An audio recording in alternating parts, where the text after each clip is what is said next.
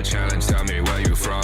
Gotta be tough, gotta be strong, gotta be savage like animal. Every time you tryna push me down. Look at me, I'll Put be the line lying down when I run around, and I make a sign, I will catch you. Watch out, it's better feel, got no mercy. Look at me, I'll be rising. Carry the season, you got a down, gonna wibble. You never hesitate for another moment, but my bone is golden.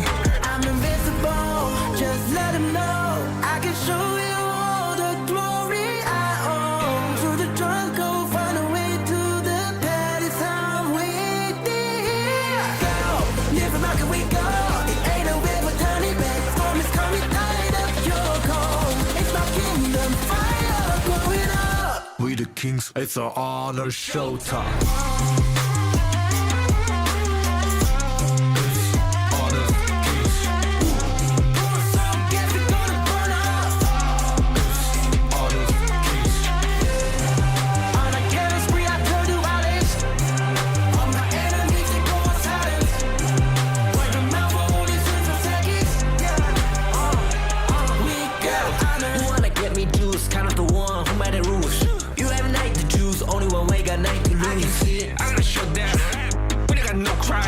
We barely five as one, crashing pieces, you can G. First blood, double trouble, then I take a pen, I kill. All you do is sweat and look at me still with the rain. Say. I've triggered my soul down. Follow my pace. We the champions, screaming, I'm invincible. Just let them know I can show you all the glory I own. Through the jungle, find a way to the palace. I'm waiting here. Go, live and rock and we go. It ain't a river turning back. Storm is coming, tide up your cold. It's my kingdom, fire growing up. We the kings, it's our honor, showtime.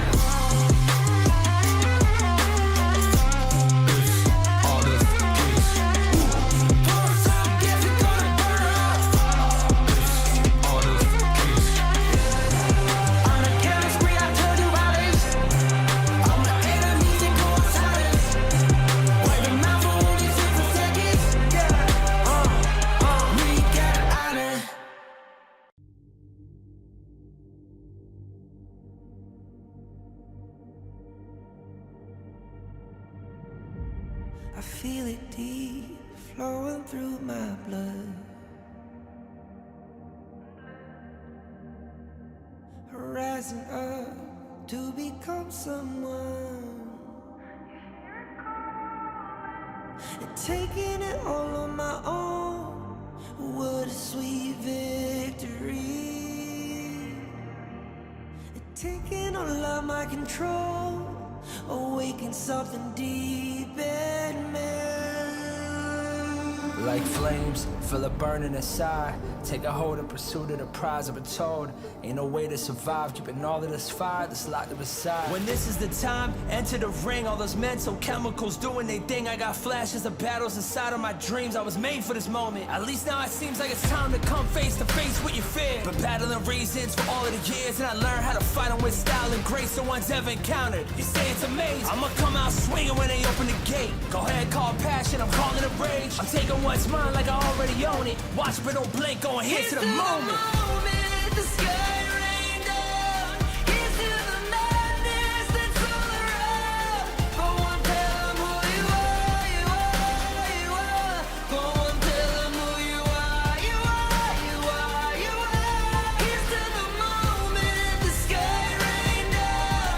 Here's to the madness that's all around. Go on, tell them who you are, you are, you are.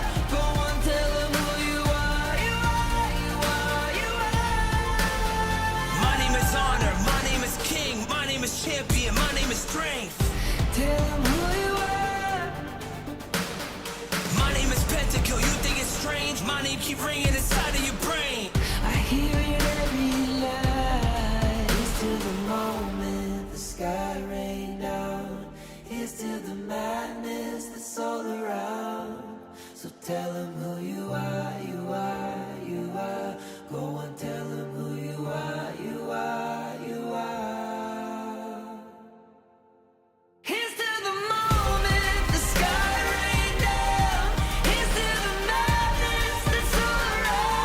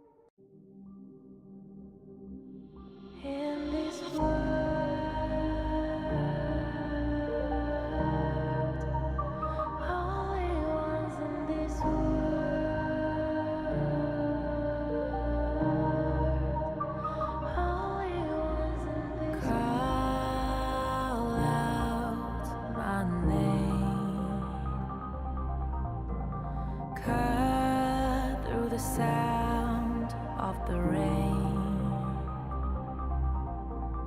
No matter how I feed the flame, you know I feel the darkness and the pain.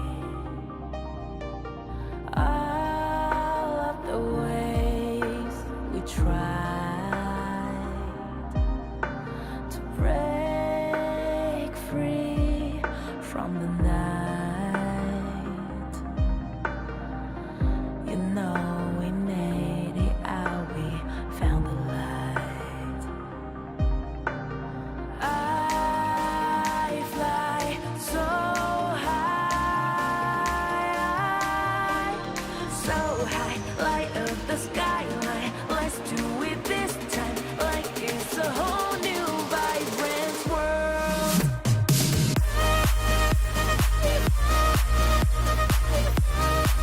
Like we're the only ones in this world. Like we're the only ones in this world. Now I see that I got everything I need. It's alright, I'm on fire, I'm alive, 'cause now I fly so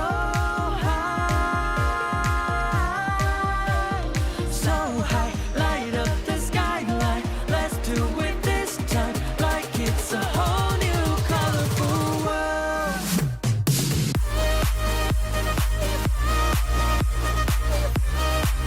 Like we're the only ones in this world. Like we're the only ones in this world. Never thought we'd get this far, burning like the stars. How we get this far, like we're the only ones in this world.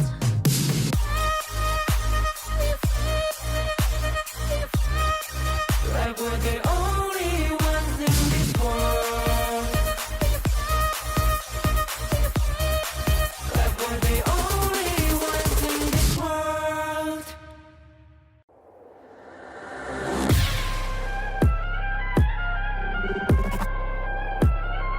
Turn it back.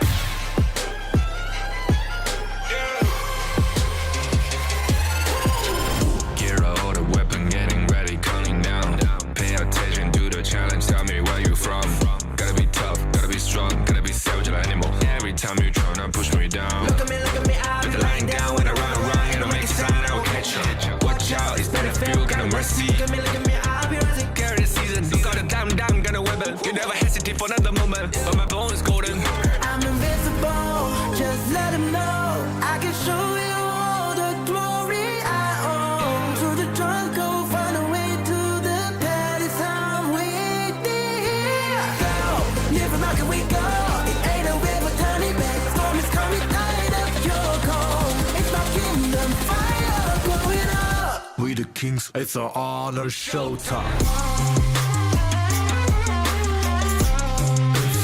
Honor kings, Pour some gas, we gonna burn up. honor kings. On a killing spree, I turn to violence. All my enemies, they go on silence. Wipe them out for only 6 seconds. We got honor. You wanna get me juice, kind of the one who made the rules. You have night to choose, only one way, got night to lose. I can see it. I gotta shut down. We got no cry. We burn it 5 as 1, crash in pieces, you can cheat. First blood, double trouble, then I take a pen, I kill. All you do is sweat and look at me still victory. Say. I've triggered my soul For my down. pace. We the champions screaming, I'm invincible. Just let them know I can show you all the glory I own. To the jungle, find a way to the palace, I'm waiting here. Go, live from how can we go? It ain't a way for turning back. Storm is coming, tired of your call. It's my kingdom, fire going up. We the kings, it's an honor showtime. Honor kings.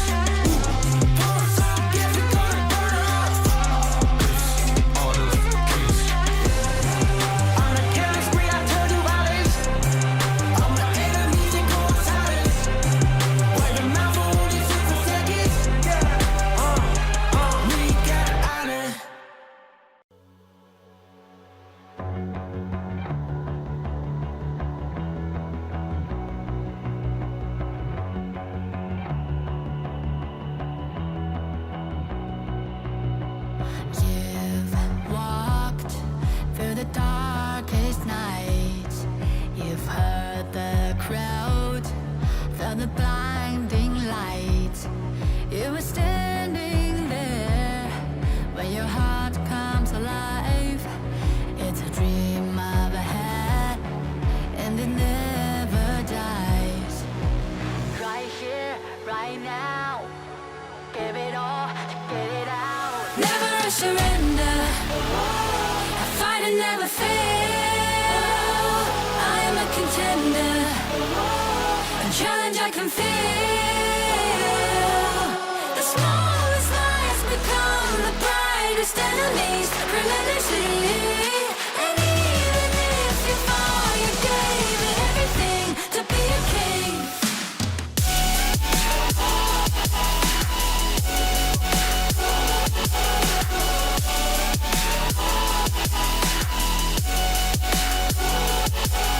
The smallest lies become the brightest enemies, relentlessly. And even if you fall, you gave it everything to be a king. You carved your way with a sharp attack.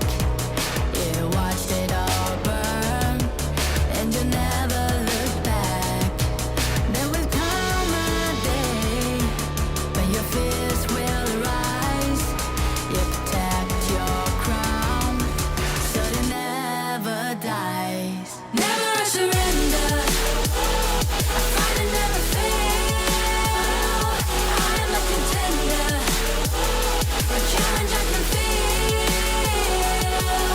The smallest lies become the brightest enemies, relentlessly. And even if you fall, you gave it everything to be a king. On my way, find my way, find my way. On my way, dream my way, never a surrender. I fight and never fail. I'm a contender, and challenge I can feel. The smallest lies become the brightest enemies, relentlessly. And even if you fall, you gave it everything to be a king.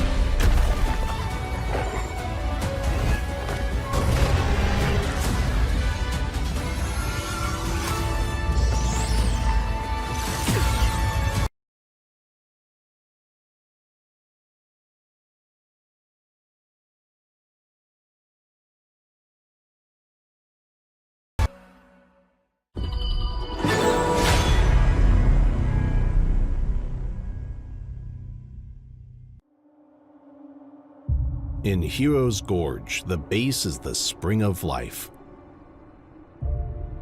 In the real world, every forest and plant is the Earth's spring of life. The base nourishes the gorge, just as Earth's ecosystems sustain all life. If the base is exhausted, heroes will lose their home. If ecosystems are destroyed, all life loses their habitat.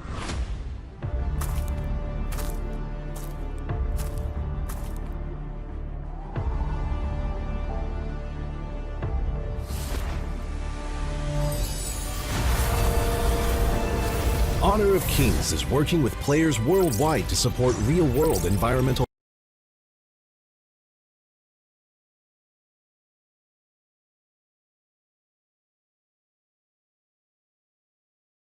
environment, and let us defend the honor of our planet together.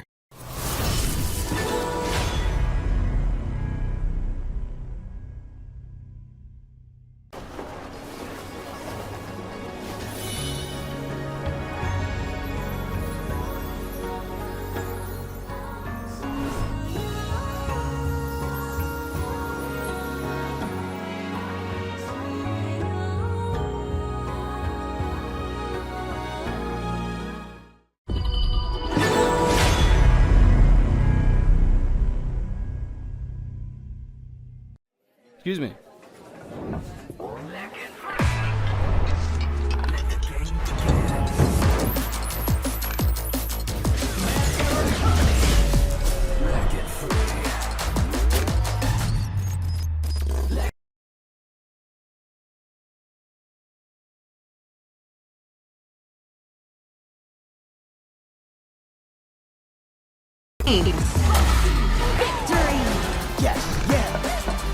Another round. Sure, but how about a smoother phone next time?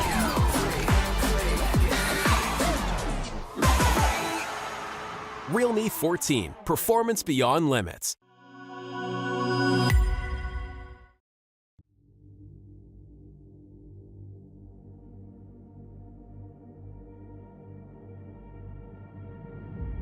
I feel it deep flowing through my blood. Rising up to become someone, and taking it all on my own. What a sweet victory. And taking all of my control, awaken something deep in me. Like flames, feel it burning inside. Take a hold of pursuit of the prize. I've been told ain't no way to survive, keeping all of this fire that's locked up inside. When this is the time, enter the ring. All those mental chemicals doing their thing. I got flashes of battles inside of my dreams. I was made for this moment. At least now it seems like it's time to come face to face with your fear. Been battling reasons for all of the years, and I learned how to fight them with style and grace no one's ever encountered. You say it's amazing, I'ma come out swinging when they open the gate. Go ahead, call passion, I'm calling it rage. I'm taking what's mine like I already own it. Watch but don't blink, going here to the moment. The sky rained down. Here's to the madness that's all around. Go on, tell 'em who you are, you are, you are. Go on, tell 'em who you are, you are, you are, you are. Here's to the moment. The sky rained down. Here's to the madness that's all around. Go on, tell 'em who you are, you are, you are. Go on, tell 'em who you are, you are, you are, you are. My name is honor, my name is king, my name is champion, my name is strength. Tell 'em who you are. My name is Pentakill, you think it's strange? My name keep ringing inside of your brain. I hear it every night. Here's to the moment the sky rained down. Here's to the madness that's all around. So tell 'em who you are, you are, you are. Go on, tell 'em who you are, you are, you are. Here's to the moment the sky rained down. Here's to the madness that's all around.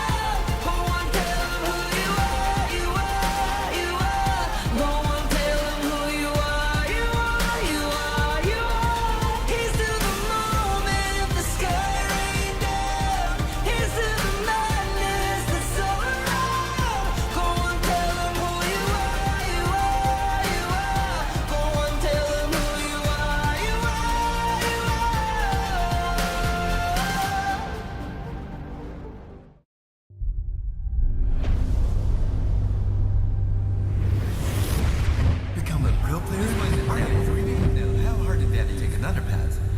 Can you walk this path? Je me suis déjà posé la même question. Posso percorrere questa strada? Il l'appelle. Le chemin et le champ de bataille vers le plus grand honneur. Posso arrivare? Je ne suis encore personne. Posso lasciare il mio nome? Inizia a salire su questo palco. But the moment I tapped my first skill button, the moment I stepped onto the stage,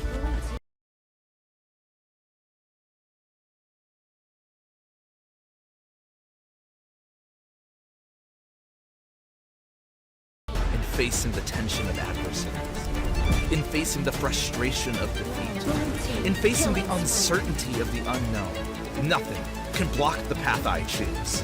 With the light of victory, we pierce through the thorns. The path to honor is here. Beneath our feet. Light up.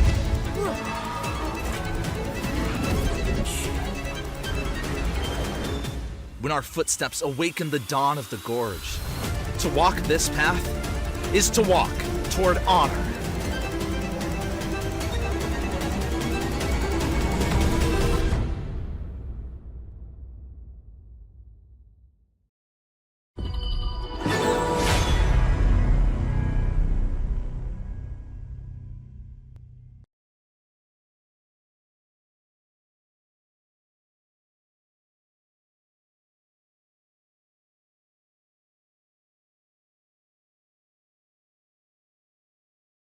It's about adapting.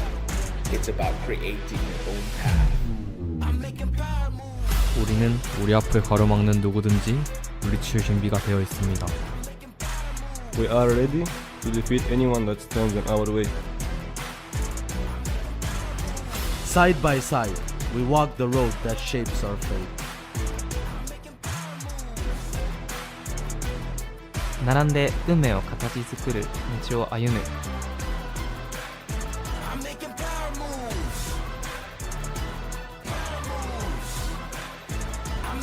It's time to walk the path of honor.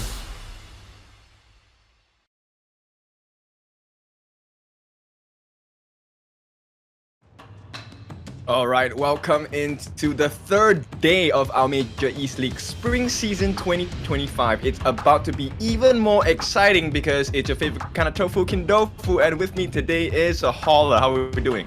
I'm doing great. I'm excited about this. I mean, the third day in a row, we saw some bangers in terms of games. It was very competitive. I mean, we haven't seen any of the series go the distance into that third game yet, but I'm hoping that today will change that because we have some very competitive games ahead of us. Oh yes, very. And you know what? I was watching behind the scenes as well for the SCARZ game. I think I'm pretty impressed with what they're doing.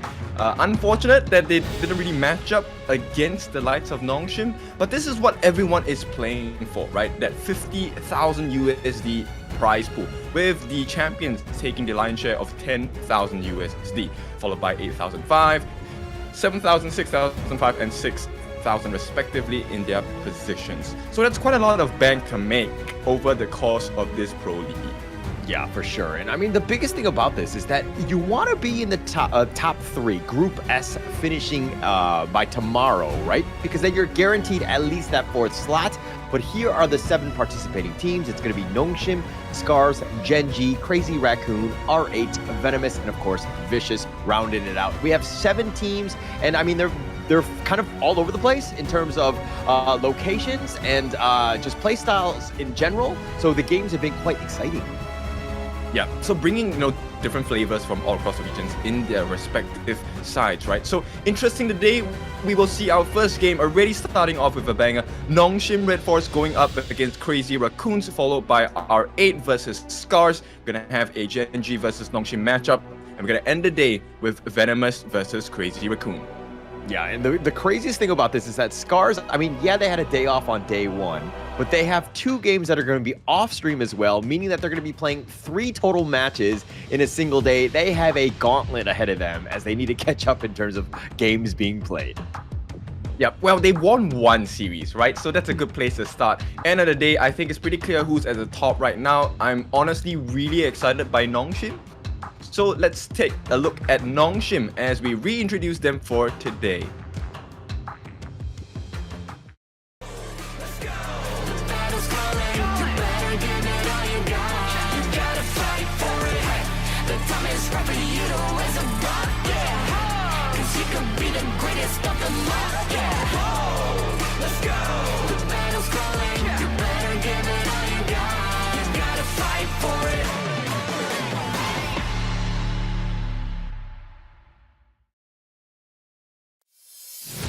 And that is your greatest red, Nongshim RedForce, represented by Kyung9, Haku, Illusion, Siri, and Faye. You will definitely see these boys a lot more often as the Pro League goes by.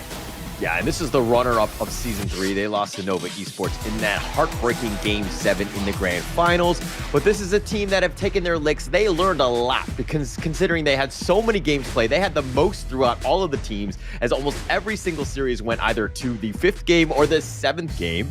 And they were continuing to play on. They played very well. They seemed very well coached, and they were ready to go. But losing that one, I don't know if that's going to be demoralizing that for this team, but you know, all that said, they've been bouncing back as they're up 3-0 in this one, but let's check out their opponents, and they will be Crazy Raccoon.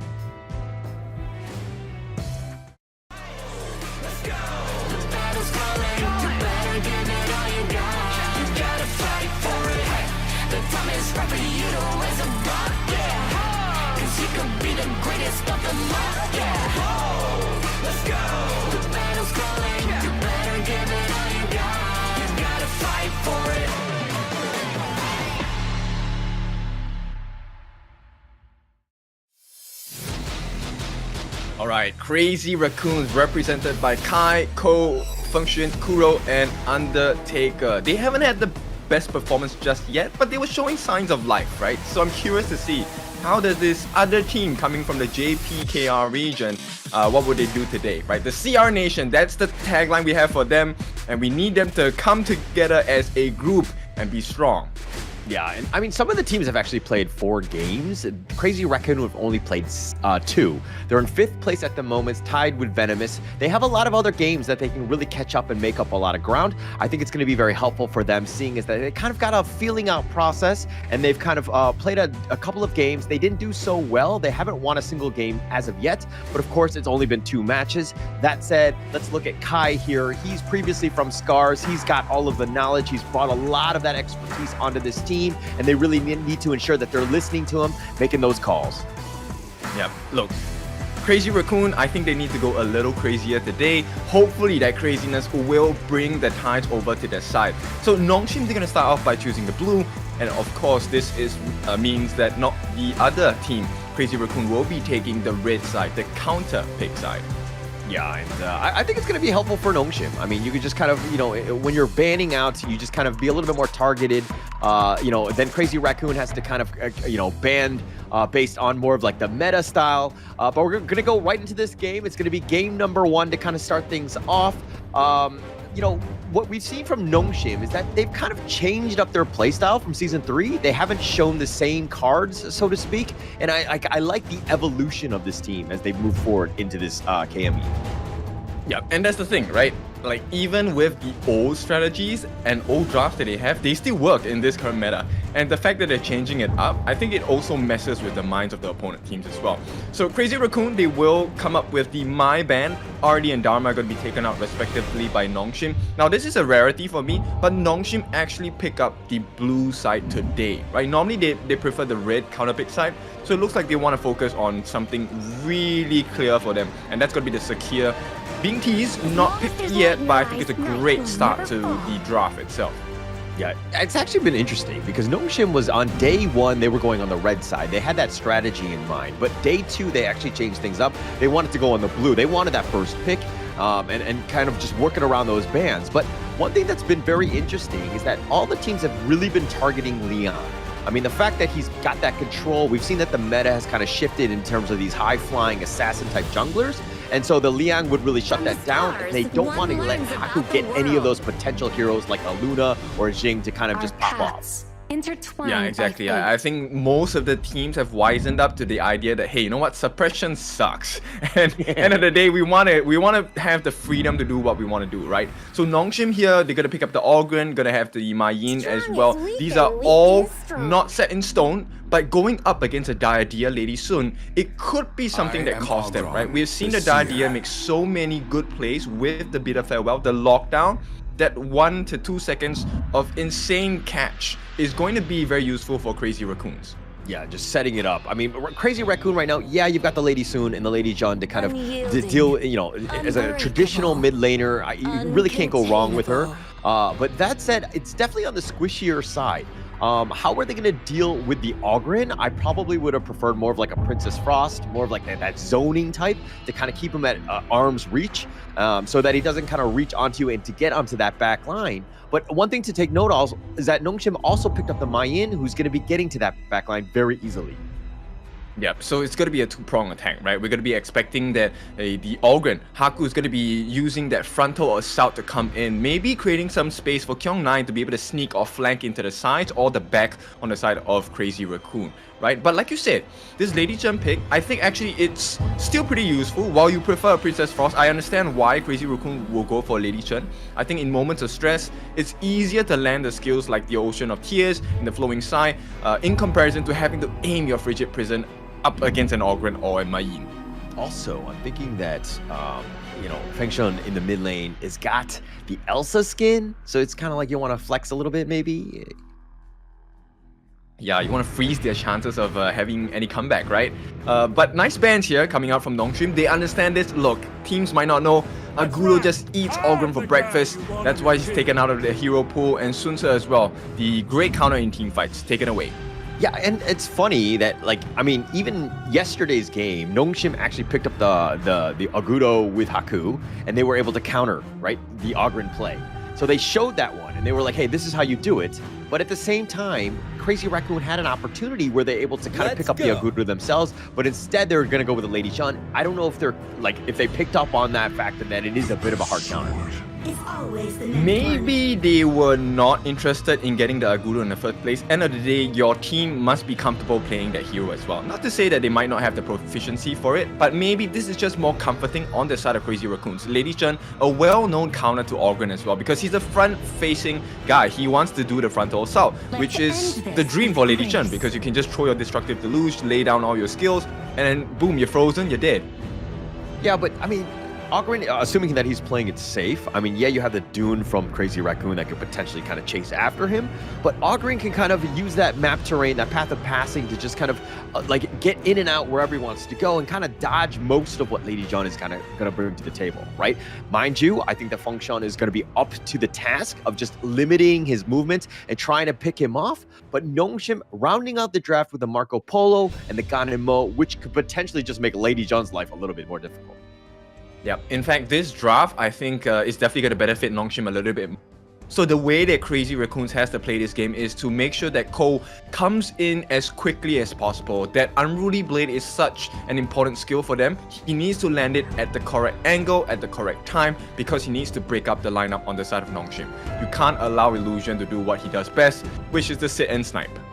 So another thing that Nongshim have really been doing is that whenever they say a Dune, they usually counter pick with the Secure. I know that in terms of this draft, they actually went with the Secure first pick. It is such a good counter to when, you know, Dune goes in with the Unruly Blade, he tries to Wind Slash, and then Secure Mulberry powers on top of him, just kind of limiting that and like stun, you know, creating this like stun locking counter to him. And it's kind of an interesting pick into this one. But now that we've seen this, it's going to be the first match of the day. Game number 1. We've seen the draft. Who are you giving an edge to? I think it's easier for Nongshim to kind of execute their draft in comparison to what we have on the side of Crazy Raccoon. Crazy Raccoon, they will require quite a bit of farm. And Kuro, I think, okay, look, in the farm lane, I think Kuro should be able to do well against Siri, but this is dependent on the performance of Fate. But first and foremost, you know, we want to talk about EWC. This thrilling season of the Major Leagues is made possible with the support of EWC, helping to bring top-tier competitions to fans worldwide, and this is going to be a big one for you guys on the Pro League. Yeah, it looks like they're going to kind of start in that mid lane. Nongshim 3 members strong, ensuring that Illusion kind of gets going. But our players are geared up with the Realme 14 5G. Built for performance, made for gaming, smooth, cool, and reliable, just the way esports demands. Ready to level up? Get yours now and feel the difference. So we're talking about being reliable, right? And I think at this point, if Function plays his cards right, he can be definitely the reliable mid laner for the side of Crazy Raccoons. They need his stuns, they need the freeze to come true. Yeah, speaking of stuns, a little bit in the bottom lane, just kind of trading it along. I mean, Faye had a nice little mulberry power. Curl is kind of on the lower end of that HP scale. He'll be kind of zoned out, but let's talk a little bit about this bottom lane, seeing that we're here. You talked about the fact that Curl kind of, does well against Siri one-on-one, but now you've added in the Secure and the Diadea. Who are you giving the edge to? I think it depends on Faye's positioning at this point, but hang on, potential first blood onto Function here, but I don't think they will be able to get that. Yeah, I don't think that they're going to go for this one, but Faye will join just to make sure that everything is kind of kosher. Those couple blades will do some damage onto Ko, and mind you, Haku wants to just be taking most of that farm. I think Illusion will be okay sacrificing just a little bit of it. Yeah, I think at this point, look, having a gun and Mo, she doesn't do that badly when she has a level deficit. She does have an insane amount of burst. So a 1 level deficit isn't that hurtful to Illusion. So she's fine. He's fine to give away a little bit of farm to Haku. In fact, if Haku wins that lane against Ko, it's going to be a big moment for the side of Nongshim. Yeah, and Ko taking a lot of damage. He has to get on out of this one. I mean, he'll continue to farm in the jungle, but he's been pushed away. I mean, Illusion was kind of focus firing on him, just ensuring that most of those blades would hit him, because you just kind of threaten him just a little bit so that he's a little uncomfortable. Yeah, so actually the highest potential of the first blood, I feel, will come from the farm lane, right?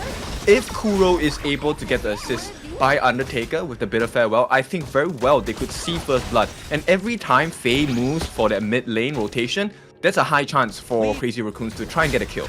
Yeah, it's definitely got that opportunity. I mean, Siri is all by his lonesome, right? He is level 5, and he'll just take a slight advantage in that regard. But in terms of net worth, it's literally tied at this point. So I think that they're going to be fine. Nongshim, again, it's the Haku show. Let this man get going on this Ogryn. Ensure that they've got a great mid-game. Yeah, so far they're trying to establish a lead for themselves, and you can see a very clear difference in the gold between Haku as well as Ko. And I think this is a cause for concern, right? So right now, I think Crazy Raccoons, they will do well for themselves to try and find an advantage somewhere. Mid lane, farm lane, doesn't matter. I think Kyung against Kai in the Clash lane is going to be a stalemate, so they have to try looking for something else. Yeah, and Ko actually teleported in the bottom lane. I mean, making his way downtown just because you know that the Tyrant is going to be up in about 15 or so seconds. So Crazy Raccoon, again, taking everything in their jungle, maybe looking for a pick-off before they look to start this big neutral here. Yep. And if you take a look at the Vision score itself, Undertaker seems to be doing well in getting information for the team. So hopefully they can use that to their advantage, but Faye. Yeah, the Mulberry Power will connect onto Undertaker. He's taking quite a bit. He's going to Heartling back. He's kind of been zoned away. Haku looking to take a Tyrant for free. He does smite it for good measure. Okay, so they're going to try and make a trade with the Azure buff here. But Hyung-Na is in the middle of 4. Oh, but Undertaker a little bit low. The flash away. Feng Shui is not going to get away. Faye will get first blood. And through it all, it looks like the blue buff will also be picked up by Haku. That wasn't even stolen. All in all, not great flash forward by Siri. Trying to get the pick off with that Resplendent Revolver. Trying to get aggressive, but instead, they're just going to take the mid T1. Yeah, so this could be the start of something that's really difficult for the side of Crazy Raccoons to handle, because look, Ko is already behind on farm in terms of gold. He's matching levels, but once again, all these buffs will be stolen away. Yeah, this is going to be a huge one, right? I mean, Faye all the way up in front, and Ko is just like, dude, you're taking away all of this stuff. What am I supposed to do? Illusion had picked that one up, and now in the bottom lane, if you're looking at Siri, he's starting to kind of, separate himself from Kuro. We're talking about the fact that Kuro did have that advantage in the laning phase, but with the state of the game now, you're kind of seeing that Kuro has fallen off. Yeah, he is going to find life a little bit difficult here. Kai actually has to commit the flash to get out safely, and that's not a good sign for the side of Crazy Raccoon. Not a good start. I mean, he's not, now he needs to play even more defensive. Siri's going to come further this, especially with Faye on his backside. I mean, with that Mulberry Power, they'll secure that Spike-tailed Beast, and they'll move on. But again, Nongshim, this is why they're so good. They're able to kind of exert that map control, push it along, and then you're taking fights where they want to be. Yeah, and you know, Haku's actually quite enabled by Faye because with the Firefly Brush, he's able to jump in. But hang on, that's quite a bit of damage coming in from Illusion. Yeah, Illusion taking that one. He has both buffs, maybe even stole it from Haku, but he did time it properly in that sense, and he did take that one along. And now Crazy Raccoon without those buffs, I mean, it seems kind of small, but it really starts to add up, especially when you're trying to jungle. And now Kyungnan looking to go in, it blows up Kuro, and they find Undertaker as well, and they're going to go for the backside, and Ko not able to run away. He realizes that, hey, he's actually on the right side. He's going the wrong way. No chance. Faye will take him down. Yep, it's going to be the start of a very difficult journey for the side of Crazy Raccoon because look, 2 to 3 different plays, it's 4,000 gold ahead for the side of Nongshim. And look at how they're playing. They're splitting they're split pushing at this point. They put pressure on the bottom lane as well, and Fang Shuan had to make that rotation. And basically now they've invaded the enemy jungle. They're taking over yet another Crimson Golem going their way. I feel like they've taken every single buff for the past 2 or 3 minutes. Oh, look, Illusion forced the flash from Feng Xuan. This is one defensive measure gone for the side of Crazy Raccoon. This means it's a horrible fight to take for them. Yeah, no chance at this point. I mean, it's a free T2 at this point. They've been zoned away, no real chance. They've been pushed back. Haku, again, starting to get a little bit scary. He has a 2-level advantage over Ko, and these Illusion couple plays have been hitting non-stop. Yeah, I mean, Haku actually goes for the Dragon Rage instead of the traditional Blazing Cape. So this means he's able to sustain a little bit more, and he's going to be looking for an opening to try and make life difficult and easy for Illusion to get those aiming couple blades down. Yeah, it's going to be easy for him. But Ko trying to go in, almost takes out Faye, but he gets a little bit on the low side. They all survive. They're going to go back in. Haku getting a little bit low as well. He's going to Conductor of Souls. He's going to try to outfight this one. I mean, he's got the shield. He's going to try to run away. Kai almost gets a pick off, but Kai will be killed. Yeah, and that's why Illusion is so happy in this game, right? Look, Haku is going to be responsible for pushing them back because he's the frontal assault, right? At the same time, because they're all so far behind, Illusion gets his pick. He gets to choose, right? Who do I want to snipe down? Yeah, Haku almost up 2k over Ko right now. This is a huge gap in that sense. But if anything crazy, Raccoon right now, picking up that Overlord will help. They need to stem the bleeding. They need a little bit of space. Figure out how they can at least get a single T1. Maybe that'll open up the door for even more avenues of attack. You know, actually, if you didn't say that, I would have noticed, but they have not taken a tower yet. And right now, T2 being threatened at the same time. So, Nongshim, this is so comfortable for them. Yeah, very comfortable, right? They're just pushing it along. Yeah, you have the Vanguards, but it just might be more of a net worth shifting in favor of Nongshim because they get easily burned down at this stage. Nongshim's still up in front. Those Vanguards can't even get outside of their own base. The bottom T3's under siege. Haku going over the wall. He's got the path of passing, just zoning more than anything else. But through it all, they don't really have the minions to continue this onslaught. Yeah, look, there's very little that Crazy Raccoons can do now. All they can do is to try and slow down what seems to be inevitable at this point. Yeah, I mean, they need to figure out how to get to space. Maybe they can hold in some way. Somebody gets out of position, but it's hard, especially with Haku up in front, just being that front liner, like that front scout, who's very tanky and is able to take this one out. I mean, they've taken the bottom T3 essentially for free. Haku just playing around in the enemy base. One of the things that I think Crazy Raccoon can kind of consider, it's a huge risk, but just ignore the front lines, right? Just go straight and dive for the back, try and find Faye, Siri, or Illusion, and maybe they can turn this. Yeah, I mean, they're going to have to figure out a way, but Illusion, again, just understanding how to keep his opponents at arm's reach. Obviously, if you jump on him, he's got guard his grave. It has a potential to kind of get away, but you have only so many opportunities. You really need to get Ko to kind of get in this one, but Kyungnan looking to get a little serious. He gets a little low. Kai going down. Haku's going to slam him down. They take the top T3, and now they're going to back off, regroup at least. Oh no, they're going to pump fake that one. They're going to fake everyone out. Haku goes right back in, wants to get the kill. He takes out Kuro, and now it looks like he wants to get for Ko. He's chasing him, the nice couple blades, slicing him down, and all 5 members of Nongshim still surviving. Mid T3 under siege, looking to go down. Feng Shuan, all he can do is just watch. He goes back into the fountain and says, buddy, I'm all by myself. What happened here? The minions are here, Nongshim. It looks like they will take game 1, and all Crazy Raccoon can do is watch. Yeah, this is a painful lesson. So Crazy Raccoon, they're gonna be in a tight position here because, you know, they had a decent draft. It's not the worst draft in the world, but they needed the gold advantage, right? They needed to make sure they were on top of the game. And Crazy Raccoon just were never close in tipping the scales in their favor. Yeah, and this is why it's hard to beat like good teams, you know, because they push you back and they give you very little gaps to get back in the game.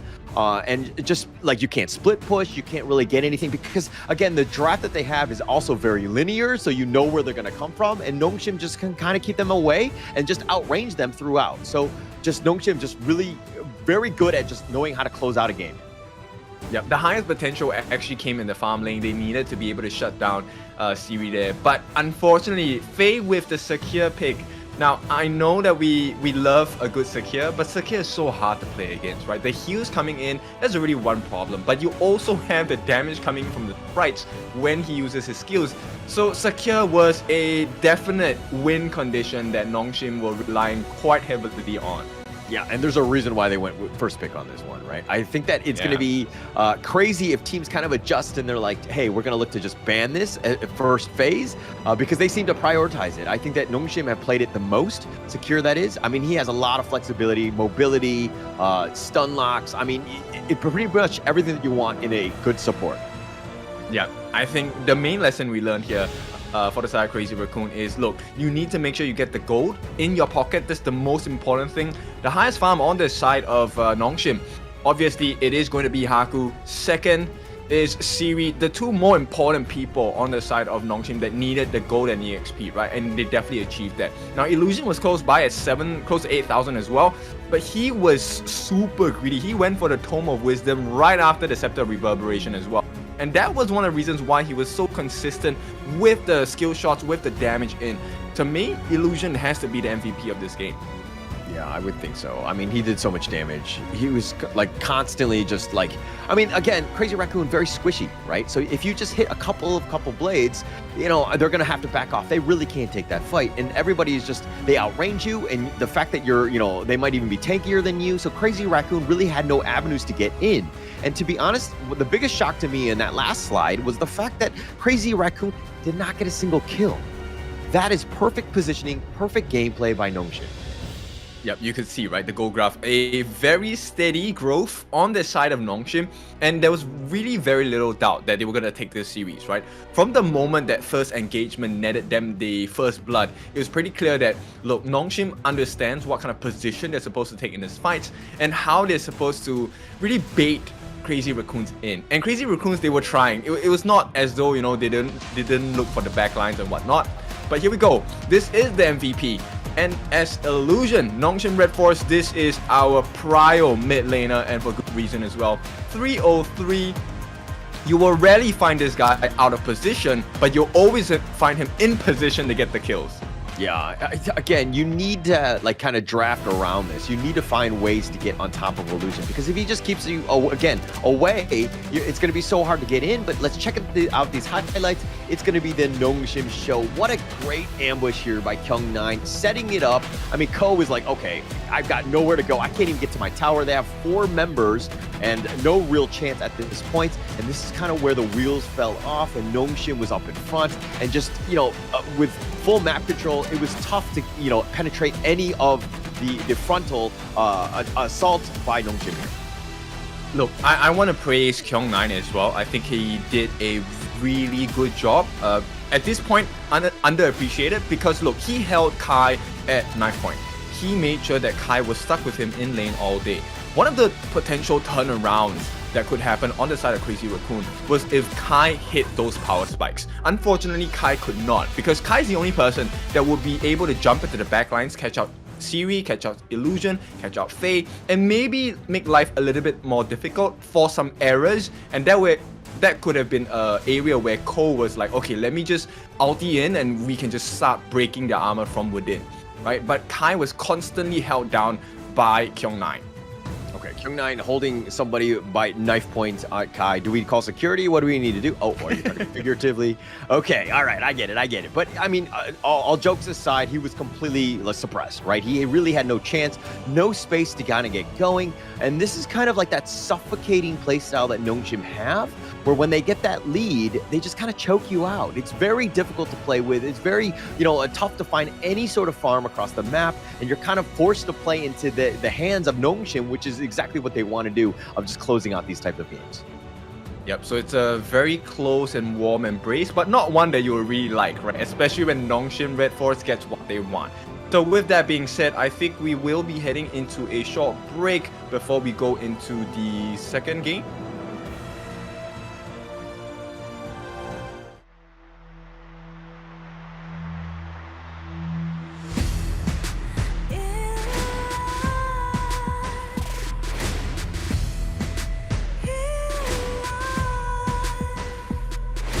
What's a life without its worth?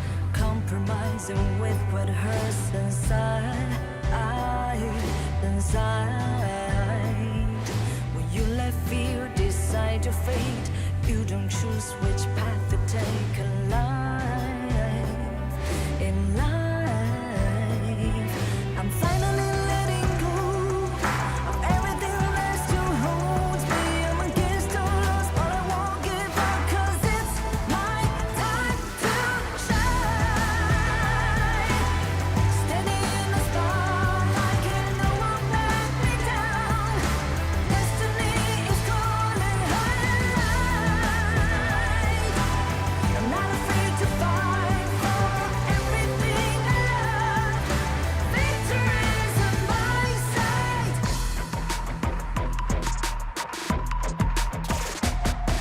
The more we lose, the more we gain. The more that nothing stays the same. In time, can love ever, can't forget. What you see is what you get. Sometimes,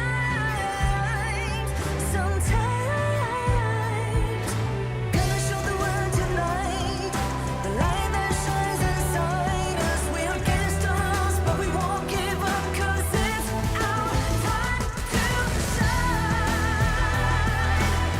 Standing in the spotlight, can no one back us down. Destiny is calling high in light. We're not afraid to fight for everything we love. Victory's in our sight. Takiki takiki takita. Takiki takiki takita. Takiki takiki takita. Takiki takiki takita.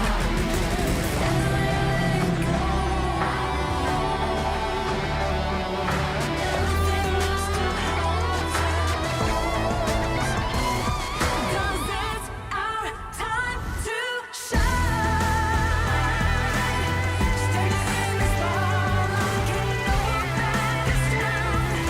Destiny is calling high in light.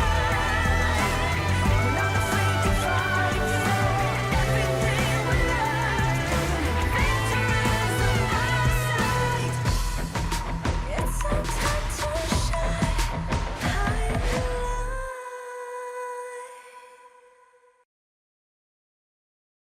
Game number one was a big win for the side of Nongshim RedForce. Is it going to be a clean sweep for our Korean powerhouses from the JPKR region? Once again, is your favorite kind of tofu, Kin Dofu? And Holla, game number one was a smash. What do you think about two? Yeah, definitely a smash. I mean, if I'm the coach of Crazy Raccoon, I'm just going to keep them composed, settle down. We need to think about baby steps. We need to think about that first kill first. I think that's the number one thing. Get ourselves some, hopefully one kill will compound into many, right? That's where you want to be thinking. You got to play a little bit more aggressively. Right now, Nongshim's positioning has been flawless. They need to break into that somehow. Yep, it's kind of like stepping into the gym, right? New Year's Eve, I'm gonna make sure that I work out, but you don't even start, right? So get it started. Maybe you will have the motivation and the discipline there. And this is exactly what Crazy Raccoon needs. I think if they can, maybe go for the blue side this time, right? Get that first pick, get the prior pick, get someone, maybe the secure works, maybe get the Agudo as well, right? things that will work against the likes of Nongshim. Now that Nongshim doesn't have the Ogren, take a look at what other options they might be going for. Yeah, I think it's going to be more important for them, right? In the sense of just like picking comfort heroes. I mean, the draft, you know, in a vacuum is not that bad. But I think if you're talking about what Nongshim are bringing, I mean, the Haku Ogren is going to be one of their staples. They're going to be very strong on that. Illusion Ganemo also very strong on that, top tier, right? So that these are the guys that you kind of need to worry about. But that's that thing is that draft is over. And of course, with global bans, they're not going to be picking those heroes again. But going into this one, game 2, I think it's going to be more important for Crazy Raccoon to pick the best, most comfortable heroes that you're on and give yourself a chance here. Okay, so I'm going to go into coach mode, right? Let's talk about what Nongshim likes. At this point, second game, they still have access to Dharma, they still have access to Sunsa. So take your pick. Which one do you want to play against? I would rather play it against a Dharma than a Sunsa because Sunsa's rotational speed is too insane. At the same time, we do have that Mai coming out for Illusion. Get rid of the Mai. Do not allow the Mai going into the hands of Illusion. Maybe you still stand a decent chance on the side of Crazy Raccoon. I mean, the biggest thing, though, is that you only have 4 bans. You can only target so many of the players. Like, it's tough because, you know, everybody from Nongshim has that, you know, that capability to just carry the game. Again, like, draft, strategy, all these things, super important. Give yourselves a chance so that you have, you know, I would say a bit of an edge going in, but it looks like Crazy Raccoons are going to be on the blue side to kind of start things off. They want that first pick, as you were alluding to earlier. That's a good start, right? So now, same thing, they want to take out the Liang. This is going to open up so many options, right? You can even have the Clash lane. You can also start thinking about, hey, I want to pick up the Luna, I want to pick up the Jing, I want to pick up the Pei. Assassin-based junglers will make sense here. And Nongshim ban out the Mai for themselves. Yeah, I mean, because they don't have first pick, right? So it's one of those things that they're looking to protect themselves. I think one thing that we've seen throughout the KME is the fact that, you know, Crazy Raccoon have done it, R8 Esports has done this as well, where they first ban the Liang. Okay, I don't know what it is about this. I mean, okay, he has a lot of potential in terms of control. We were talking about the fact earlier that junglers tend to be assassins, very mobile, and they don't like that lockdown, so they want to kind of move around a bit. But also, what's something that came up in yesterday's cast was that we're assuming that some of these teams just don't like the Liang because he's wearing glasses and had something to do with like a punchable face. My wishes. Yeah, you know what? I was ready. I had my boxing gloves open in my drawer. I was ready for you, right? But in any case, it looks like Nongshim, they will pick up the Sunsa as the Prio Clash lane consideration, and I think that's a good choice, right? Crazy Raccoons, they pick up the Arlie. Look, if they don't win this, it's on them. Arlie is one of the best farm laners in the game. They have to make sure they protect Kuro in lane and allow Kuro to just take as many buffs away, either from their own jungle or the enemy camp. Yeah, and I mean, I like the potentially Arlie, but you gotta like pick around it. The Byron being picked up here, will they pair it with a potential Pei for that early game goodness?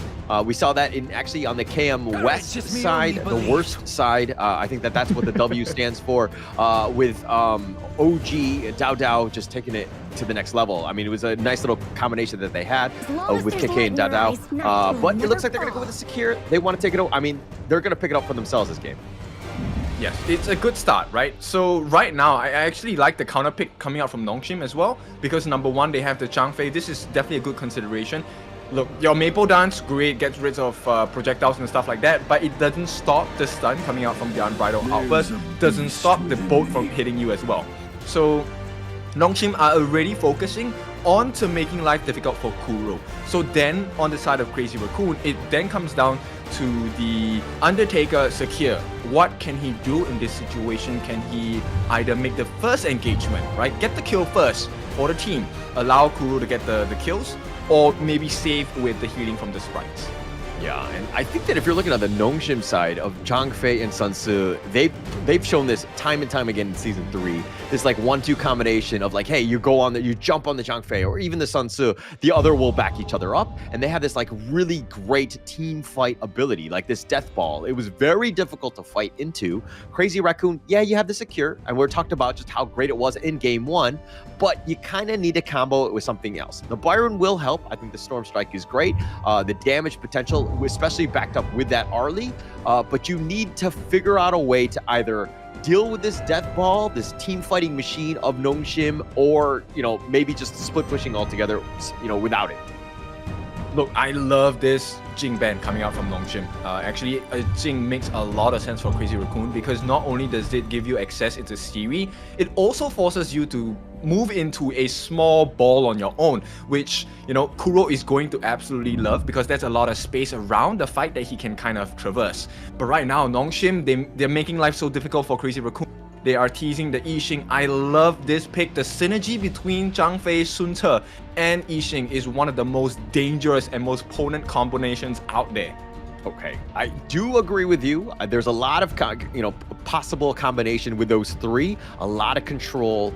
Great, but Gen.G is pretty much your damage dealer, right? And if he goes down, and you have all these great ults and control, but you'd really need a damage dealer to kind of round out this draft. I think that that's something that they need, especially in this last pick, which will be for Haku. Oh, look, if they pick up the Yao, I would think that this is a decent draft coming out from Crazy Raccoon. He has to go for the full tank build though, no hybrids at this point, right? With the Yao, he should be able to cause enough confusion on the backlines of Nongshim that they might miss some skill shots. And I love it. Crazy Raccoon, they take a risk, they're gonna lock it in.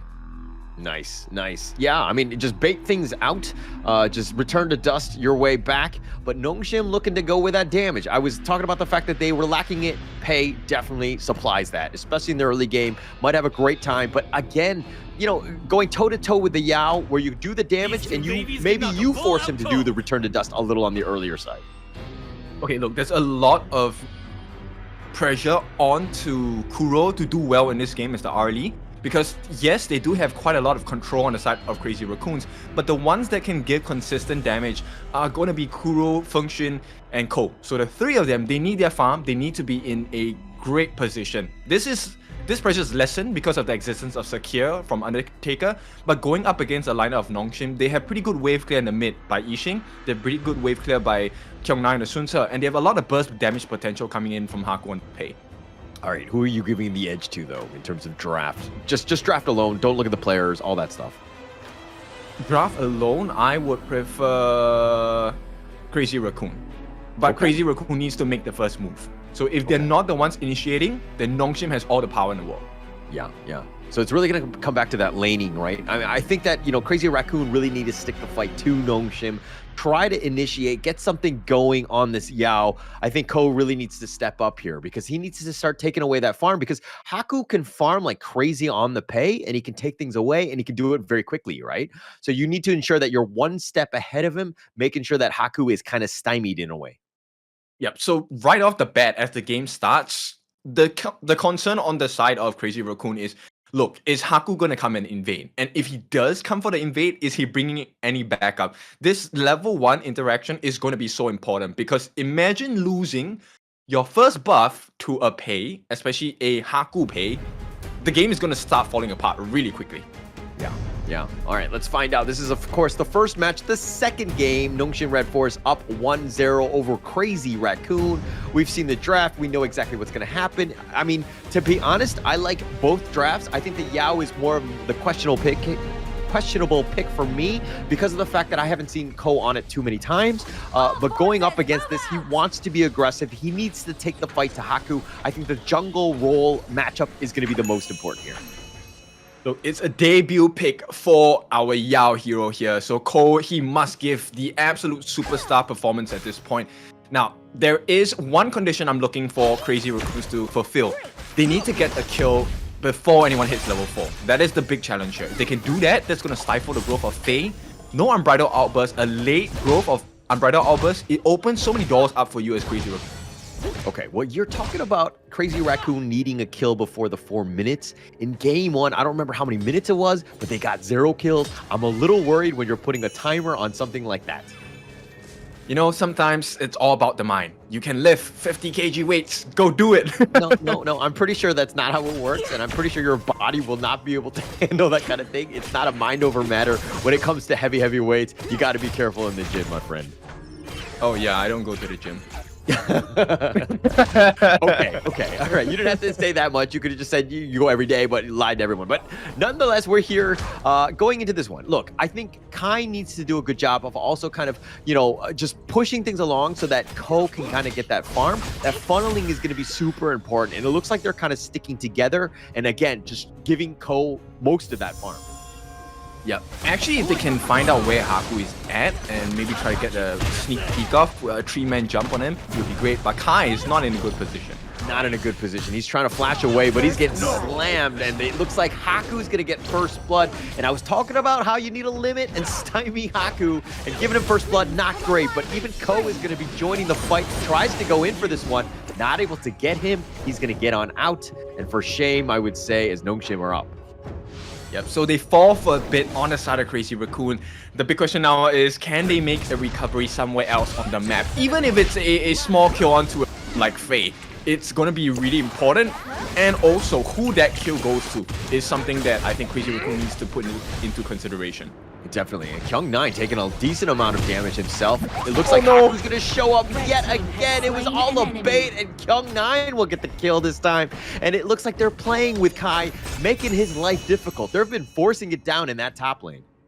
Yeah, I can't imagine Kai's mental state at this point. Look, you've tried twice, and to be honest, that was a good situation. He could have put Kyung9 at risk as well. But Haku hiding in the brush, and potentially, right now, it's a difficult situation. Nice unbridled outburst, pushing him back. They've got Feng Shui in a great spot, and this stun lock is real serious. Getting him, taking liberties is going to hit as well. But it looks like Undertaker will fly away. He gets to safety, and through it all, Nongshim just taking kills across the board. Now, correct me if I'm wrong, but Haku has been the one that has received all of these kills. Yeah, most of them. I mean, Kyung9, I think, got one on Kai in the top lane. That's the only difference. But mind you, look, if I'm talking about a one-on-one between Byron and a Sun Tzu, usually I would give the edge to Byron. But Haku has done such a good job of forcing it down. I mean, getting first blood, and then now you're kind of snowballing in that top lane where Kyung9 has got the advantage. I mean, he has the Meteor, he does have the Nettle Gauntlet, so look, that's a lot of armor pierce, that's a lot of armor, so it's a difficult position for Kai to win. Yeah, okay. I mean, it's going to be tough for now. He just needs to just hold the fort, make sure that tower is still standing. Again, Crazy Raccoon right now. On the top. They're looking to go yet again. Kai just, okay, he spots it out. He sees Haku. He's like, I'm out. Give me some space. I just want to live, man. Oh, it's so stressful for Kai. Like, what does he do here? And nobody has eyes on Haku this entire game. Yeah, he's been just like running around, taking everything across the map at this point. But look at how Crazy Raccoon sticking together, like protective president, which is going to be Ko in this case, and just giving him as much farm as possible. But he's 700 gold behind Haku in that lane matchup. The other one, Siri Kuro, Siri Feng Shui, a little bit of an edge for Siri.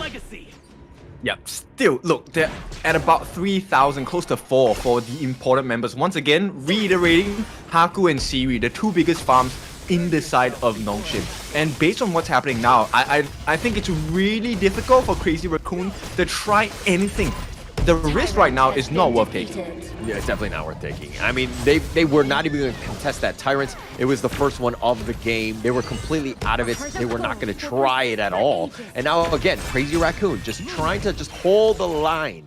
Just slow things down, let Ko get going. He's still level 9 to level 10 of Haku, who does have that edge right now. Almost 1k, though. Oh, look at them. They're so sneaky. They're hiding. They're waiting for the defense to come through. Oh, the Umbrella Hoppers push, perfect, setting it up, and Undertaker's like, what just happened? And the bottom T2 goes down, Kyung9 fighting for his life. It's a 1 versus 2. He will be killed. A great kill for Ko. Okay, they break the egg, so they have 1 kill on the side of Crazy Raccoon. That's a good start. 4 more to go to even the odds. Yeah, let's go. Baby steps. That's the perfect one. And you wanted to get Ko going. He's looking to fight this one, but he gets blasted, not able to return the dust away. And maybe he expended it, but it's off cooldown now. But he goes down, and that's going to be a huge loss for Crazy Raccoon. And now they're going to try to go for Kai. Faye looking for that angle, pushes him back into the wall. The force field suppression. They're trying to lock him down, but do they have enough? And Kai will get away. Okay, that's a silver lining, a blessing in disguise, right? The fact that Kai can survive hits from Haku, that is a good sign for Crazy Raccoon. There is a chance of a comeback here, right? But they can't play too passive. They have to be able to stand their ground. Kai here, he shouldn't die again. Yeah, he shouldn't die, but he's just being chased completely off the top T1, forcing it out. And look at Nongshim right now. There are a bunch of squatters taking over the enemy jungle. They're like, hey, this is my house now. Kyung9 in the bottom lane, though, trying to protect the tower. He will be pushed away, and it looks like Feng Shun will get that T1. A great start for them. You gotta take some towers at this stage. Yep, at this point, the 5Q differential, Haku getting caught. Not able to get away. Ko is going to get this one, but he dies in return. It's a bit of a trade. Unfortunate for him. The mid T1, they're trying to focus this down. Kyung9 trying to keep this one alive, but they do have the minions. Kyung9 needs to be careful. I think he gets picked off, and he does, and Feng Shun finds him. But the top lane completely open. T3 down. The world is my board. Curl trying to get back to safety, and he's being chased. He's going to be killed, and Nongshim are like, okay, you can take Haku and Kyung9. I'll just take your base. And that will be the series. Oh my goodness, this, I mean, they were blindsided, right? Crazy Raccoon, I think they were doing a good job of trying to identify the wind conditions around the map that could help them recover, but your base needs to be protected at all times. Yeah, I think that one kill, that was like the bloodthirsty, blood-hungry type of just like, hey, I gotta kill, and we're continuing on, and then your entire base is being burned down, but you're like, I don't care, I just got my kill. We did way better than game one, huh? Yes, we need more. And unfortunately for them, it was a little bit too much to handle on the side of Crazy Raccoon. So Nongshim would make the clean sweep. It's gonna be a 2-0 for the side of our Korean powerhouses from the JPKR region. Yeah, looking very strong at this point, right? I think they're 4-0. They have not lost a single game. While some games have been a little shaky, I mean, they've been contested. They haven't been smooth sailing throughout, and it has been difficult in that regard. But this one, this series was much easier for them. Nongshim, just complete control, just a sheer dominance, I would say. Yeah, so I'm super curious about how Nongshim will perform on the big international stage. We've seen them come in for the major competition. And 3 invitationals, they've done pretty well, and by pretty well I mean they got second place, only losing because, I'm so sorry Haku, but you made a mistake, and that was a costly mistake. So this year, in this season, I think they're looking for a lot more. Nongshim with the clean record, I think there is this star power about Nongshim we will not be able to ignore a couple of months. I mean, look, to that point of that, that Haku mistake, yes, it was definitely his mistake. But you kind of, like, you live by the sword, you die by the sword. And Haku is that sword in the sense that you let the man go unleashed. You give him the freedom to do his thing. Sometimes those mistakes really bite you in the butt, like that in Season 3. In that finals, it does happen. But generally speaking, you got to let the man just do his thing. Because Haku, he has the most MVPs in the KME thus far. And we might even have yet another one because, I mean, he was 4-1-2 at this point. Had the most net worth. Just completely outclassing throughout. Now, obviously, we can't see the vision on the side of Crazy Raccoon, but I can pretty much assure you that Haku did not appear on their map for quite a bit of time, which was one of the reasons why Kai was so comfortable trying to go for 1v1 with Kyung9, right? So Haku, I like his positioning in this second game of the series, really shows the proficiency and the way that he was able to get quite a lot of damage across. Look, he's the highest damage dealer as expected of an early game assassin-style jungle. Haku with close to 36,000 hero damage offered for the team. It's just a lot of damage. But I mean, him and Kyung9 with like the 25,000, that's no slouch either. He was constantly trading. I mean, this gold graph is just straight up red as the RedForce Nongshim team here just completely dominated. Full control, right? Even from the 4-minute mark, that gold graph is pretty sizable at that stage, and it's very difficult to come back from. Crazy Raccoon, I mean, yeah, they did a little bit better in terms of just, getting some of those kills and getting those pickoffs, but at the end of the day, the Yao pick, a little underwhelming, wasn't able to kind of get going. Actually, I felt like it was good, right? I think, but, good is good. MVP is even better. Haku 4-1-2, we really expected this. Look, 35% of the team's hero damage offered was dealt alone by him. This Tiger definitely found its claws in and sunk it into the necks on the side of Crazy Raccoon. Now, this first blood, I think, was what really tipped the scales in their favor. And even though they got the first blood, I think Kai was very confident in the 1v1, got surprised by Haku again. Like Haku said, hey, you know what? I'm hungry.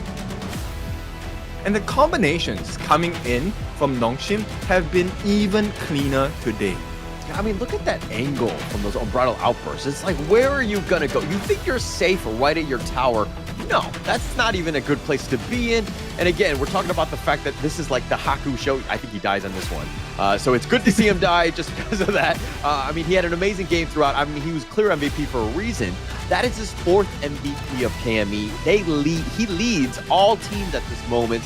And look, yeah, you got some kills. You did a great job in the mid lane. You've taken out Haku and Kyung9. But your base, my friend, you always got to check the back door.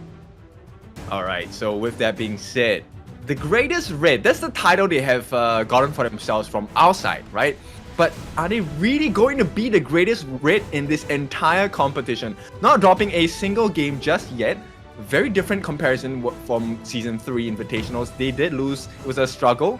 This time, clean sheet all the way. Can they complete the Pro League with 0 losses? That would be huge. I think you just jinxed him. I think that you just made it not a reality by doing that. But right now, I mean, Nongshim are a freight train, right? Somebody needs to stop them. Somebody needs to be able to slow them down. Other teams have kind of chipped away and made it a little bit more difficult. It hasn't been the easiest for them. But again, we're going to see Nongshim later today. They're going to be going up against Gen.G Esports. That's going to be a great matchup, but that's the 3rd matchup. The next matchup right now is going to be R8 Esports SCARZ, and I am super excited about that one. Yeah, I was watching the SCARZ game. I think they have pretty good execution. Their game against Gen.G yesterday was pretty sick, right? Pretty clean and convincing win as well. I think they definitely have leveled up. Now, it was a different story for SCARZ going up against Nongshim. I think Nongshim are just a different beast altogether right now. So I want to see how the SCARZ perform today. Yeah, and we're going to find out, but shortly, we're going to take a quick little break. We'll be right back with that series.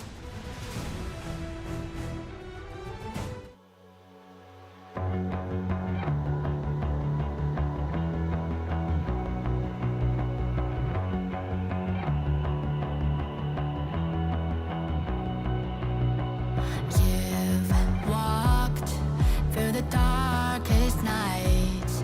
You've heard the crowd, felt the blinding light. You were standing there when your heart comes alive. It's a dream of ahead, and it never dies.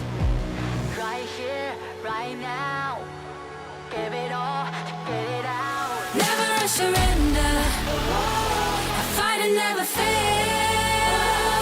I am a contender, a challenge I can feel. The smallest lies become the brightest enemies, relentlessly.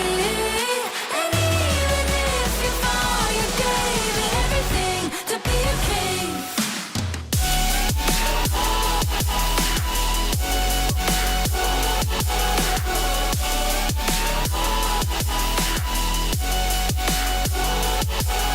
The smallest lies become the brightest enemies, relentlessly. And even if you fall, you gave it everything to be a king.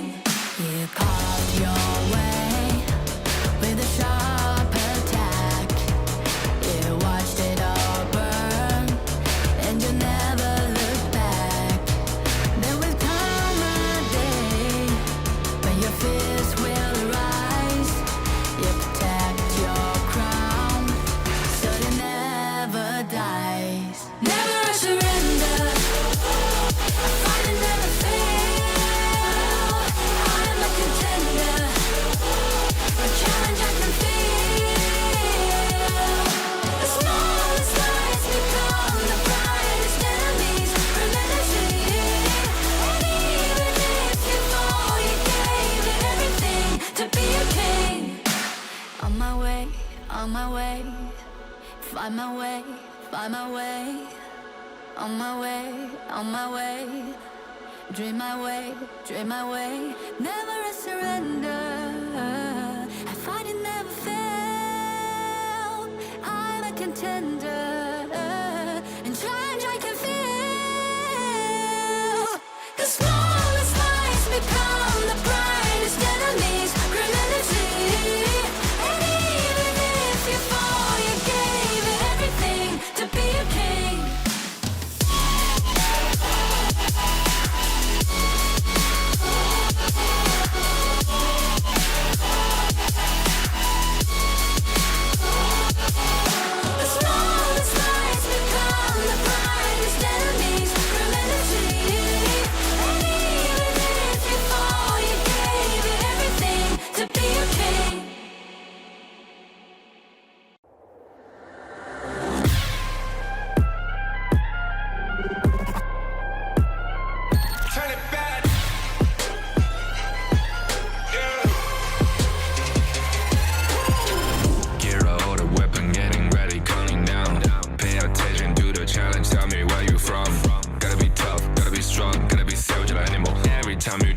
push me down. Look at me, I'll Put be the line down when I run around, you don't make a sound, I will catch you. Watch out, it's Battlefield, got no mercy. look at me, I'll be rising. Carry the season, you got a damn, gonna wibble. You never hesitate for another moment, but my bone is golden. I'm invincible, just let him know. I can show you all the glory I own. Through the jungle, find a way to the palace. I'm waiting here. Go, never mind, can we go? It ain't a river, turning back. Storm is coming, tired of your call. It's my kingdom, fire blowing up. We the kings, it's an honor showtime.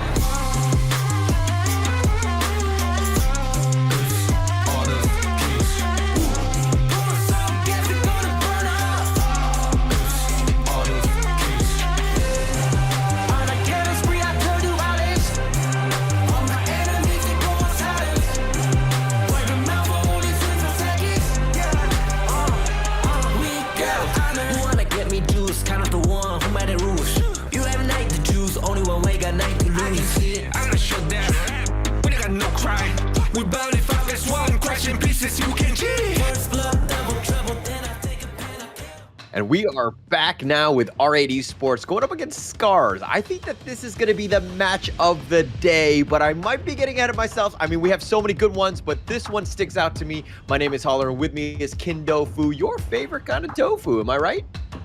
Yep, super fave. And at this point, I'm so curious about this matchup. We've seen R8 improve so much over the course of a few months. Now going up against SCARZ, who have also been on their own journey of self-improvement. Who is better now? Who has improved more? Yeah, actually, both of these teams, right? They've kind of shocked me on both ends, right? I love the fact that, you know, SCARZ have kind of gone in, they've shaken up their roster, they picked up Glow, and I think that this is a very commendable team. They've been very competitive on all of their games. There's some minor mistakes that they make, but at the end of the day, a very strong team. R8 Esports, as you were saying, a lot of growth. This is a team that's really on the rise, and it's been a very pleasant surprise, to be honest. Yeah, so some small snippets of information. Xenon, I believe, was #1 in the mid lane for the mid lane heroes. I was actually watching him on stream a couple months ago, and I think he has been pretty fantastic. But the one player on the side of R8 that has really caught my eye is Mijoj. I think he has improved a lot as a roam, and I'm curious to see whether he can bring that superstar performance over to the Gorge today and put SCARZ at a little unease as well. Yeah, and just to kind of toot the horn of R8 Esports even more, Abdo. My God, this guy on the Clash lane, Dharma. Look, if anyone has been tuning in, especially SCARZ at this point, you got to be either banning the Dharma or picking it up yourself because he is a monster on this hero. Yeah, but first and foremost, let's take a look at R8's video. They will be introduced right now.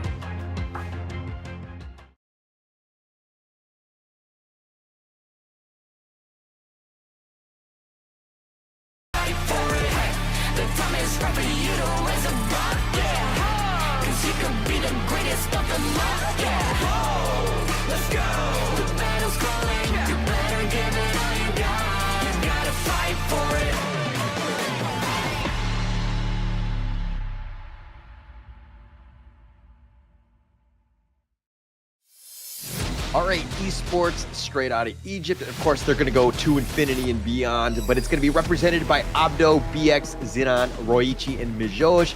These guys starting to gel well together. They're playing together. That's the biggest thing. As a team, understanding when they need to go. And of course, I'm just going to toot the horn of Abdo. I love his playstyle. He is amazing. Yes, he definitely is. And they will try to put themselves even more forward at this point. If I'm not wrong, the final closings of standings yesterday, R8 was one of the top 3 teams. Am I right? Yeah. In the final standings thus far, I mean, they're right now, they are second place right now. But let's check out their opponents, SCARZ, the team from Japan.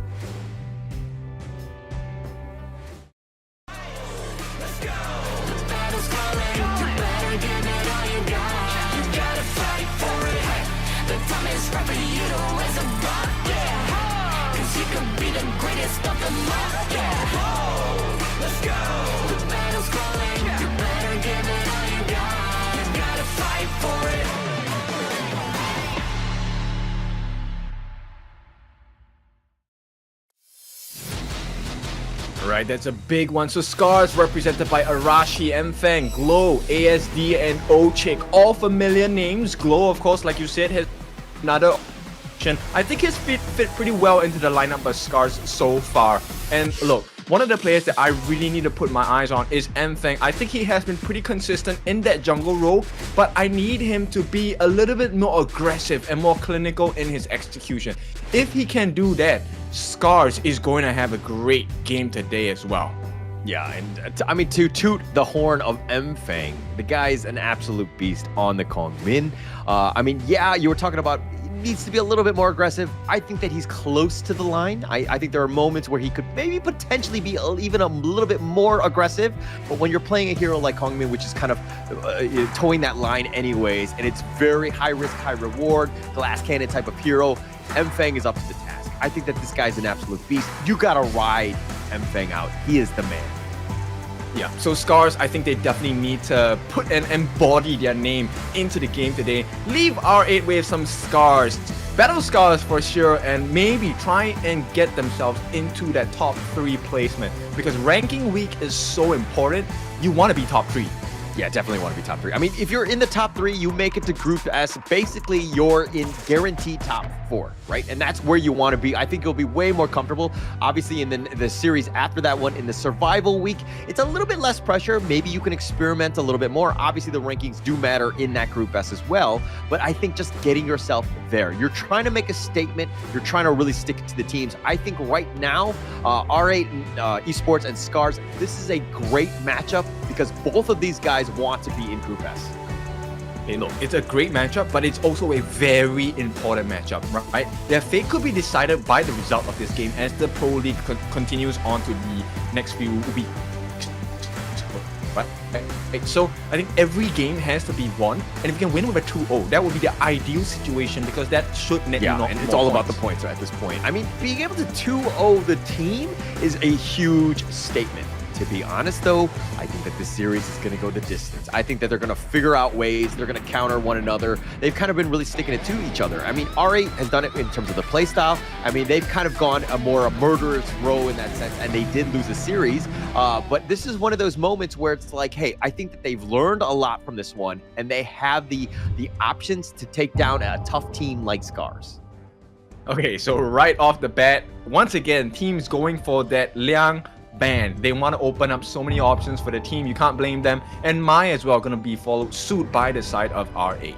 Yeah, and R8, it's funny because yesterday they were just banning Liang first both times, but it looks like SCARZ has done the work for them. I mean, it's one of those things where they were probably not going to look to pick that Liang first pick for themselves, and they want to kind of keep themselves mobile, but SCARZ banning out the Dharma, they did their research. Got to respect it against Abdo there. Yeah, sometimes being a superstar is not good, right? The fame and fortune will work against you. Now, R8 gonna ban out the Luna, also one of the specialties of Mfeng here, and they're gonna start off with the Arlie. That's a big, good start for the side of SCARZ. What are they going to try and complement this pick with? Is it gonna be a Zhang Fei or is it gonna be a Secure? Many options for SCARZ to really consider, right? At the same time, there is still jungle assassins available. Yeah, still a lot at this point. I think R8 right now are gotta be thinking, like, what do we do with this KME? Because SCARZ is not afraid to use this and to kind of run a 4 or 5 man very squishy lineup that just kind of bursts people down. They potentially took down Nongshim with that type of lineup where they were able to kind of blow them up, but Nongshim were able to kind of withstand it, just kind of delay the game till a late game where their items were able to kind of tank all of that burst, and they would kept themselves in there. That said, it looks like they're not going to address that issue right now. Open it up, SCARZ might go that route. The wrath of my Okay, I love this combination of Lianpo and Yixing. It actually makes the chessboard formation much easier for the side of R8 as well, right? So every time they want to use, Xenon wants to use the board, then Mijoj can actually use his burst ram to knock people. That slight delay, that stun, will actually allow them to stick everyone into that board on the side of SCARZ. Yeah, and it looks like they're going to counter with the Mayin and Zhang Fei. They're going to lock those two in right now. The Zhang Fei, like a counter pick whenever you see the Lian Po. Very smart in that regard.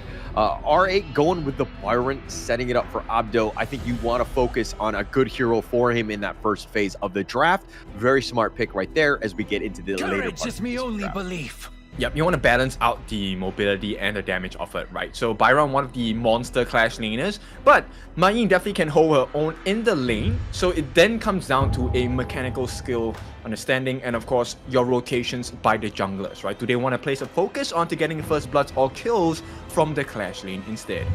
Yeah, and look at that. R8 with the Kongming ban. They know. They know. SCARZ is like, okay, we can last pick it. We're not going to be caught off guard with this.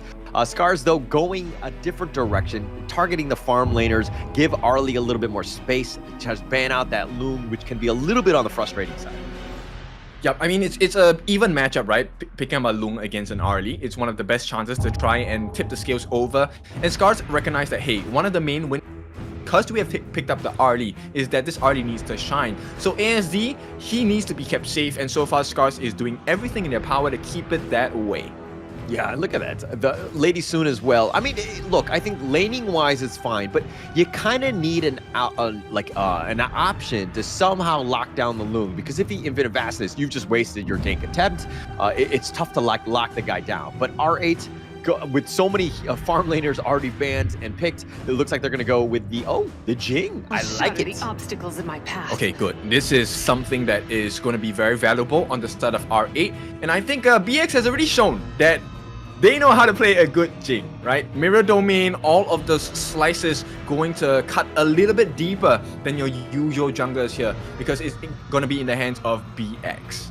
Yeah, I mean, it's great here because of the fact that if you're looking at the SCARZ lineup, I mean, yeah, you have AoE stuns and you have that control and the pull, but if you just mirror domains, it's like, which one is which? How are we going to lock this guy down? It's not going to be easy. So Jing is going to have a lot more freedom. BX plays these mobile assassin-style junglers very well, and it's going to be hard to pinpoint. Yeah, in fact, it's also about the access into the backline as well, right? The only concern I have on the side of R8 for BX is that if Ochik manages to get the Unbridled Outburst, it's a rarity. At the right time, at the right angle, he could potentially push BX out of that mirror domain, which would then cancel her ultimate, you know? Yeah. I mean, you definitely have your outs. And it looks like SCARZ are going to go on the tankier side. Again, this is one of those things where your jungler is kind of forced into play a different style. Generally, Mfang likes to kind of go with the flashy blow-up type of hero. But seeing as that you're kind of lacking a tankier hero to deal with the onslaught that is R8's lineup, you're going with a Menki, keep your boys alive so that they can do the damage. It might be a little bit of a change, but I think that SCARZ is up for the task. Okay, as it stands now, I am actually more in favor of R8's draft. I like the way that the draft works in theory, right? But the execution, of course, could be very different. It really depends on this first few minutes, especially before we hit the 4-minute mark. If there's no action at all, I think SCARZ will have the advantage because Mfang should be able to tank up against the majority of the cast on the side of R8, with the exception of maybe BX. Yeah, I think it's funny that you actually just answered my question before I even asked the question. That's how in sync we are, man. You were just being like, hey, which draft do I like? But I do agree with you. I do think that this draft is going to be quite good. I think BX is going to be someone to watch. I don't like the fact how SCARZ had to kind of counter draft and kind of let Mfang just be the damaged sponge. That's really not his playstyle. You gotta let the man fly, and this is not a hero. I mean, technically it does fly, but it's not like a damage dealing, high flying type of hero that he normally plays and excels on. We'll see, right? End of the day, we have theories, and then we have the actual practical effects coming in from the draft itself. Really comes down to the execution. It's rarely the heroes, it's more player. Now, R8 against SCARZ, this is going to set the tone for the rest of the series. We've already seen our first 2-0 today in the first series of the day. Is it going to be the same case here? We highly doubt so, but you know, we've been proven wrong many times. I mean, until we've been proven wrong, almost every game in the KME has gone 2-0. Not to say that they haven't been competitive games, but we just haven't seen that distance, that fight, so to speak, of just being able to pull it back into that third game. It can be demoralizing, totally understand, but I think that these are the teams, if we're going to have any series that goes the distance today, I think this is the one. Yeah, and SCARZ, I like the start to the game itself. They're going to try and funnel all the farm into ASD's hands and already starting off the game great. So R8 not in the best position available now. Yeah, I think that that's smart, right? He's going to be your lifeblood. He's going to be your carry. He's the one that does all the damage. But at the same time, if you funnel everything to him and he somehow gets picked off, you're going to be kind of caught out of luck. You're not able to really do anything. But look at how everybody is just like, hey, we're going to make sure it's going to take a village to raise this kid that is ASD. He's going to get his farm. Oh, this is a very strong village at this point. Oh, a nice catch in terms of vision. ASD walking into 2 here. Yeah, but it looks like he's going to lie step away. I mean, he steps aside. ASD senses it. He's got the spider sense. Yo, the taking liberties. Doing a little bit of work on him, getting him a little bit on the lower end. But with that leaping savior, all in all, nothing to worry about. Yep, so I think this will net SCARZ the advantage, at least in this first 2 or 3 minutes of the game. The big swing will come when the first Tyrant of the game comes out, right? Then we'll see. If SCARZ secure it, I think there is a very huge advantage they could play off of. Yeah, I think that that's going to be super helpful, right? But again, let BX get his farm. Mfeng is going to kind of use that in return. I think in the same way, R8 needs to ensure that the Jing does get as much farm as possible. Let the man get going. Abdo can play, the wingman in that sense of just kind of keeping him alive. But they're looking to go the mirror domain, glow over the wall, not able to get away, and BX will get first blood. All of that work seems to have gone down the drain a bit, right? Giving the first blood, this is not ideal on the side of... If they can get a return kill before that 4-minute mark, that would be great, especially if it can go into the hands of ASD. But I find it really difficult because R8 already rotating down. Yeah, but this is the meta. This is what's happening now. I mean, R8 are kind of ahead of the curve in the sense that they know that they can play a little bit more high-flying burst ram forward. ASD somehow surviving, gets that healing due. But again, to my point, R8 right now playing very fast. You want to be aggressive, go for those burst damage, and they made Glow pay. Yeah, it's a nice situation for the side of R8, right? They know how to recover their farm, but more importantly, they know how to set up the kills. While it didn't really work at the first attempt on the farm lane, it is showing that this is a risk for ASD. He's not that farmed just yet. Not yet. Give the man some time, but he is falling a little bit behind in terms of that matchup. ASD being harassed, that Tremor Smash knocking him up. You're going to light step into it, and it looks like Glow will now show up, and he says, let it go, but there's nobody home. Yep, they want to let bygones be bygones on the side of R8. Hey, we took a kill. It's okay. Go get some rest. Yeah, but ASD down. I mean, he's, again, your win condition. Getting that pick off pretty huge. Xenon trying to play around with Ochik here. Tried to get that taking liberties onto him. But Mfeng dealing with the lane, being pushed around. But he's like, I'm actually very tanky and super cute. Yep, too cute to be taken away, right? At this point, BX... Look, he has a significant level or EXP advantage against Mfeng, right? They're both level 7, but BX is already so close to getting his level 8. He just got it as well. This level difference might hurt not Mfeng, but the rest of SCARZ. Yeah, and actually it's a little bit worrying because he could just kind of come in and burst you down. I mean, Mfeng is probably not the target that's going to be able to do it, but he's got eyes on Glow. He goes directly for him, and with that first ram, they slice him down like a pair of scissors, and Mfeng goes down as well, and Ochik, all he can do is watch, not even use that umbrella outburst on him. Oh, BX, he has been sharpening his blades this entire game, and with that kill, he secures the level 8, gets the Azure Golem as well, and this should be a pretty much secure Tyrant, which is going to amplify the farm that R8 already have. Yeah, my gosh, look at how good BX has been doing, right? Like his impact, the fact that they're like instantly like, we go for this guy. Majoj is already on the other page. They cut off the angles. They get this nice little stun locks with those burst rams. And through it all, R8, again, this is why this team is on the rise. They've done so well, and they're up 4-0 with a 2.3K net worth lead. Yep, and here's the trickle-down effect, right? So whatever success that they find, especially on BX's hands, it means there's a lot of space for Real EG. And Real EG has been left untouched this entire game. Yeah, which is going to be scary. I mean, the D-Ren-J, once he gets going, once he gets those items, he's going to hit like a truck. And I mean, on top of the fact that BX have been creating a lot of space and getting those kills and is the highest in terms of net worth, it's going to be a 1-2 combination that's going to be instantly deleting heroes across the map. Yeah, look, the 4 kills have kind of dwindled down all of the advantage that ASD has been getting for himself, right? So even after all of the action, he's actually close to matching in terms of gold with Real EG.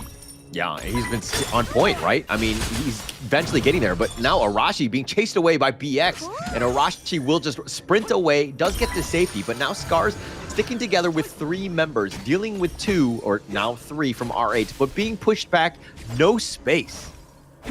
Yeah, and all of these kills has been taken away with the life of Glow, right? So this is hurting him quite a bit. He doesn't have any damage to offer. Yes, he does offer the utility of having the frozen state, but it's not helping the team. Yeah, it's not really helping the team. He's a level behind, definitely net worth. I mean, they've kind of funneled things more to ASD at the start. You know, he has not had the greatest of time, but again, he's thinking more of like utility and not really looking for that long term. But ASD will take the top T1. They're going to move on, which is going to be great. BX on the prowl. Yeah, it's actually a little bit scary, right? At this point, ASD, if he gets get caught out by BX, the world is my board. They're going to connect on to 2. They're taking liberties. The Unbridled Outburst pushing them away, though. They've got the snap back. Boy, Arashi trying to go in for this one, but through it all, it looks like Arashi's the only one to fall. They tried to go, but now BX is angry. They're looking to go. The Stampede, he is not there. Glow is going to be killed, and they get a 3 for nothing. Oh, Abdul just taking a stroll in the park and getting a assist for the team there, walking right into the back lines, catching out Glow as well. And look, they are so good. This is the strength of R8. Not only do they get the kills, they always successfully translate into multiple objectives on the map. I mean, the conversions are unreal. Like, understanding where the lanes are. I mean, the dream roam back to safety, but they take the T1 mid, and that's pretty much what they wanted. BX was not going to fully commit for that one, but this man is on fire. He's 4-0-2. Yep, and he's close to 2,000 gold ahead of his counterpart, the Menki, right? So Mfeng, this is a tough position to be in, and maybe you were right? This discomfort, not ideal for Mfeng. Yeah, definitely not. And look at this. Arashi now just trying to stay alive. I mean, if we're going to check out this replay to see what's going on, it was a decent dream roam, but there was no follow-up. The board was perfectly set up. They really had no chance. The Unbridled Outburst just trying to create a little bit of space, and then Arashi tried to go in, but way too deep. Too many members of R8 there, not able to kind of compound that into a kill, and that Stampede just like not enough, and 3 members down in a blink of an eye. This is the strength of the Yixing, right? So the moment he knew Mfeng was going for the Dream Roam, he already started to lay that board down. So with the delay itself, he actually managed to catch up quite a few people in the side of SCARZ. But more importantly, it was the baiting in done by Ryoichi, pulling Arashi right under the turret, you know, committing his flash to save himself. That was what turned the whole fight. Oh, they're gonna look to go. They found him, and Glow instantly deleted. They find him out, and Michongo's getting back to safety. The Dream Roam not able to go, and it's a nightmare roam as he goes down. The world is my board, locking him in. And yeah, he's in Ferrari form, but he's trying to fight under the tower. This is not the greatest of places to go, and Abdo goes down. Michongo's just so low, as well as Xenon. It looks like they're gonna dive in. Ochik does get that kill. Ochik somehow, he goes down as well. 3 members down, but trading with 2 from R8. What a good bait, Mijo. He knew he was dead. He wanted them to overcommit so that Ryoichi could get the kill as well. T3 now being it is going to be taken down easily by the side of R8. Success in trolls for them. Yeah, PX and Ryoichi just so much damage. Look at how quickly they go. Their Mfeng is just trying to defend, not able to do it. They do get the T2 mid, so it's again just way more openings. The Vanguards will now push, and R8, this is their game to lose. Yeah, I mean, Ryoichi now, he's the best person to bring to the arcade with you. The amount of tokens he's throwing, insane. Token, go token, blue token, red token. And then you win yourself a big plushie, right, in the form of Menki. Mfeng is the plushie prize. All right, I don't think everyone understands the arcade thing. Some of the kids might not have been, you know, old enough to kind of talk about arcades or seen one, but it looks like the first ram away. Ryoichi doing a little bit of work. SCARZ just trying to defend their own jungle, but it looks like they do end up smiting it. Mfeng gets his blue buff. Yep, and this is a perfect situation for R8, right? Look, they are about close to 7,000 gold ahead of the side of SCARZ. Yeah, and look at this. It's just the 10-minute mark. The Shadow Overlord just spawned. It seems like it's been 15 to 18 minutes already because of the fact that, you know, SCARZ has been punched so many times. I mean, they're down about 4K. This is a tough situation, and they need to figure out a way to get back in this game. Not an easy task for SCARZ. Yeah, and RA made the very brilliant decision of actually pressuring the bottom lane instead. So this is opposite of where the Overlord is, which means that SCARZ will find it really difficult to test for future objectives because they have to deal with the Mega Minions or Super Minions in the bot lane. Yeah, it's super smart. I mean, look at, ASD can't even go to defend. I mean, he needs to constantly just worry about that bottom lane. RA doing such a good job of just kind of taking the top and the mid. This is where the true assault is going to happen, especially with those Vanguards. It's going to be a patient game. We will siege when we're ready, or they're preparing the trebuchets. They will be good to go soon. Yeah, and I just want to focus once again on Xenon. He has been phenomenal in this game. Very good positioning. At the same time, he has been playing very aggressively in accordance to his passive as well, baiting people in. Yeah, I mean, that's the biggest thing, right? I mean, you have the world as my board, but it's all just a ruse that in that sense. The Umbrella Outburst on the 2 does connect, and that's going to do a little bit of work. But here we go. BX trying to go in. Ochex is going to be the first to fall, and it looks like they want to go in for this one. And Abdo not trying to find his target, not able to do so. And through it all, it looks like they will run away. R8 lose nothing, but they only take down Ochex. Arashi, I have to give him commendations. That was a sick play. He managed to outplay everyone on the side of R8. Did have to come flash though, so there is a little bit of a dilution on the attack power. Oh, he's gonna try to get serious. Abdu, but nice 3-man stun! Oh, he turns it around. Minjo is coming out of left field, gets the kill in a team ace, and it looks like RA will take game 1 in style. Oh my goodness, look at what it means to them. They are so happy that I think they were convinced that they should have won this series clean and easy. And you can tell, they really love it. I mean, their team fight is just unmatched at this point. I mean, they're so good, just going in at the right time, coordinating it where like just somebody just barely gets out of position where they had that 3-man stun. Majoj, that's gonna be a highlight reel. I cannot wait to see that coming up. Beautiful. I mean, that was, I think Abdo as well. 3-man knockup, insane. That's what you want from a class lane, right? Okay, what, you ban out the Dharma? I can hit multiple people with my Byron as well. So beautiful teamwork on the side of R8. But I don't think this was the worst performance by SCARZ. In fact, I think it was pretty okay. Just that they made a very huge risk and bet that ASD was going to have a good game with the lead that he had. Unfortunately, he got killed off, and all that lead went over to RA. Yeah, and this is my concern with those types of drafts, those 4 protect 1s. Because it's very obvious, like, not only are you trying to do that, but the enemy knows that you're trying to do that. And they're going to limit him, or they're going to try to prioritize him as much as possible.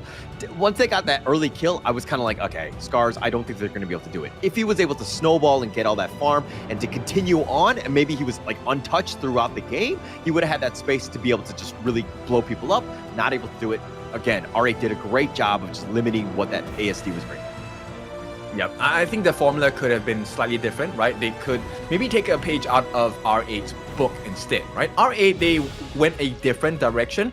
What they actually did was to funnel the farm into BX first. And with the aggressions by BX, it then opened up the map for the rest of the team. And you can see Real EG, he benefited off of his teammates' efforts as well. At close to 9,000 gold, he was hitting like a truck, but only because BX was down there just taking the lives on the side of SCARZ. Yeah, I mean, BX did such a great job. I mean, he's going to be the clear MVP. I mean, in terms of the damage, he had only 50k, and Roichi was doing most of the damage out there and the softening in that sense. But BX was there to clean up. He was always initiating, making it super uncomfortable because he's so mobile. And there's a reason why you're seeing teams are banning that Liang out, because you need some sort of lockdown, some sort of control for these high-flying jungler assassins that are in your face. I mean, SCARZ did try to go for the Zhang but it's a 1 in a million chance. It's not easy to knock a Jing out of Mirror Domain with the Umbrella Outburst. You have one chance. Are you gonna miss it? Are you gonna take it? And even if you do, all she needs to do is to switch places with her mirror image. And there we go. That is worthy of the MVP. BX 7-0-6. One of the highest scorelines, KDAs we've seen in the competition so far. Not dealing the most, but really taking the parental role to a next level. And you know, Ryoichi, are you winning, son? Yeah, he was.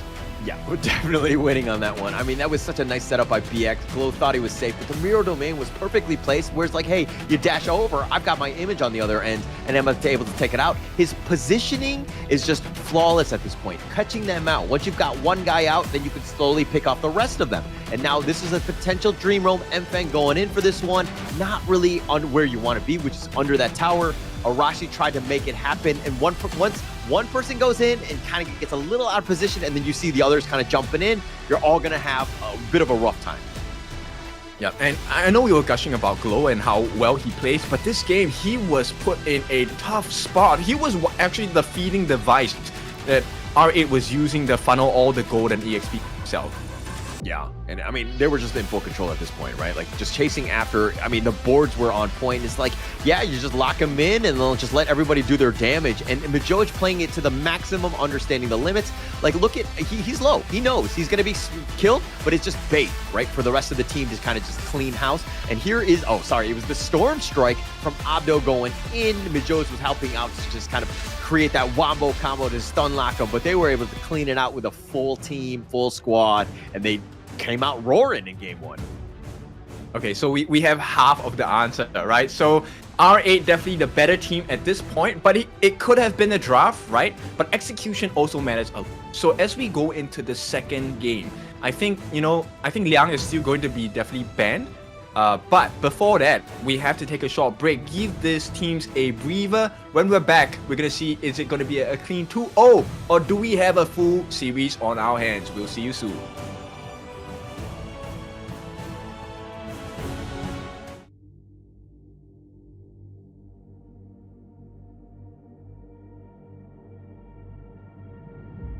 I feel it deep flowing through my blood. Rising up to become someone,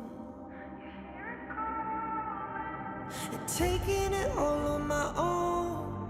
What a sweet victory. And taking all of my control, awaken something deep in me. Like flames, feel it burning inside. Take a hold of pursuit of the prize. I've been told ain't no way to survive, keeping all of this fire that's locked up inside. When this is the time, enter the ring. All those mental chemicals doing they thing. I got flashes of battles inside of my dreams. I was made for this moment. At least now it seems like it's time to come face to face with your fear. Been battling reasons for all of the years, and I learned how to fight them with style and grace no one's ever encountered. You say it's amazing, I'ma come out swinging when they open the gate. Go ahead, call passion, I'm calling it rage. I'm taking what's mine like I already own it. Watch but don't blink, going here to the moment. The sky rained down. Here's to the madness that's all around. Go on, tell them who you are, you are, you are. Go on, tell them who you are, you are, you are, you are. Here's to the moment. The sky rained down.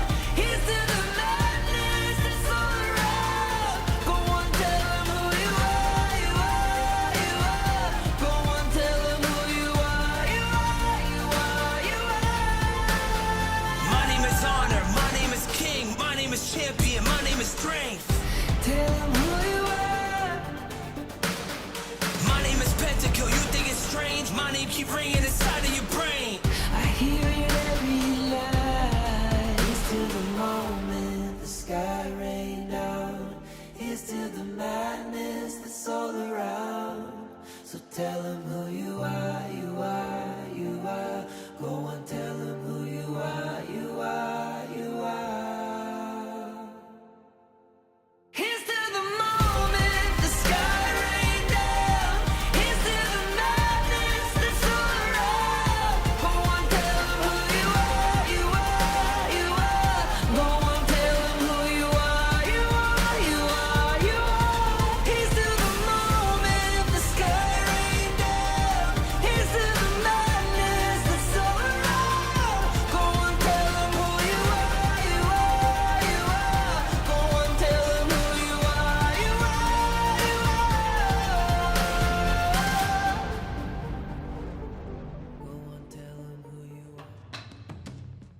R8 with a dominant performance so far against SCARZ. This is going to be the potential ender of the series if R8 takes another win.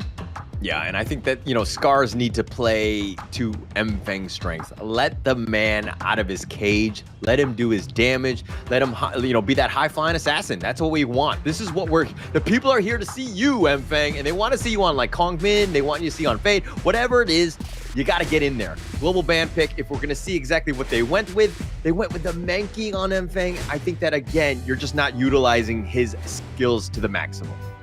Yeah, maybe not enough damage, right? Because there's a lot of focus on the fact that ASD needs to be the main damage dealer team, and once you only have a singular target, it's pretty easy to get to have the opponent team kind of push you down and really just choke you out.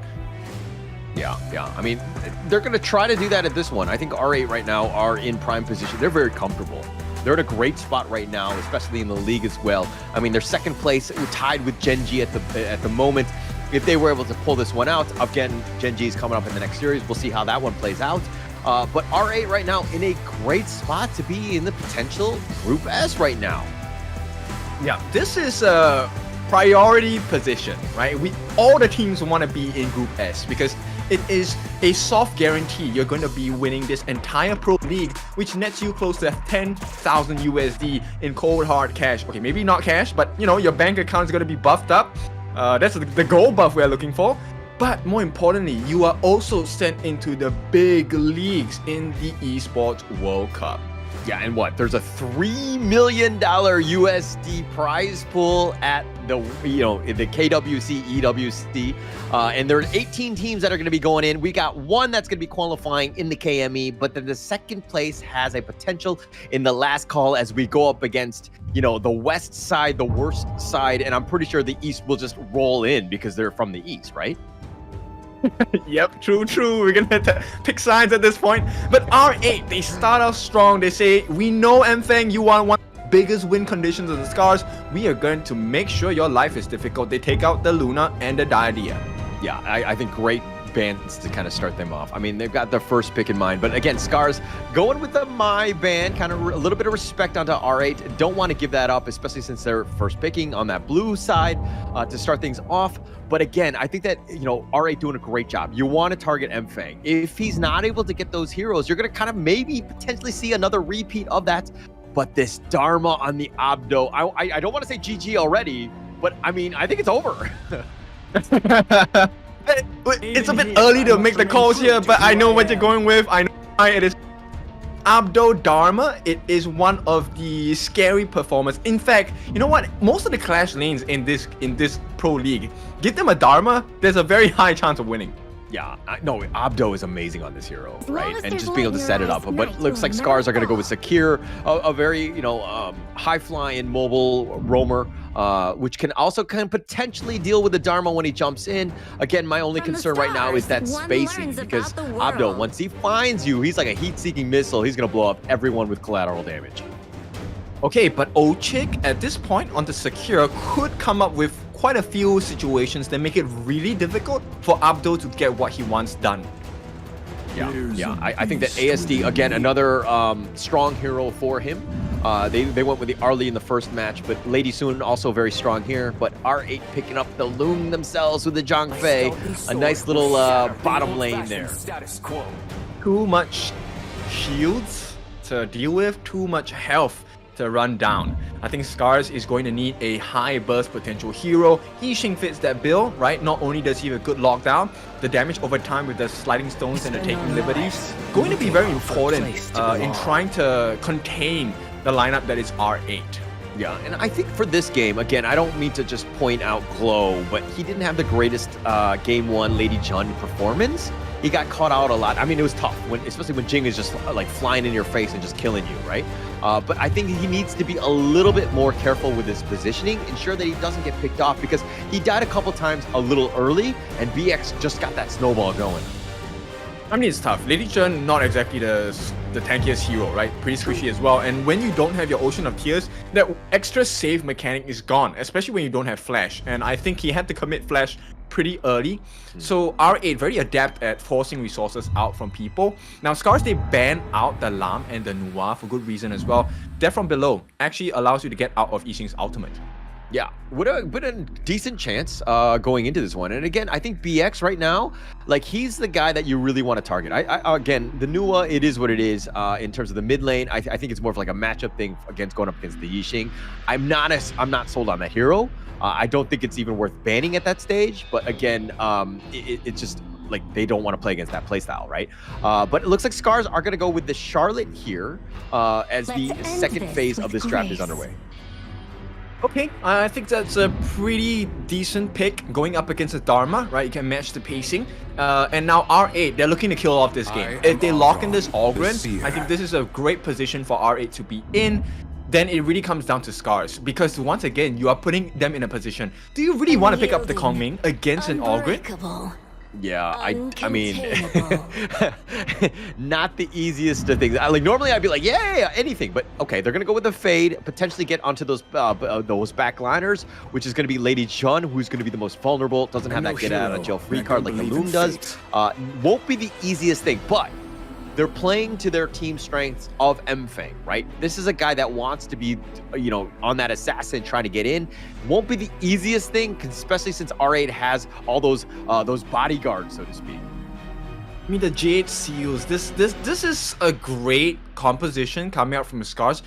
In theory, right? If you can melt them down low, right? Mfeng will be able to get the instant execute. Is a secondary version of the Ogren Seer state, right? That's one of the strengths of having a fade in your team. But who's going to be the one to be able to tank the damage coming out from R8 when you try to make this situation happen? Yeah, I mean, it's not going to be the easiest lineup. I think SCARZ right now, it really comes back to Mfeng, how he gets going. Is he able to find ways to get to that back line? And, you know, to R8's credit of just being able to protect their squishier lineup in terms of Xenon and Roichi, they're going to have a good time. Because the rest of them, you got an Ogren, you got Abdul on the Dharma. I have a hard time, you know, voting against that. Yeah, Mijoj with the Zhang Fei as well. Leaping Savior actually going to be pretty critical in the fight itself. But then once again, okay, I hate to say this, but look, Glow didn't have the best game. But if Glow has a great game this time, it definitely could swing into SCARZ's favor. All they need to do is get the perfect sliding stones, perfect taking liberties, and if possible, perfect the world is my board. Yeah, it would be huge. I mean, just being able to set that one up, if he's able to do it, not the easiest of things to do, especially since, you know, they might be able to just flash truth on top of you, pushing you away. It might be tough, but might walk into this one. Okay, I thought it was good. They were going to ambush him, take him out. Yeah, but right away you can see, you know, BX already trying to get the steals in the camp, manages to get that first camp in the mid lane, and this is going to put Mfeng again on the back foot. Yeah, it's not going to be great. He needs to get going. Give him space. Let him be the 4 Protect 1. I mean, obviously you have ASD who can just definitely support and contribute, but probably not till the late game. And now Glow, they're going to do some damage onto him with that Mulberry power. And Mijoj taking a lot, and he's going to be scurried away. Glow flashing forward, trying to get it, but the Leaping Savior, and here's Roichi like a superhero coming in. But now Mijoj might have stuck around a little too long. They back off. And my gosh, a lot to do about nothing. SCARZ, they're not happy with that. I guarantee you. ASD was a little late to the party. They definitely could have taken Mijoj's life at that point. But ASD, I think they just didn't get the comms early enough. He was still trying to clear the waves in the bot lane. So R8, they make it out alive again. A slight error from SCARZ. Yeah, and look at Mijoj with that heal, keeping himself alive. And it was close. I'm not sure about the entire math if that last hit was going to be enough to kill him.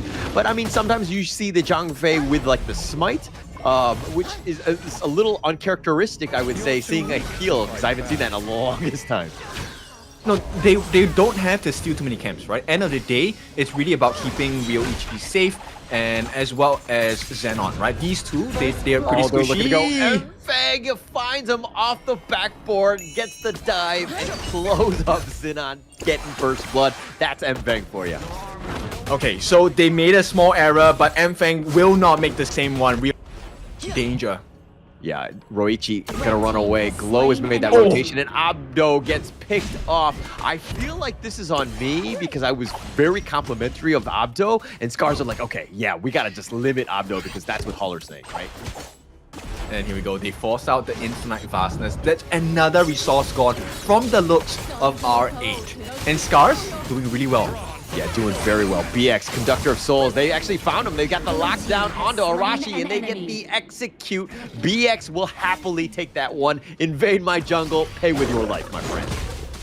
Yeah, but it's a small consolation prize because on the bot side, Ryoichi is still under pressure from Ochik as well as ASD. And ASD, he has been completely untouched this game. He has a 2-level against Mijoj, and Ryoichi just managed to match that level 5. Yeah, X is going to be huge for him. I mean, ASD getting some farm is going to be super scary, right?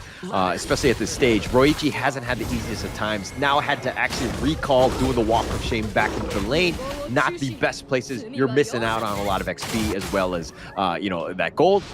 But through it all, I think the biggest surprise to me was Abdo getting picked off, but he's somehow up in terms of levels. I think it could have been the lane freeze, right? That was probably the only explanation at this point. So it means that Arashi missed a couple of waves of minions as well. But the big deal at this point for SCARZ is the fact that ASD, consistent pressure in the farm lane, this is going to translate into a very huge, especially if ASD gets the gold advantage. Yeah, that's going to be huge at this point. Ochik and Glow looking for the right angle, but look at how Mfang sticking around on that wall like a fly on the wall can potentially go. The Mulberry power onto him, but 4 members of R8 are like, hey, we are here. We want this Tyrant. ASD also on the other side. BX needs to be a little bit on the careful side. He's got the path of passing. He's going to look to threaten to go in, but it looks like the Tyrant is going to reset. He goes back into his cave. Okay, so this is okay for both sides, right? All of them have their common spells up. All of them are pretty healthy, with the exception of BX. But BX, with the swipe, you know, Death's Precipice, he can easily heal back up. So it's not a big issue. So both teams, they want to have the optimal position as well as skill usage. So they're going to just drag this Tyrant for a little bit. Yeah, and if you're looking at Mfang, Arashi, Glow, all 3 don't have their ults at this stage. And this is a bit of an opening for R8, who have everything. They're looking to take this one down. They have Roichi's and Xenon. But BX is in the top lane, the Conductor of Souls, and Arashi actually has to flash away, but they're going for the Tyrant without the potential smite. Xenon is on point. Okay, Mfang didn't have the smite, which that's the reason why he didn't go for the contest as well. So I think R8 played this situation really well. Yeah, definitely. And I mean, just understanding that, hey, I don't think SCARZ were like, oh, they're not going to go for the Tyrant without BX nearby, right? But instead they do. They were able to find it. And look at BX, now just being this nuisance onto Arashi, has to just back off, respect the damage of BX here. Yeah, but the question is, look, the rest of R8, they aren't kind of converting this into wins around the map just yet. Yeah, not yet, but Roichi taking a decent amount of damage. He's going to actually have to use that infinite vastness to stay alive. That taking liberties could have done some serious work onto him. He will recall, and he'll just walk back. Yeah, R8 not exactly in the best position here. You know, BX actually bought them a lot of space, a lot of time, but unfortunately, because of the lead for the side of ASD, they didn't capitalize on it. In fact, they're being pushed back. Ryoichi unable to defend this tier 1 against the likes of SCARZ. Yeah, and it looks like BX. I mean, he's just been this pusher. He's got to respect it. It looks like Mfang wants to go, finds it, gets the pick off, and like an assassin off the wall, gets it and gets on out. No return kill.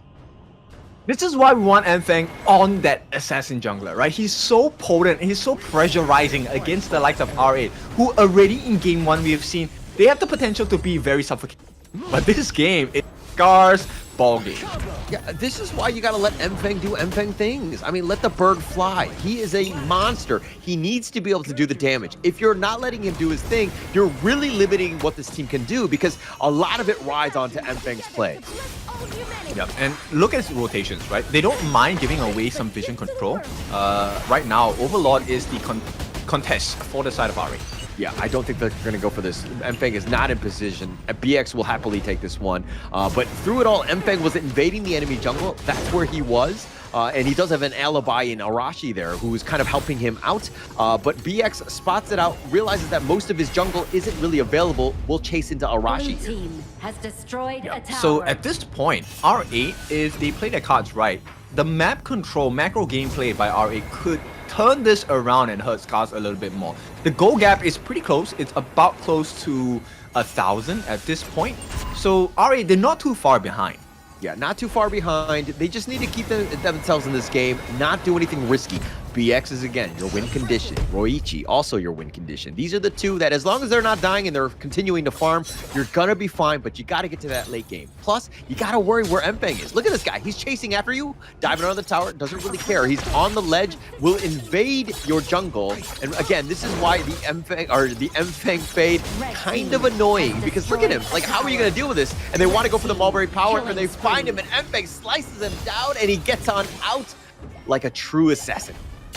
Yep, he's level 12. This level of advantage is so big for the side of SCARZ. And right now at 6.7, no, he is close to 7,000 gold. He is a monster, just hitting level 13 just as we talked about it. Yeah, I mean, everybody's scared. How are you going to deal with this? They're actually looking to dive the T2 at this stage. I mean, they haven't even taken the mid T1. They will back off now, but through it all, they have mobility. They have Ochik on the secure, being able to fly around to help support this wall jumping fanatic that's been able to take things out. And now BX is being gone on the Unbridled Outburst, pushing him back, saving him alive, keeping him alive. He's got the Stampede onto it, but they have the board not really connecting. ASD is doing some work onto Ochik, almost picking out Zenon. Needs to be careful. BX is the conductor of skulls, but two members are already down. They're looking to trade on this one. Arashi is down as well. It's a 2-for-1 thus far. The infinite fastest Roichi will get on out of there and will survive.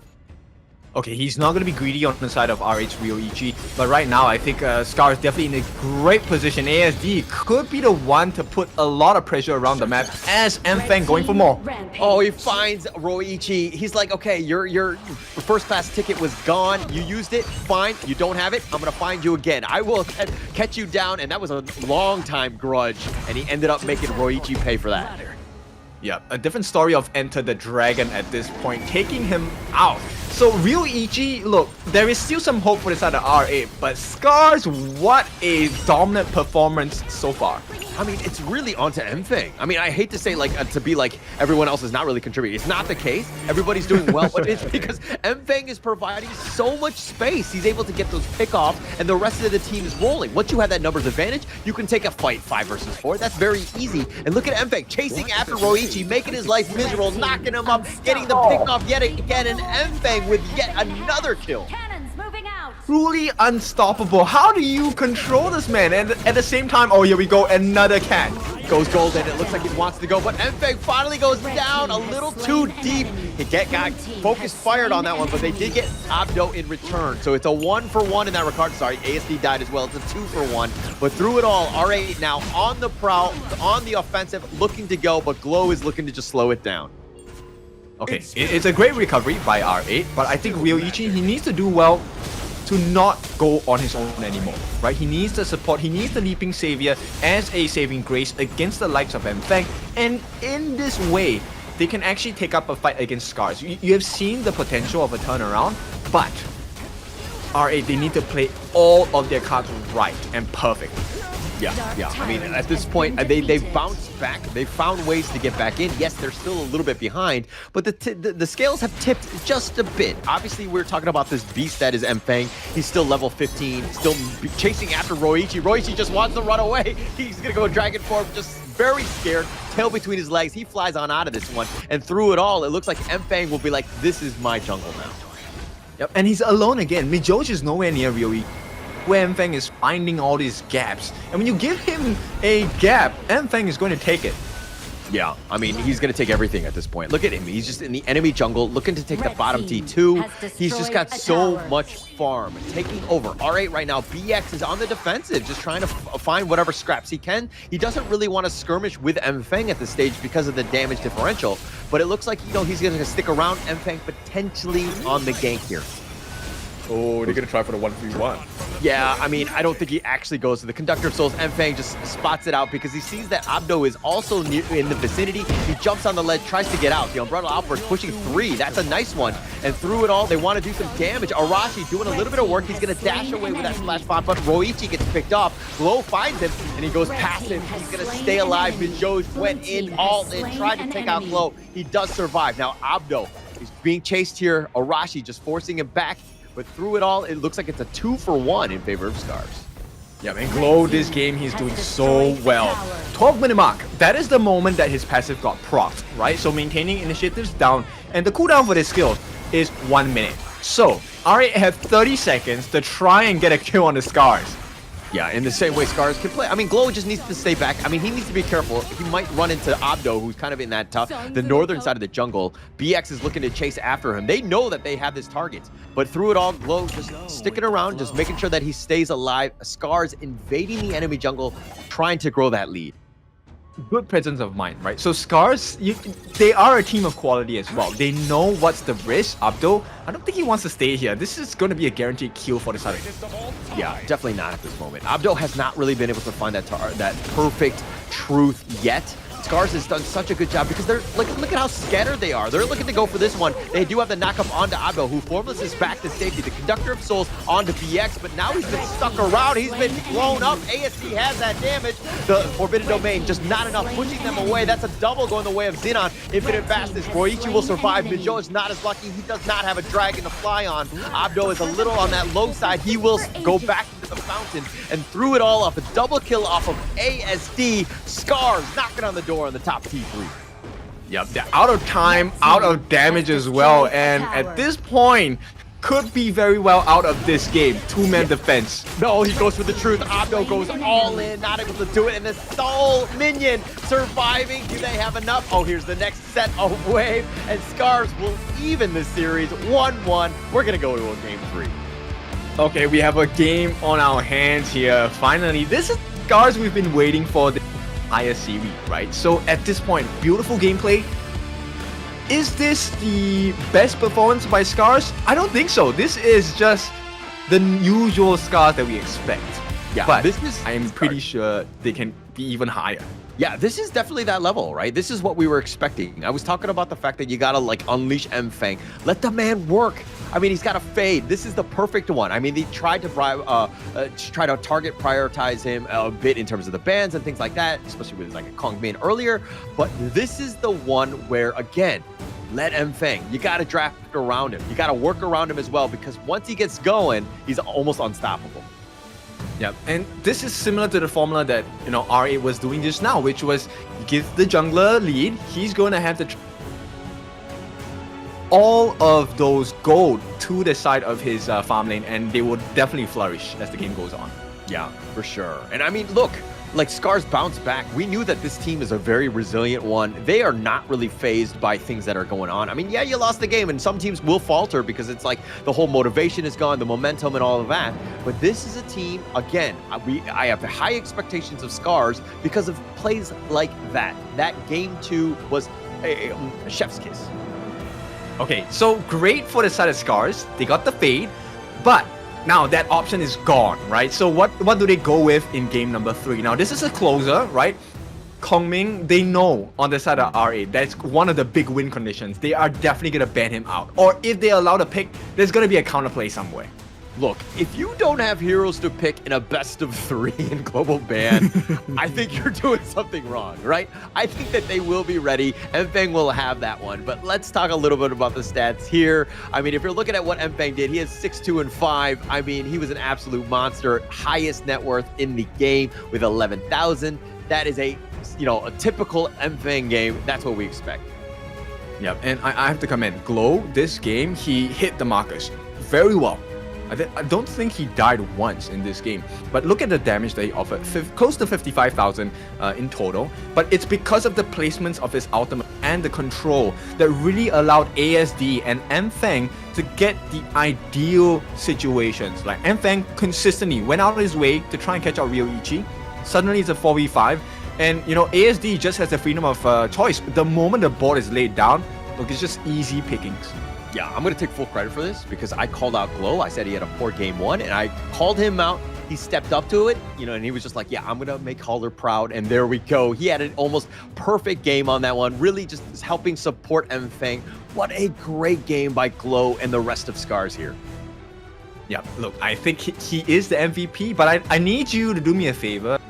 Play or I think I was the first one to mention that Glow was needed to be the hero here. All right, well, somebody's going to have to clip it and to prove me wrong because I felt like I said it first, but, it's he said, whatever, at this point. I'm pretty sure I'm right, you're wrong, but whatever. Anyways, so we're going to go into this one. I think that was a very exciting game, and that's a typical SCARZ game in terms of how they're able to bounce back, taking it to the limit. Now, R8, they struck first, they got hit in the face back, and now we're in a bit of a skirmish, and going into this Game 3, your thoughts before we go into the break on what they need to do here? Well, MVP, of course, Mfeng. He is the star player. I think end of the day, it is going to be really important for Glow. Let's see what kind of other heroes he has on board, right? Mfeng, I think, given the choice, if you give him assassin-based hero, someone that has access into the backlines, they're going to do pretty well on the side of SCARZ. Right? Same thing here, but this time Xenon is the one that's on the receiving end as the mid lane, right? So Lady Chen, she's a great pick, but in a game where Mfeng is a Fae, jungle assassin players are having the advantage, you will find that mid laners struggle quite a bit. Yeah, and you're seeing exactly why the Liangs are being banned early, right? If there was a Liang on the side of R8 and was just able to lock down Mfeng for the rest of the team to just kind of, to blow him up, I think that you're going to have a much better time. They're doing a good job of ensuring that this is going to be the meta, right? The high-flying assassins, and you got to have some sort of control. These, area of effect type of control, like the Umbrella Outburst, really difficult to hit. And especially when they're so fast and on top of you, Roichi just had a miserable game because he was constantly targeted by Mfeng, who did such a good job of just making sure that he was being killed like this here. Yeah, and the shimmy movements by the side of SCARZ is really what hurt the game on the side of R8, right? Because they didn't really fully commit into the fight. And this is where difficulties start to arise on the side of R8, because if it's Xenon, the moment he throws out his destructive deluge, the fight is over. Yeah. Misses, game over. There's no defensive capability. Yeah, for sure. I mean, but also look at SCARZ positioning. They're very scattered. They're not really grouping up like that death ball, and they're just ensuring that everybody is aware, we're within arm's reach of each other. We can help each other and support each other, but we don't need to be sticking together because they have, the side of R8, they had so many good team fight wombo combo type of stuns that really, once you group up, you're gonna really struggle, and SCARZ played that one perfectly. Yeah, they were taking turns, right? They were kind of tagging each other, trying to give piap, and 5 members slapping you at the same time. It's a painful experience. But of course, we are now on the tiebreaker, 1-1 for each side. We will see who the final winner is gonna be after this short break.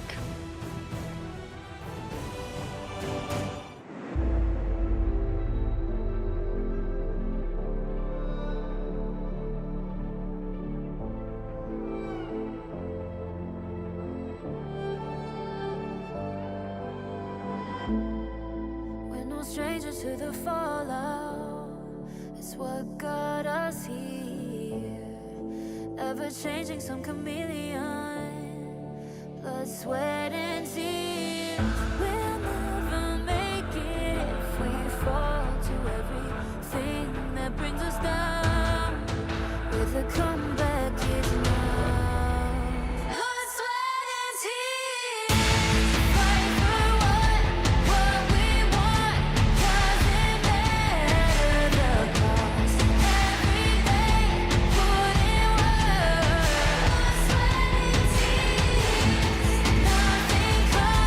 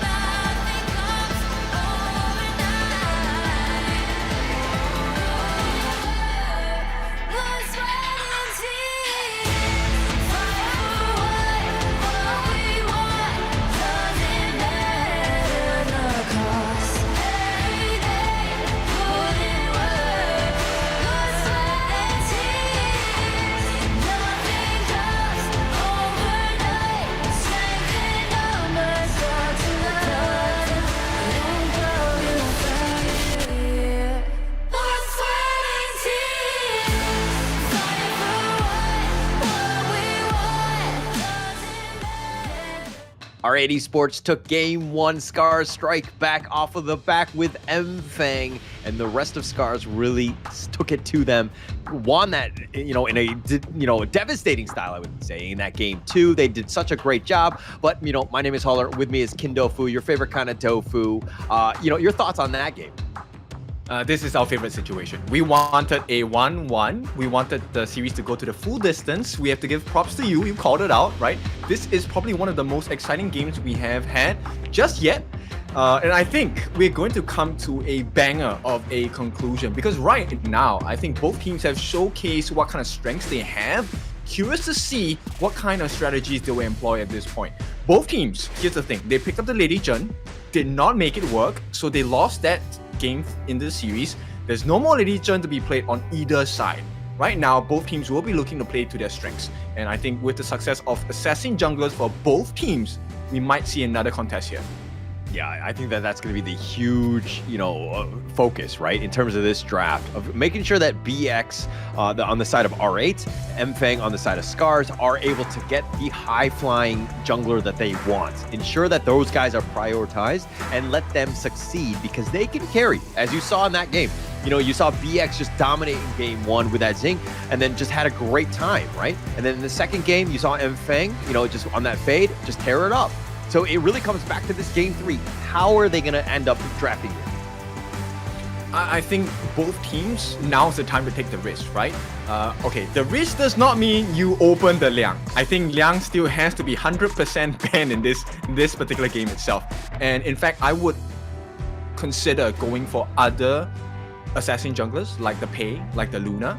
But in this case, right, most teams, they would prefer a Pei versus Jing matchup, which has already been used. So it really depends. I would definitely want to see a Luna in this game. I think either side can perform really well with a Luna, but it comes down. Prio pick this time going to R8.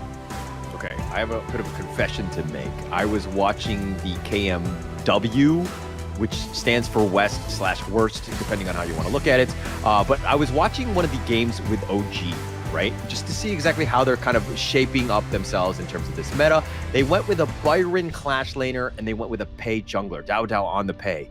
And this was just so oppressive. They just completely dominated the jungle, and they just completely, dominated the game because of, Dao, right? Doing Dao things on that Pei. I just think that this is such a great combination to kind of look into, and it's definitely open in this case. Yeah, and here's a surprise. There's no Liang ban, right? So we might, here we go. We might see the opening, either Princess Frost with the Liang combination. We also could see your Byron with the Pei pick for the side of R8. And now SCARZ, they take out the Arlie. That's one of the big farm laners available for the game. And it looks like R8, they will comply. They say, that's fine, we will take up the Mai.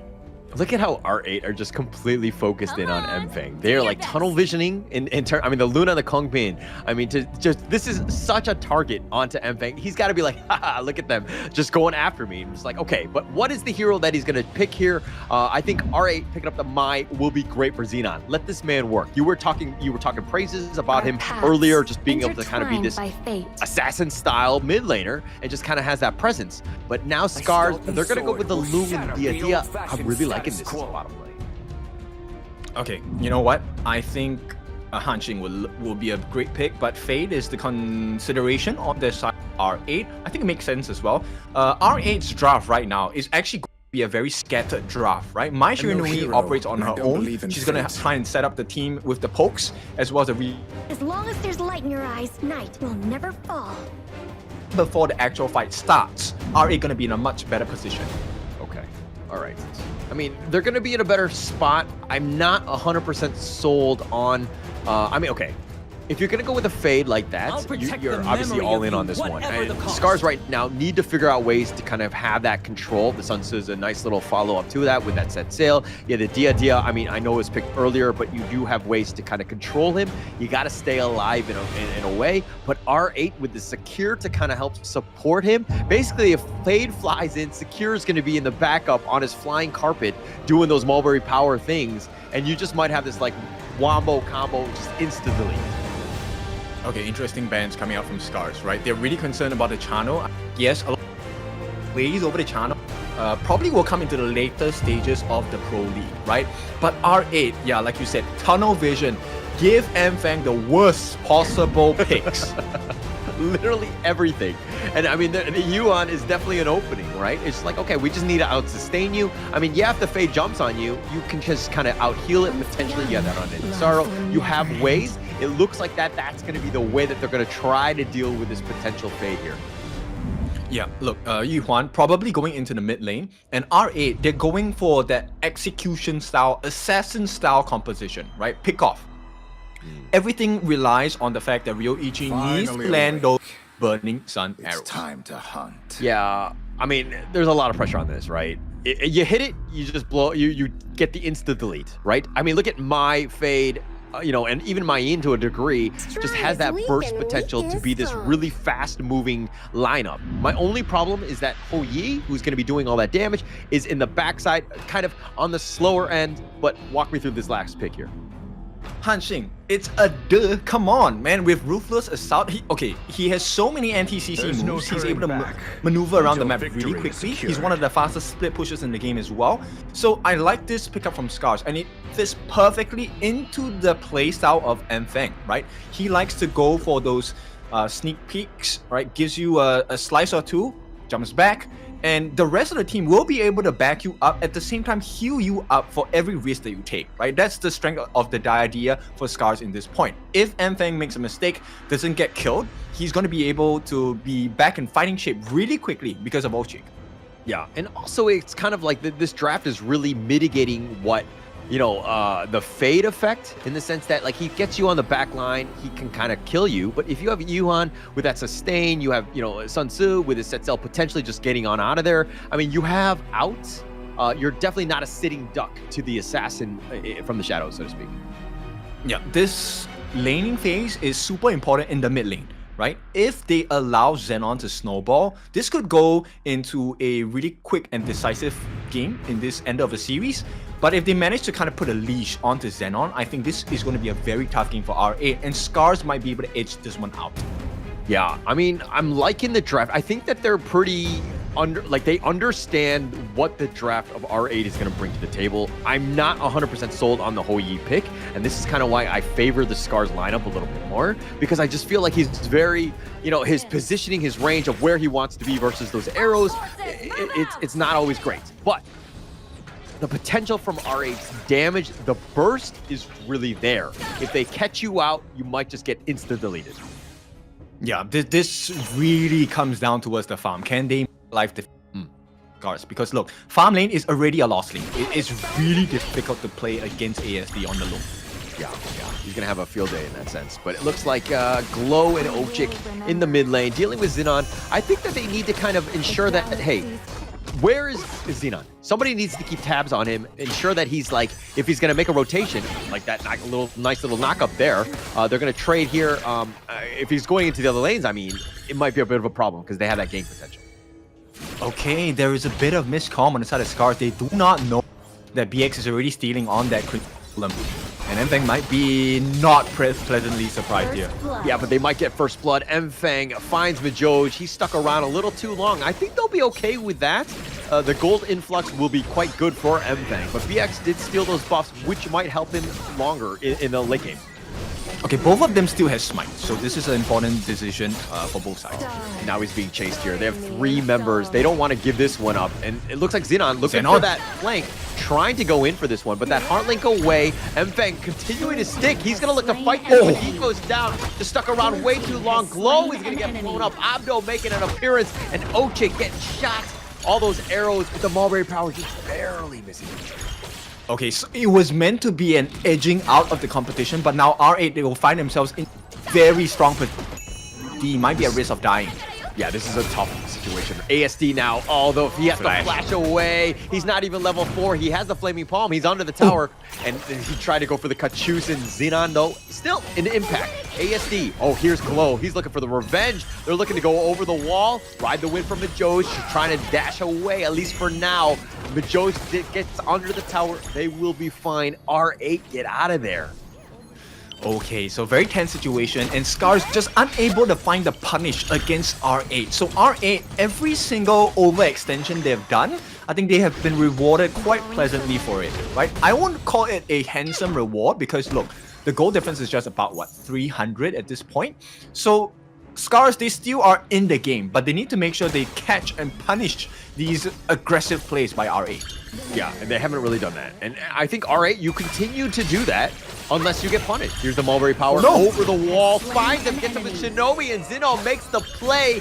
Oh, the brushes are a scary place. Finding M Fang, great kill for R8.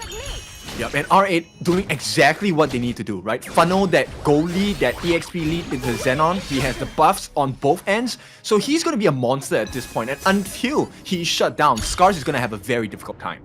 Yeah, Xenon, he's gonna, like, he has that presence, you know, just pushing things. I mean, they have 3 members of SCARZ in the bottom lane, but it looks like Xenon pretending, yeah, he's gonna be going down with Majoj. And look at SCARZ, they got the call. They might actually be flanked from the side. Xenon gets the Kachusa onto him, but they're looking to go the Heartlink away. Ochik will keep ASD alive, but in the top lane, there's action throughout. They've got the pullback. They want to go for Arashi. He's gonna use the healing dew and use that tower for cover. And Feng, though, he is around the corner. He's looking to go. He gets the knock up. He finds him, and BX was trying to be aggressive, and he pays with his life. But here we go. They want to get the return kill. They have the knock up, the Mulberry Power. They got the Shinobi, Arashi, and M-Fang looking to fight this 1 versus 3. Not the greatest stop. And it looks like it's going to be a 1-for-1. Yeah, now SCARZ, they have found a solution to get their hands on BX, and it felt great for a moment, but they completely forgot that real Ichi is around the map as that Burning Sun arrow is finally online, and it might be the game changer for R8 to continue putting pressure onto SCARZ. Look at Xenon. This is why the Mai, generally speaking, super scary hero, right? Just like the presence and the pressure that you feel. Like you just wave clear, boom, now you're in the other lanes. Now you're forcing it out. Yes, it's 4 minutes and 30 seconds. We haven't seen a Tyrant just as of yet, but you can't even just easily take your own Azur Golem for free. Yeah, exactly. There's a lot of pressure coming in. And look, they have to use the Unrivaled Spear. That's a huge ultimate down for the side of M-Fang. Yes, the cooldown's not that long, but in a critical moment like this before the objectives. They found Arashi, they get the pullback, they get the kill, and Xenon off the back of Abdo with that control gets it. Mind you, the Burning Sun arrow a little on cooldown right now, but Joey trying to stay alive, not able to do so. M-Fang, though, finds the pick off, and so he gets a return kill, but it's in the shape of a roamer, not the most valuable. Okay, but this one is valuable. They will be getting their hands on the Crimson Gold. This is a huge moment, but if he dies, it's not worth it. Yeah, definitely not worth it. Okay, Abdo is still there. He's trying to cartwheel back to safety, and it looks like the Heartlink away, and now SCARZ using this opening to take potentially the first Tyrant. Roichi's waiting in the brush that might want to go. I don't think he actually goes. M-Fang actually finds him. He saw that he was there, and he says, haha, surprise, gets the pick off, and ASD will take that, and they go back to the Tyrant, and they continue to farm, but through it all, the Unending Sorrow, they've taken the Tyrant, and now they want to go more. The Mulberry Power is going to stop the push, but Roichi down. Oh, they play right into the hands of SCARZ. SCARZ know every single resource and the cards they can play on the... That nice save by Glow on the Unending Sorrow really changed the fight here. Really changed it, right? Abdo finding him, though. They've got the knockup to do. They have the damage. Arashi turns it around. ASD with that damage. They get the control. And the Infinite Fastness does ASD go aggressive. He's looking to find the prey of Abdo, trying to chase after, but a little too far. Xenon might have been caught. ASD gets him as well. It's a 2-for-0, and SCARZ, turning this game on its head, have a 2K net worth lead. The comeback is real right here. SCARZ, I think this is a perfect position to really just put down the smackdown. Yeah, they want to go. They find Majoj. Ochik had found him out with that bitter farewell. They get the connection, they get the kill, and now M-Fang back in his own jungle. SCARZ finding pickoffs, and through it all, they want to go for Abdo, who tried to get a little serious on the minion wave, but it looks like he stuck around too long. He's going to be picked off, but BX finally joins. Arashi gets sliced in half. He's going to be killed, so BX got something at least. Oh, this back and forth. I mean, okay, well, it looks like there was quite a lot of good fights for the side of R8. They're struggling at this point. Yeah, M-Fang finding Roichi, and oh man, M-Fang, an absolute assassin, taking them down. And now R8, Xenon, BX, angry. They want the return kill, but M-Fang, just too much mobility. He's gonna dash on out. Now, the later this game goes, you will find that M-Fang will be even harder to catch. And right now, you can see R8 already struggling. Oh, M-Fang almost got the pick off, but he gets turned around. He might be killed by Xenon, but Xenon flashes away and finds BX. And it looks like Destroyed Glow a tower. Red set team sail has the slain boat, an enemy. finding him out, finds Xenon, hiding in the brush. We get a little serious with that mulberry power, but our Ochik gets the connection to stun, but through it all, I think that's going to be the end. They got a 2-0 SCARZ making kills across the map. And Rapacious bite in the hands of Enfeng. Here's the thing, this is why their lineup is so scary. Every time they take a fight, if you don't kill them, they are going to be back at full health in a couple of seconds. Enfeng, the lifesteal is working wonders for the side of SCARZ, and at this point, 11-6 is going to be a lot more kills coming. Yeah, a lot more. They want to go for the Azor. Look at Majo just being like, hey guys, they don't see me. I don't know what's going on. But Enfeng just looking to find any sort of brush. They have the knockoff. They're going to go for the mulberry power. The unending star already used. BX has already been killed. Here's the boat. Doesn't connect. Oh, the flash away. He still finds him, but it's under the T3. The top ASD not scared. He's going to go for this one because he knows that he can even pass this on back. They've got 2 members thus far. SCARZ finding kills. What a great initiation. Yep, and now, bear in mind, 20 seconds. I give you maximum 20 seconds. They will be back at full health once again. Look at all the heals coming out. This is, and at this point, every single Azure buff is so valuable to the side of SCARZ because it allows them to continually heal up and the cooldown reduction. Oh my god. Gets the knockup, finds up 2. He gets the moneymaker, but Enfeng gets the pickup onto Roichi. He tries to dash away. Glow is going to be here. Here's the boat. Is it going to connect? He's trying to get him. He doesn't get over the wall. Roichi. No, he gets killed on this one, and it looks like SCARZ is forcing it down. They're looking to take the mid T3. They're going to take this one essentially for free. Abdo just trying to defend. They have the pullback, and Arashi's being a little bit controlled, and it looks like the T3 does stand. No, it does fall in the end. Oh, they can do this for days. Look, you need so much to fight against the lineup of SCARZ, and the later this game goes, yeah, you know, Han Xing, he kind of off. Not with this composition. He is going to provide so much space, and if you notice, they have layered their skills in such a way that R8 will always fight a losing battle. Enfeng with... Yeah, go ahead. Enfeng was up 4 levels. BX just leveled up to level 12. Like, that's how far of an advantage he has. Net worth is almost double at this point, too. Yep, and look at the survival skills on the side of SCARZ, right? Enfeng, he does have the lifesteal capabilities on his side. That's one, he's able to self-regenerate. They have the heals coming in from the Unending Sorrow. They have the Heartling from Ochik, and also the Destined Encounter, the yellow wave of love. And here we go, BX, doomed at this point. Can he make it out? Yeah, I mean, he's gonna try to recall the set sail. Look, and the Coast Guard is here. Oh, he does, the BX actually cancels it. He dashes over the wall. He will survive, but there's no space. Ochik actually finds him. The flash away. BX just running for his life, but he's been sliced in half by Enfeng. Easy kills, and Glow finds up another few members all marching in to make a beeline for Ryoichi. Oh, Roichi, no chance. He's been locked down. The control is there as well as the damage. The top T1 does fall. So I guess he got something out of this, but nonetheless, Arashi just going to deal with Abdo. Here come the cavalry. Is Abdo able to get away? They have the set sail. He dashes a couple times. Majo's just going to be there. He has the sprite. He has to actually flash to keep himself alive. They just don't have the minions. That's the only thing slowing down SCARZ, but they don't care. They're going to take the bottom T3. Oh, they disabled the whole side of R8. How are they supposed to fight this? Enfeng going in, gets the knockoff. Majos gets back to safety with the Ride the Wind. Abdo just trying to stay alive, and he's just trying to push them away, trying to deal with the minions. The Burning Sun arrow will connect, but the base is the most important thing, and SCARZ will win this series and come back and win Game 3. Okay, SCARZ, you've had me as a fan since last year when you showed up in the games itself, but this game, my goodness, now I'm an even bigger fan. SCARZ, they really pulled this out from the back. It's just a huge surprise.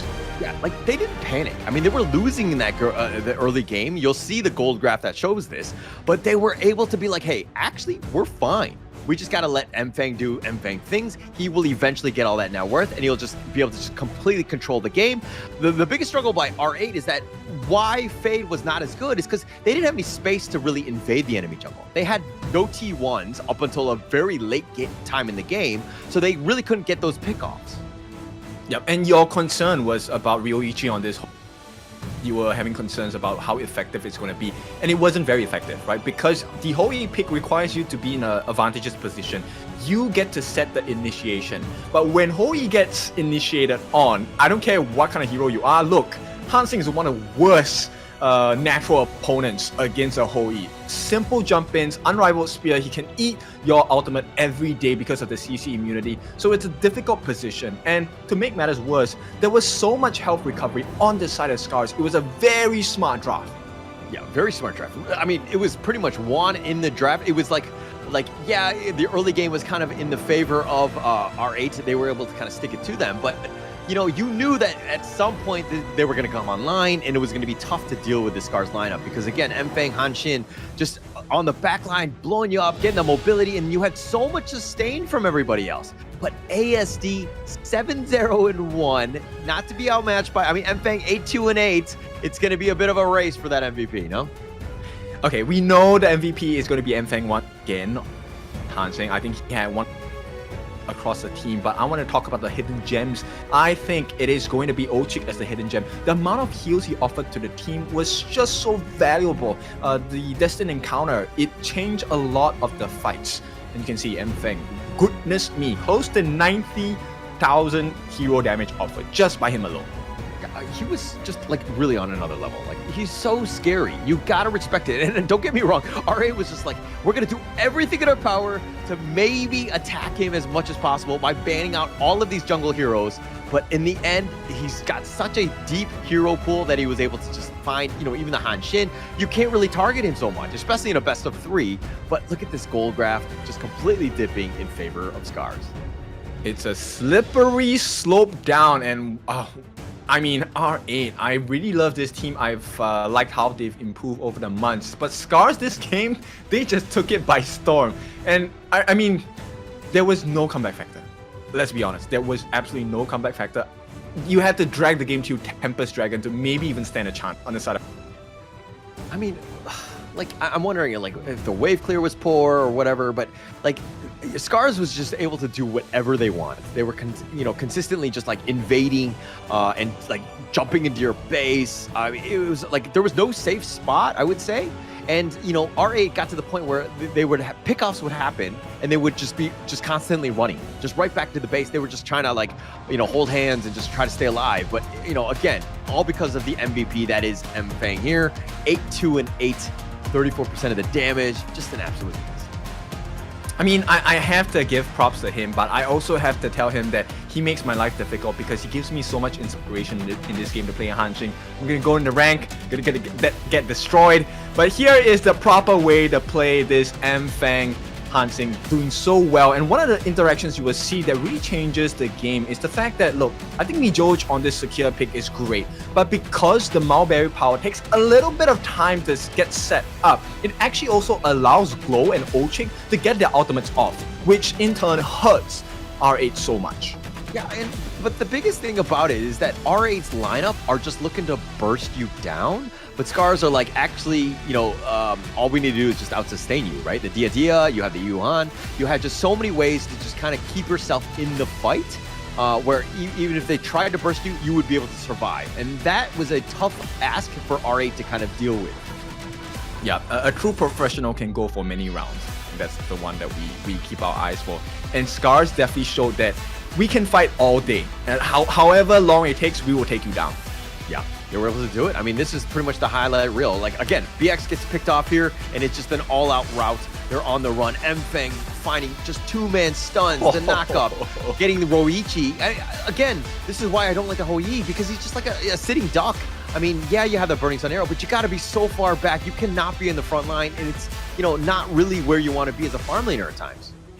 Yeah, and Arashi, in every situation where you felt like, okay, we have dealt with Mfeng, we dealt with the rest of Ochik and Arashi, and then Arashi comes in, his bolt comes out of nowhere, and suddenly you're out of resource. Flash, there's no more defensive mechanisms, and you're dead. Yeah. I mean, they're just like comboing their skills off one another, just like capping it off, so that it's like, it's so tough to fight into it. You can't really deathball you, no real way, and you don't want to be isolated because you have the Mfeng Hanshin monster that's like picking people off from afar, from the shadows, so to speak. So it's just like, just a really well-rounded draft by SCARZ. I got to give props where props are due because they were prepared for this one. Oh yeah, it's a quick. Was it a quick game? I think it was a quick series in a sense, but a very exciting one because we went the distance for this. Now, is this the only series that will go the distance? We're not sure. We still have 2 more series for today, and I'm curious to see how that game is going to go. If I'm not wrong, the next game is going to be Gen.G against Nongshim RedForce. Another banger of a series because we're so curious. Who is the better team? Nongshim, very dominant, has not dropped a game just yet. So I'm curious to see if Gen.G is going to be the first one to do it. Yeah, I mean, look, Gen.G looked unstoppable in day 1. Day 2, completely flipped, right? They didn't have the greatest of showings. How did they bounce back? They had some unconventional drafts. I think that's going to be the true test of how they end up looking to draft and play against this monster that is Nongshim RedForce.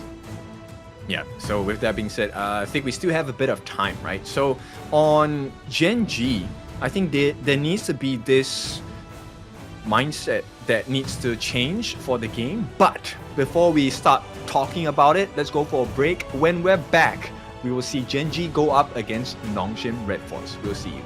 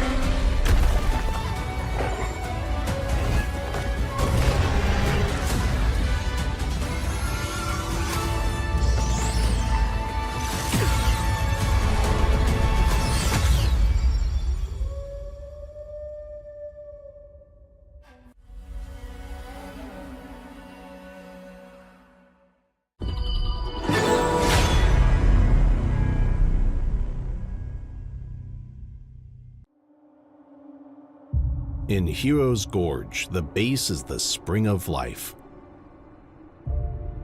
In the real world, every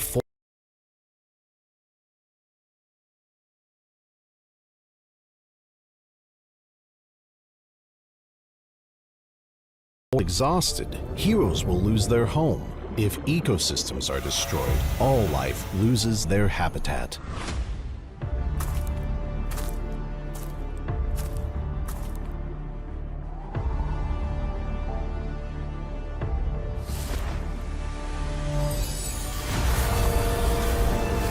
Honor of Kings is working with players worldwide to support real-world environmental causes and protect our planet's future. By participating in Protect Nature, Protect All Life, all efforts in the event will contribute to real-world causes, protect the environment, and let us defend the honor of our planet together.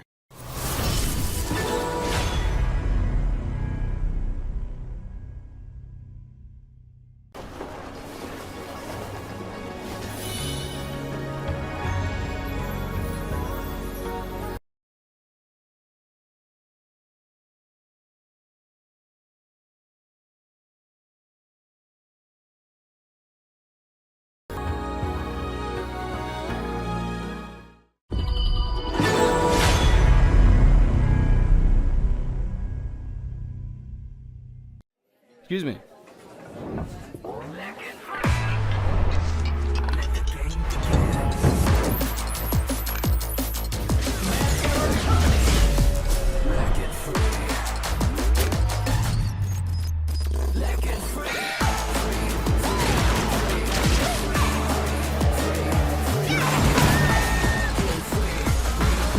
Hugging stings.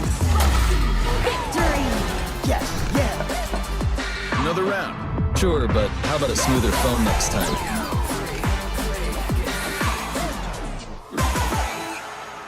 Realme 14, performance beyond limits.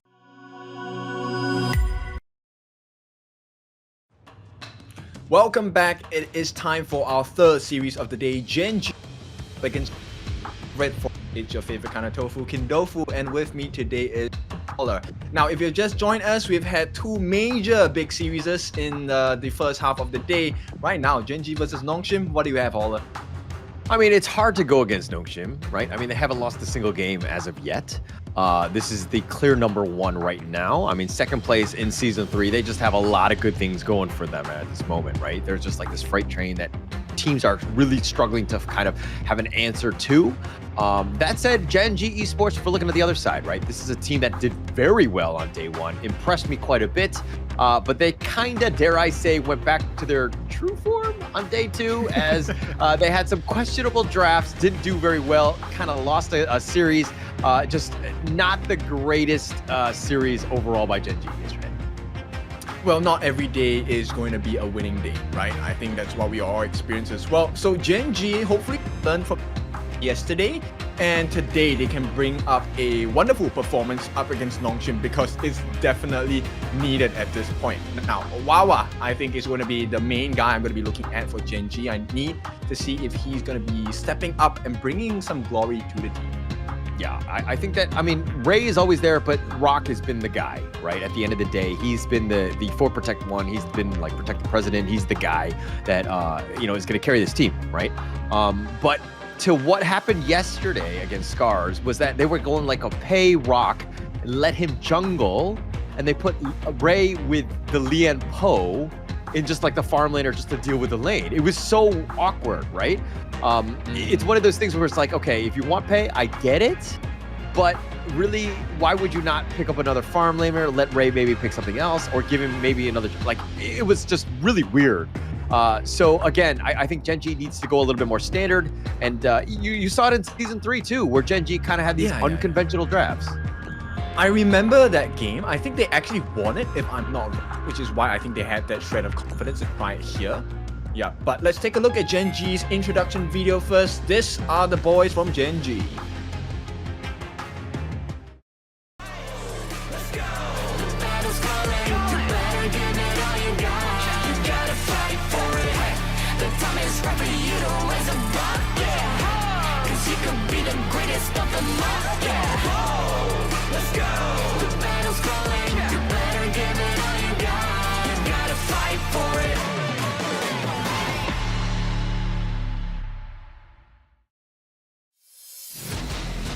Gen.G, these are the boys that are going to be looking to make the game change. So the game changes here, Inua, Rock, and Clue.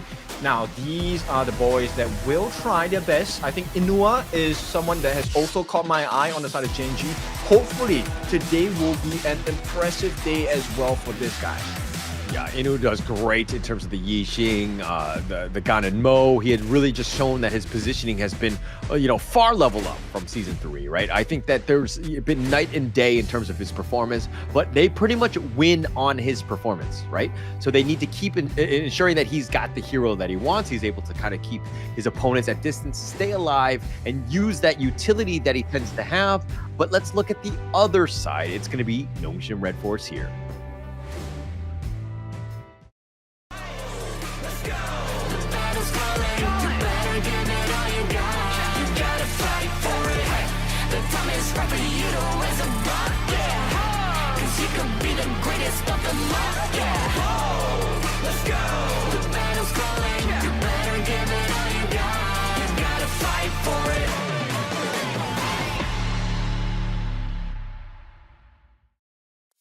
Nongshim RedForce, the greatest red. Of course, we have Kyung9, Illusion, Siri, Fei, and of course, none other than Haku with 4 MVPs. This is a team that's ready to go. The favorite as of now, they're the #1 seed, and it looks like might be a tall task for Gen.G to take them down.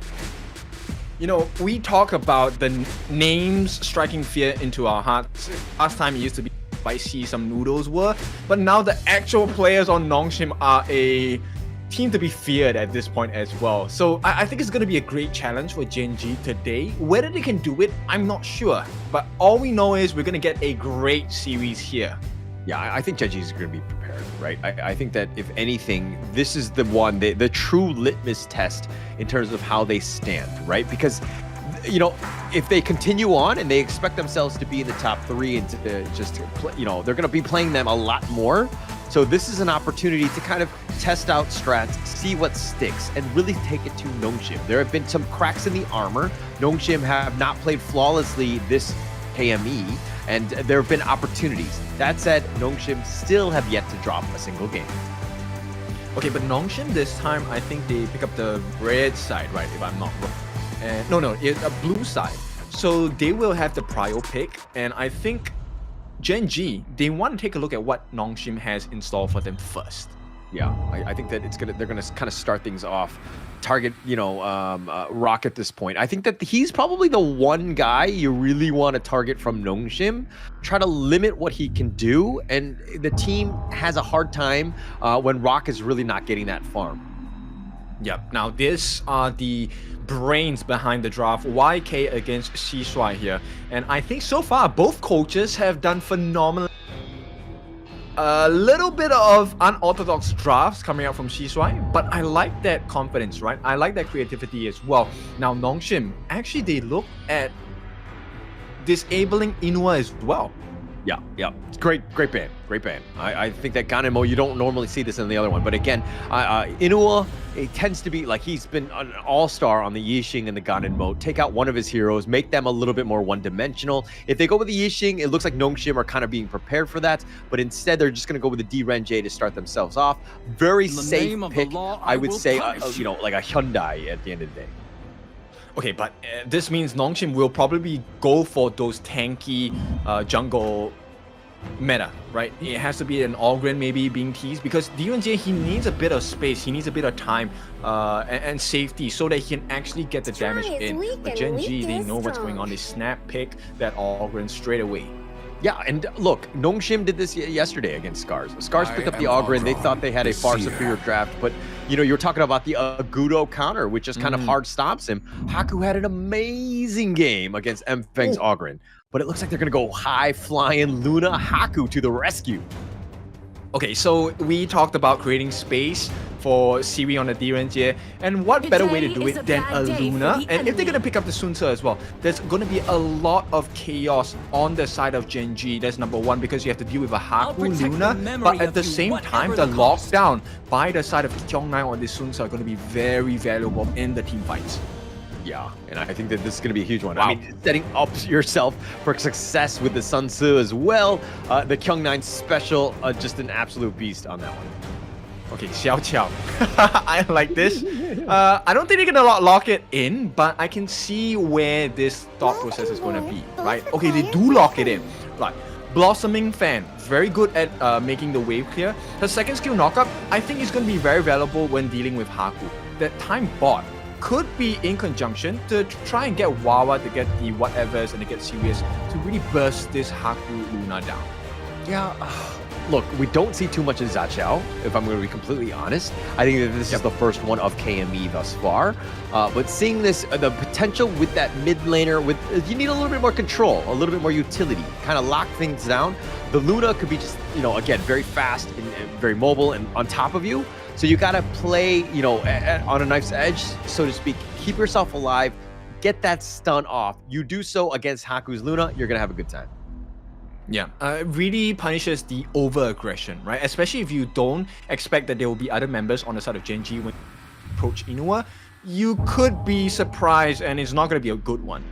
Yeah, it could be a bit of a problem here, but we're going to go into the second phase of the ban. The Chano ban sticks out to me here. the Lianpo and the Zhang Fei, both of those guys, like they're gonna really focus on Fei, make him play something that he might be not as comfortable on. But hey, like they picked the secure first pick last time, and it's completely fallen through. Oh, but the Da Qiao, nice. Okay, I can see the value of this, right? But end of the day, they're kind of squishy. That's my main concern here. Squishy, yes, but we've seen Clue play it well in the sense that, you know, you call the whirlpool at the right time, you have all 5 of your buddies, okay? You're gonna have a pool party, everybody's gonna be invited, let's go, right? And you'll be able to kind of just go into this one, going in, and plus you could potentially save them if somebody jumps on top of you too. As long as there's light in your eyes. Yeah, but the night burst will damage never available on the side of Nongshim is quite scary, right? Especially with a Luna, she can kind of melt you down quick enough before the Sea of Fate is activated. And Nongshim, they pick up one of the most controlling mid laners. It's going to be the Shi. This is a very scary lineup from the side of Nongshim. Yeah, actually, I was just trying to be positive, man. All right, I know it's not going to be easy on both sides of this one. You know, look, the Foods is going to be one of the, okay, it looks like they're going to be a carry or farm laner Foods to kind of just make sure that, hey, if the Luna jumps on top of you, you want to lock him down with Sage's Might. Just make sure that he's not going anywhere. Give yourself a chance so that you have that burst. Because if he's locked down, you're not able to move. I mean, those fans, you know, an Ogren jumping on top with Mayin, you have a lot of potential burst. I kind of like the way Gen.G are looking to kind of counterpick what Nongshim are bringing. Okay, so ideal situation, you want Wawa to eat that ship, right? So when Kyong9 comes in with the set sail, Wawa is going to be the one that eats that blow, while the rest of the team looks for an opening. So I think Rock would be looking to lock down the Luna, right? So Haku should be locked down by Rock, and then we see how things go, right? Yeah. That's the ideal situation I can think of at this point. But once again, this is just theory crafting. It matters who has more gold, who has better items, who has more levels. Yeah. But look, this is something that Gen.G had been practicing in day one. We had seen this little combination that they had. Obviously not the Da Qiao, but the Ogren, Voots, Da Qiao, those 3 have been their core. Pick your poison in terms of the Clash laners. Let Wawa work. So they've had a lot of opportunities for this. So this is something that they've been they've been brewing and preparing for Nongshim because they know roughly what sort of playstyle that they're going to have. Is Nongshim's draft good enough to deal with this? We have still yet to see in this game 1 here. Yeah, I'm trying to figure out where this advantage is going to go in, right? Because both mid laners, along with their roams, will have an advantage. But first and foremost, this thrilling season of the Major Leagues is made possible with the support of EWC, helping to bring top-tier competitions to fans worldwide, and boy, we have a game on our hands. Yeah, we have a game, and Faye starting things strong with that Mulberry power, just locking them up, doing a little bit of damage, respecting it. But through it all, if we're going to talk about what's real, it's going to be Realme 14 series. Our players are geared up with the Realme 14 5G, built for performance, made for gaming, smooth, cool, and reliable, just the way esports demands. Ready to level up? Get yours now and feel the difference. Yeah, and right now, both teams looking to make the difference, right? Any camp stolen now could swing the game slightly in the favor of one or the other. And we know when you give a slight advantage to any one of these teams, they will know how to snowball that advantage, and suddenly you're facing a big monster. Yeah, we could potentially just have a rough time. But let's talk about this Siri Rock matchup. Obviously, the range is always going to be super helpful for, you know, Siri on that DRNGA. But, you know, okay, Rock basically just needs to kind of ensure that nothing is really hitting the tower, just kind of taking up scraps, not being too aggressive, especially early, right? Yeah, it really matters that he gets to fall safely with no deficit, no deaths. I think that will be the marker he's looking for, right? At the same time, Haku, he needs to get the first blood on his hands. Somehow, I don't care who it is, as long as he picks off one member on Gen.G, this game is going to go immensely well for the side of Nongshim. Yeah, and it looks like they're going to harass Ray. The Mulberry power just barely missing. Ooh. Ray says, haha, skirts away, but he's going to use the path of passing to go in. Now, look, a little bit of a rotation by Inua. This is a little bit of a shocking orb, is not going to connect. Inua is going to chase after him, but the set sail, they're looking to turn this around. They get the nice little knock up onto Inua. They've got the orb to pull him away. He actually has to flash the safety, and Inua will survive, though. Okay, so both teams actually commit quite a bit, right? So you have the flash taken by Faye, you have the flash taken by Inua as well. So these are all big common spells taken out of the fight. They should have it by the time the first neutral objective comes up. But we'll see. This may be a difference maker in the big fights. Yeah, it might be. I mean, now is the time, right? It's just a matter of seconds before it's back up. But it's an opportunity. I don't know if Nongshim are really going to take advantage of it. I mean, Inua's playing super safe. He's going to be back, realizing that Haku is level 6 and could potentially get that pick off. But through it all, Haku is just so busy on just getting his own farm. Look, Haku is one of the fastest junglers in this game with this. Luna has very insane movement speed and mobility, able to traverse through walls as well. So right now, I think it's all about, can they funnel enough farm onto Ray so that he's able to match up in terms of gold and EXP against Haku, because he needs to try and get a kill. He will not be in a 1v1 against Haku. Both junglers will be looking at different targets. Oh, they've got the pullback. Here's the set sail. He's looking to connect. It goes for the backside. It looks like he wants to go for Clue, but here's the help. Faye's going to be picked off. The Whirlpool, the bat signal, everybody coming. And it looks like they're going to take this. Sorry, Wawa. Actually, he wasn't invited. Not cool enough to go to that party, huh? Interesting. But at this point, Haku, they cut some losses. They will take a couple of steals away from the camps on the side of Gen.G. So that's some decent recovery. The goal difference, not too big at this point. 500 goals sets the two teams apart. But where this goal goes, that's the important thing, right? Majority of it has been funneled into Ray.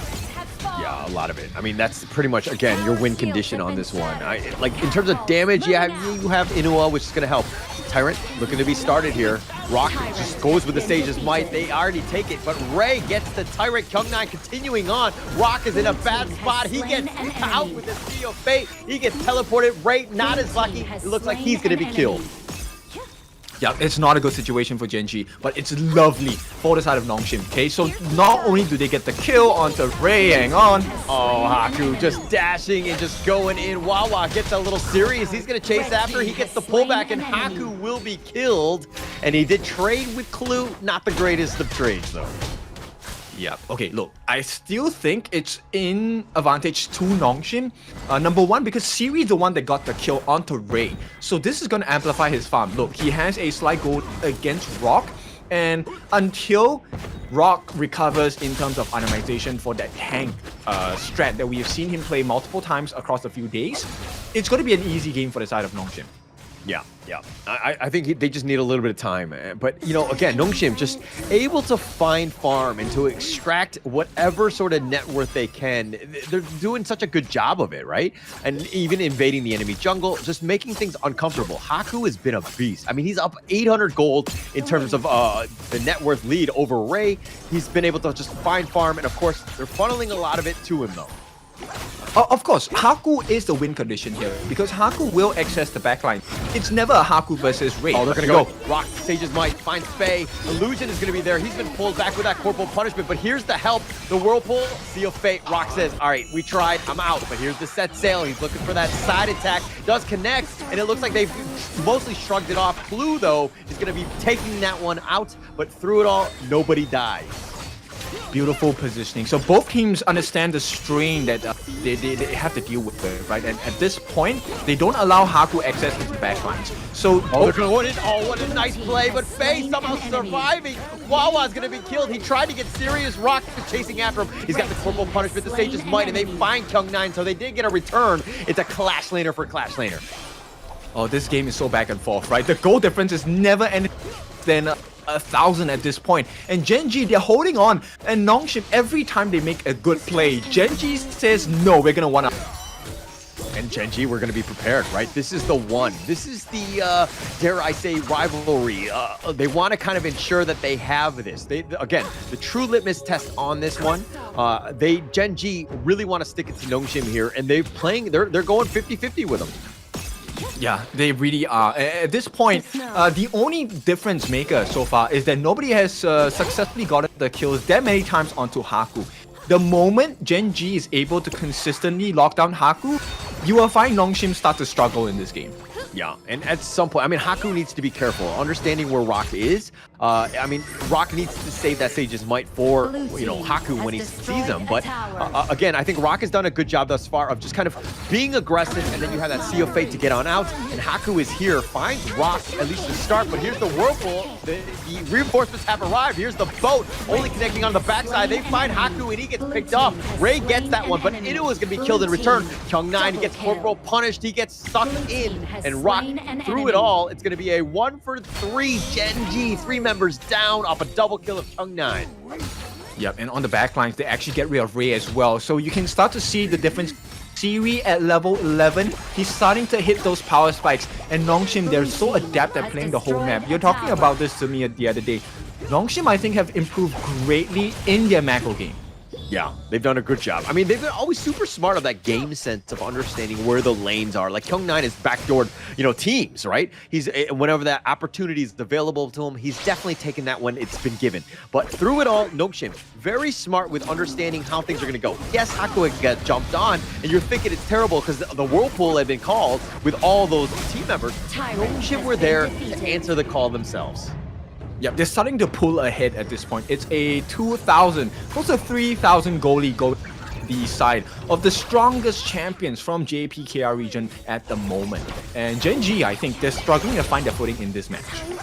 Struggling to find it. Again, this is not great when you see 4 members just fighting for farm. But, it's a situation that Nongshim have kind of put them in. Faye needs to be careful.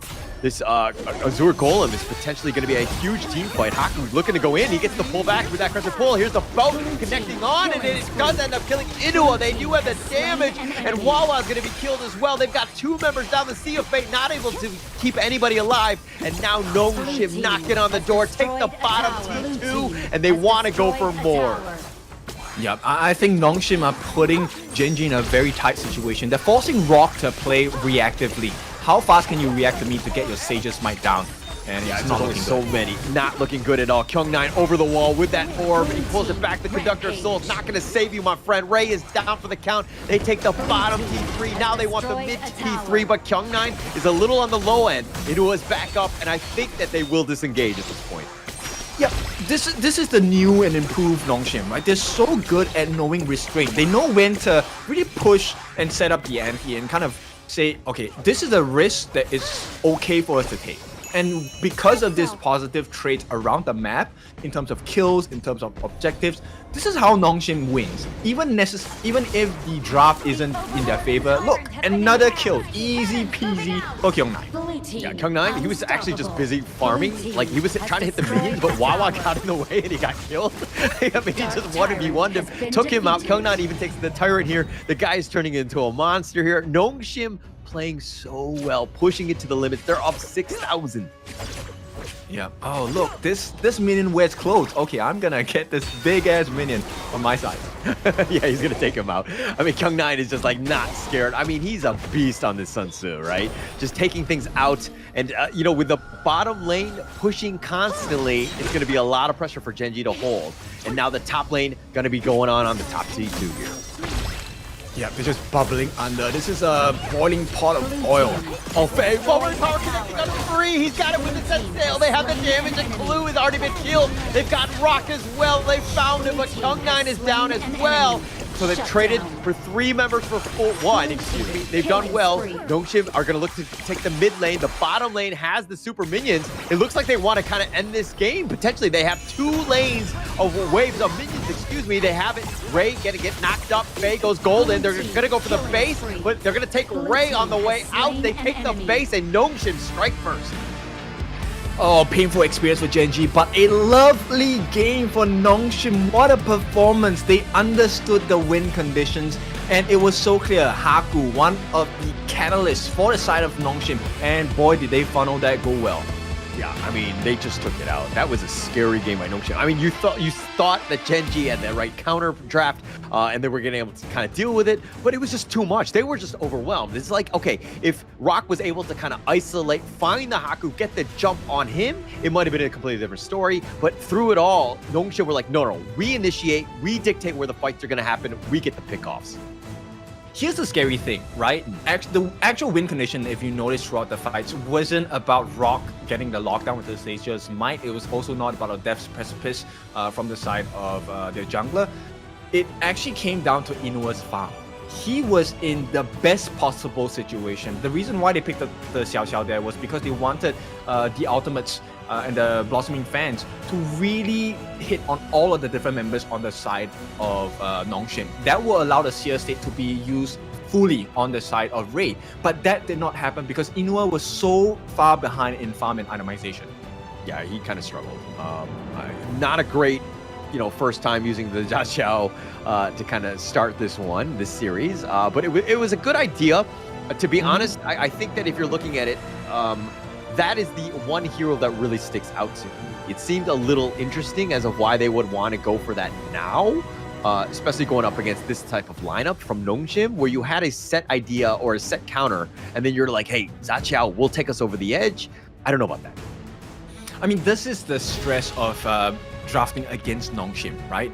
And look, it's the first game only, so they were willing to take a chance. And Gen.G, I like the thought process, but the execution just wasn't as clean. And Nongshim, when you go up against a team like this, you have to hit the marks. Yeah. I mean, there was a good opportunity. Like, you can see how the Fuzi and then the Whirlpool from the Daqiao, like, you had that combination that could have potentially did some work, but just a little underwhelming. I think there are too many eggs in one basket in the sense of, like, you're trying to get Ray going.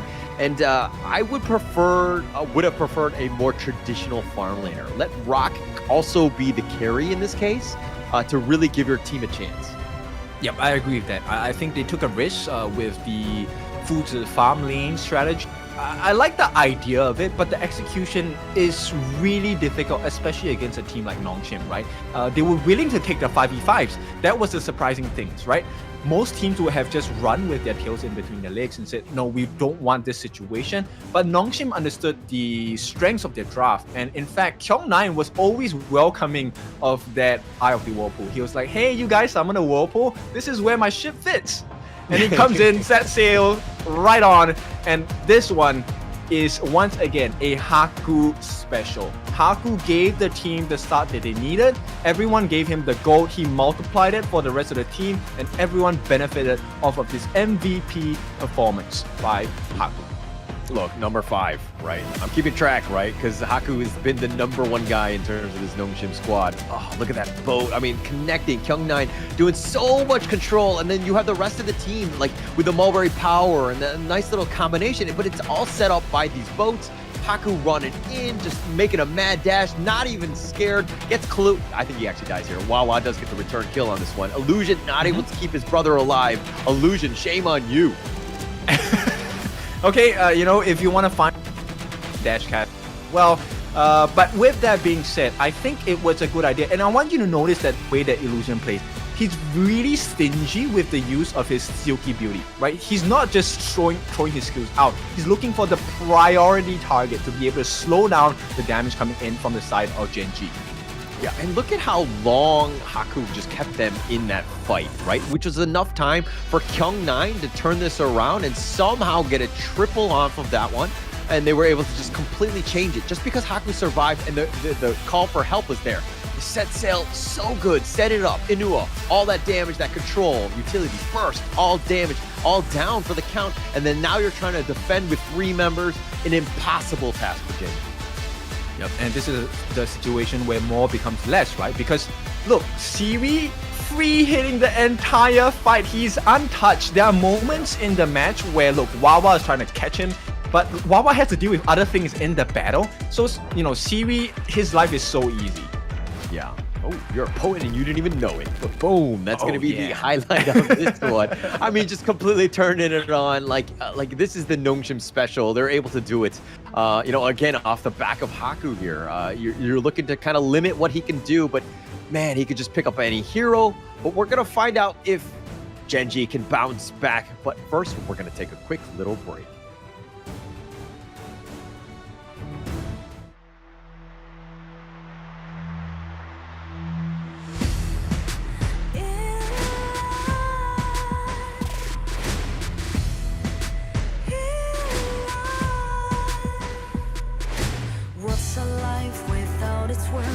Compromising with what hurts inside.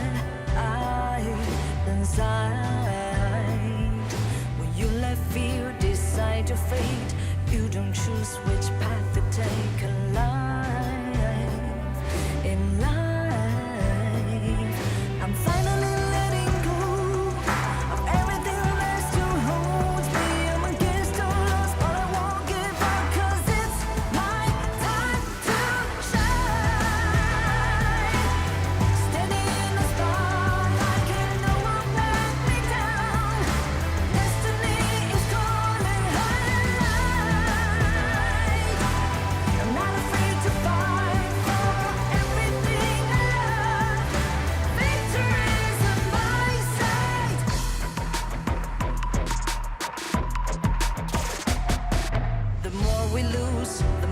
game, the more that nothing stays the same. In time,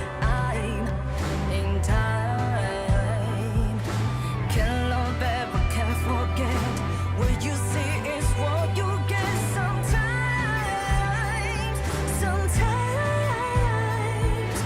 gonna show the world tonight, the light that shines inside us. We're against us, but we won't give up, 'cause it's our time to shine.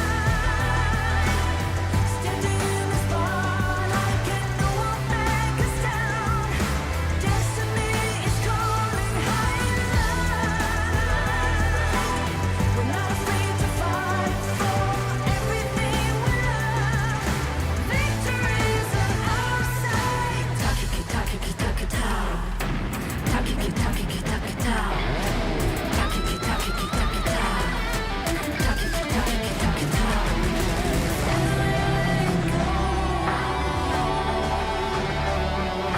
Everything still holds us. 'Cause it's our time to shine. Standing in the spotlight, can no one back us down. Destiny is calling high and light. We're not afraid to fight for everything we love. Victory's on our side. It's our time to shine high and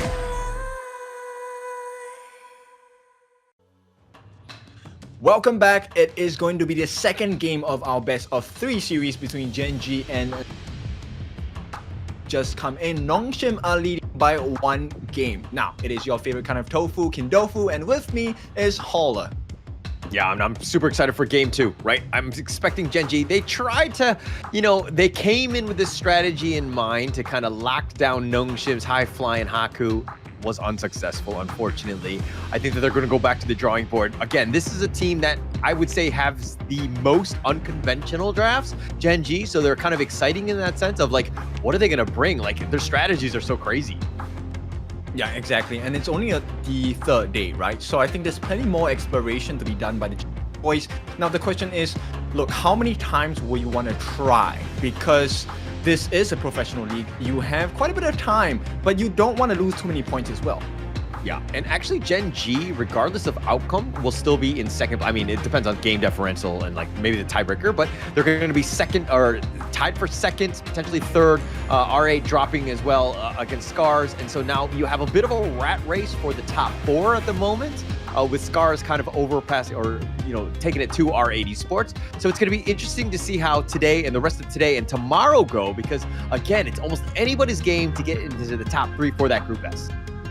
Yeah, so right now it is important and actually paramount that Gen.G, they kind of do some quick work and maybe a quick fix into the draft and see. Maybe she's right. He wants to come with something more creative, right? Maybe double down on the unorthodox drafts as well. Yeah, I mean, look, they've tried it. My only concern again is like, I think you just gotta let the players play and just like use, like, Rock is such a good farm laner as a traditional like farm, carry, right? Let the man work. At the same time, you gotta let Ray do his jungle things. I mean, it wasn't terrible in terms of his Ogryn. It just happened to be there was other, weaknesses, I would say. But again, to your point earlier, Akin, when you're talking about Inua just having a better hero and something that he can be successful on, I think that's going to be definitely a priority in this draft here. Look, here's my critique of the previous draft. I think Gen.G actually had a decent draft. The Xiao Xiao does work in that composition, but he needs more farm, right? The only difference maker was the fact that he couldn't deal enough damage because it wasn't enough to melt down a couple of the players on the side of Nongshim. That's why they lost those fights consistently. And I think if they can fix and balance out the gold distribution within the team, maybe Gen.G can bring it against Nongshim. Yeah. And right now, just gotta stay positive. At the end of the day, I mean, I think that trying something out is a pretty decent idea by Gen.G. It looks like they want to go on the blue side this one. They want that first pick. They're going to be banning out the Loon to kind of start things, at least for the draft here. But again, I think that you want to ensure that, again, Rock, let the man just get a traditional farm laner. Don't outthink things, man. We'll see. Gen.G is known for being in their top processes, and I like it about them. Maybe try a different strategy here. I'm pretty sure Nongshim gonna try and close the game out with an all pick. So it'll be curious to see how Gen.G wants to deal against this. Look, I'm actually considering the Liu Bang for them, right? You want to play with the hit points, you want to take advantage of the seer state, get all the healers and damages onto your lineup on the side of Gen.G. Yeah, it could be an interesting draft. But look, I think Nongshim, to your point, they're just going to want to close out the series, right? They don't really want to show too much. They're just going to play things traditionally.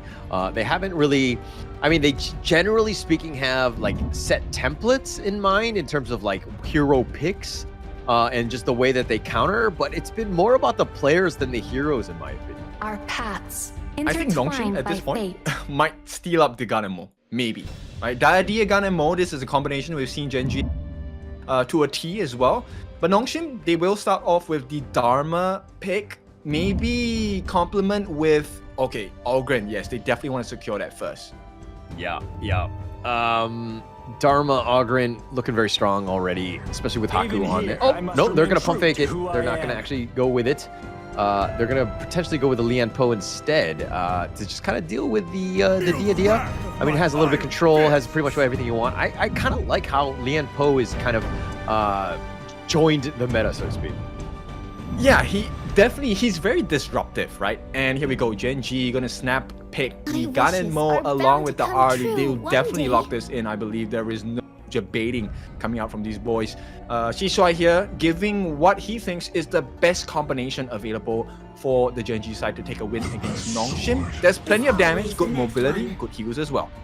Yeah, actually it's going to keep everybody afar. Now, Nongshim have to do a good job of just trying to figure out ways to get, oh my gosh, the fade. Oh, it's so good here. It's so good here. Oh no. Oh gosh, because you know, I was gonna say it needs to just get on top of the Gan and Mo and the Arlie. It's like, yeah, you light stuff away, but like how much more like space can you get away from this monster that is potentially fade running at you? And bear in mind, there is also the disruptive play by the Lian Po. He can chase you down, right? You wanna live step away? No, you have to wait because the burst rate face. Yeah, it's looking very strong. Okay, now Gen.G on the other hand, you need some sort of lockdown, some ways to kind of just keep the Arlie and Ganonmo safe.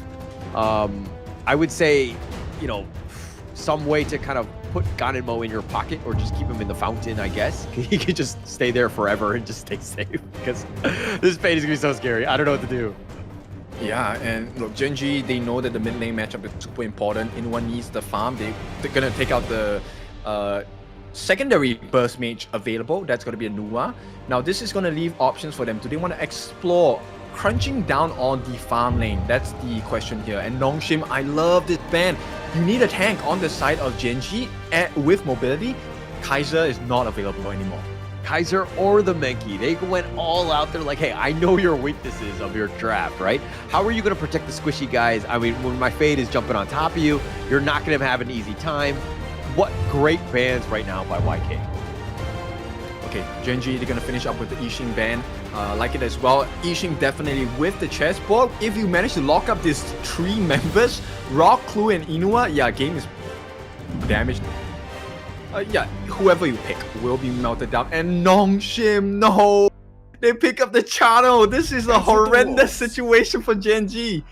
Yeah, that's going to be a lot of damage. Just more ways to get on top of you. Plus, like, now you need to deal with, like, all those wolves.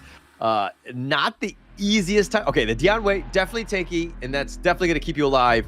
But is he going to be able to keep on pace in terms of jungling against, like, a Fade that's, like, moving all over the place?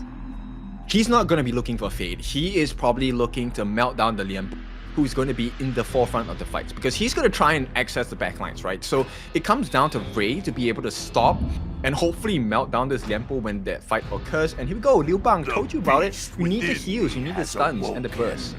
Yeah, and it'll keep him alive, especially if Fade wants to jump on you. You got your friend, your phone a friend, right? And then that's gonna be the Guan Yu. Actually, I kind of like this, especially when you're able to like just get the right angle, reposition. I mean, Fade jumps on top of one of your friends, and you're able to just like heroic charge him away.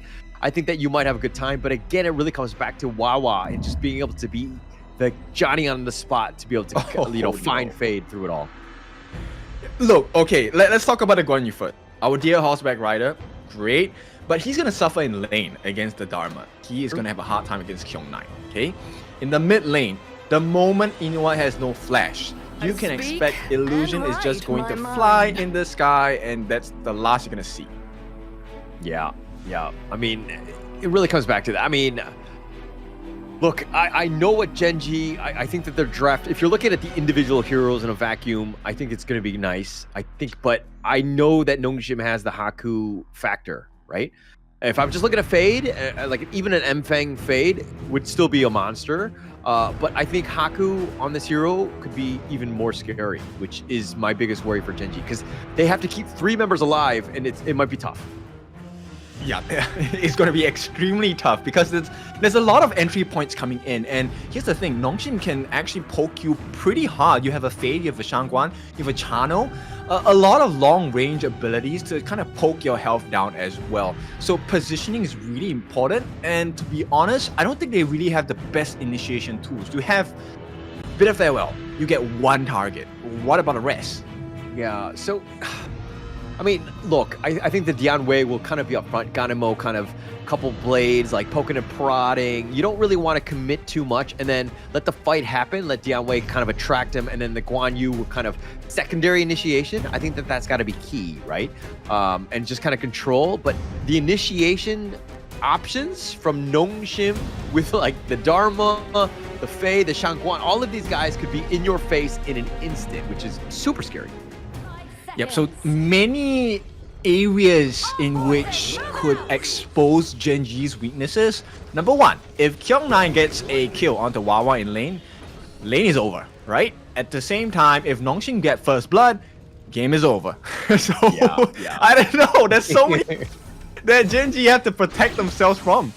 Yeah, it's not going to be an easy one. I mean, nice little burst ram onto 2 already. And Illusion taking a lot with those couple of blades. Almost get the pick off. If they got him, oh, Illusion needs to be careful. He's skirting around. Oh, he dodges the couple blades. That could have been life-threatening. Yeah. And here's the thing, right? If Gen.G gets the first blood, it is more of an advantage. It's not the sure win situation that they're going to experience. Yeah, definitely not. Oh, but here's the couple blades coming from Inua. And his presence already being felt. Kind of scary, right, on this Ganemo. He's able to just kind of pinpoint, extract as much damage as possible, and move on with his life. Yeah, and lanes are so difficult for the side of Gen.G. There's so many things that kind of make life difficult for them. Yeah, but Wawa's got the level advantage. I mean, yes, he's low and he's got help from Inua. Oh, no! Oh, Wawa! Going down. Man, why would I compliment him? Because I knew that was going to happen, right? Yep, we told you that's the whole situation. Kyung-9 is going to have an ball of a time against Wawa Guan Yu, right? It's just the kit is against him. No real chance here. Siri even harassing at this point. Throwing out them wolves. Clue and Rock just dealing with it at this point. And Nongshim finding ways. Already up about 800 gold.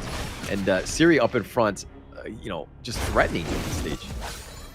Yeah, and I think the only way they can come back into this is if Inua has a decent lead, right? He has to be the person to catch people out on the side of Nongshim. That extra surprise burst needs to be the win condition.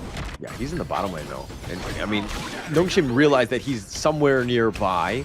But it looks like Inua not able to have too much of a pressure in that bottom lane. He needs to get back in that mid lane. But Ray's gonna just take up most of that farm. Like, do you want to funnel as much farm into Ray, or do you want to get like Ray, like an Inua, a big item before you kind of filter that? Ideally, you want both, right? That's the whole situation you want. But the thing is, here's the big difference maker. The fact that they have a goal lead now. Oh, one more catch. Yeah, I don't think they're going to catch him. Oh, they go under. Illusion not scared. He's got the finishing stroke, and he does finish the stroke onto Wawa. Gets that pick off. Illusion using that hero to the maximum.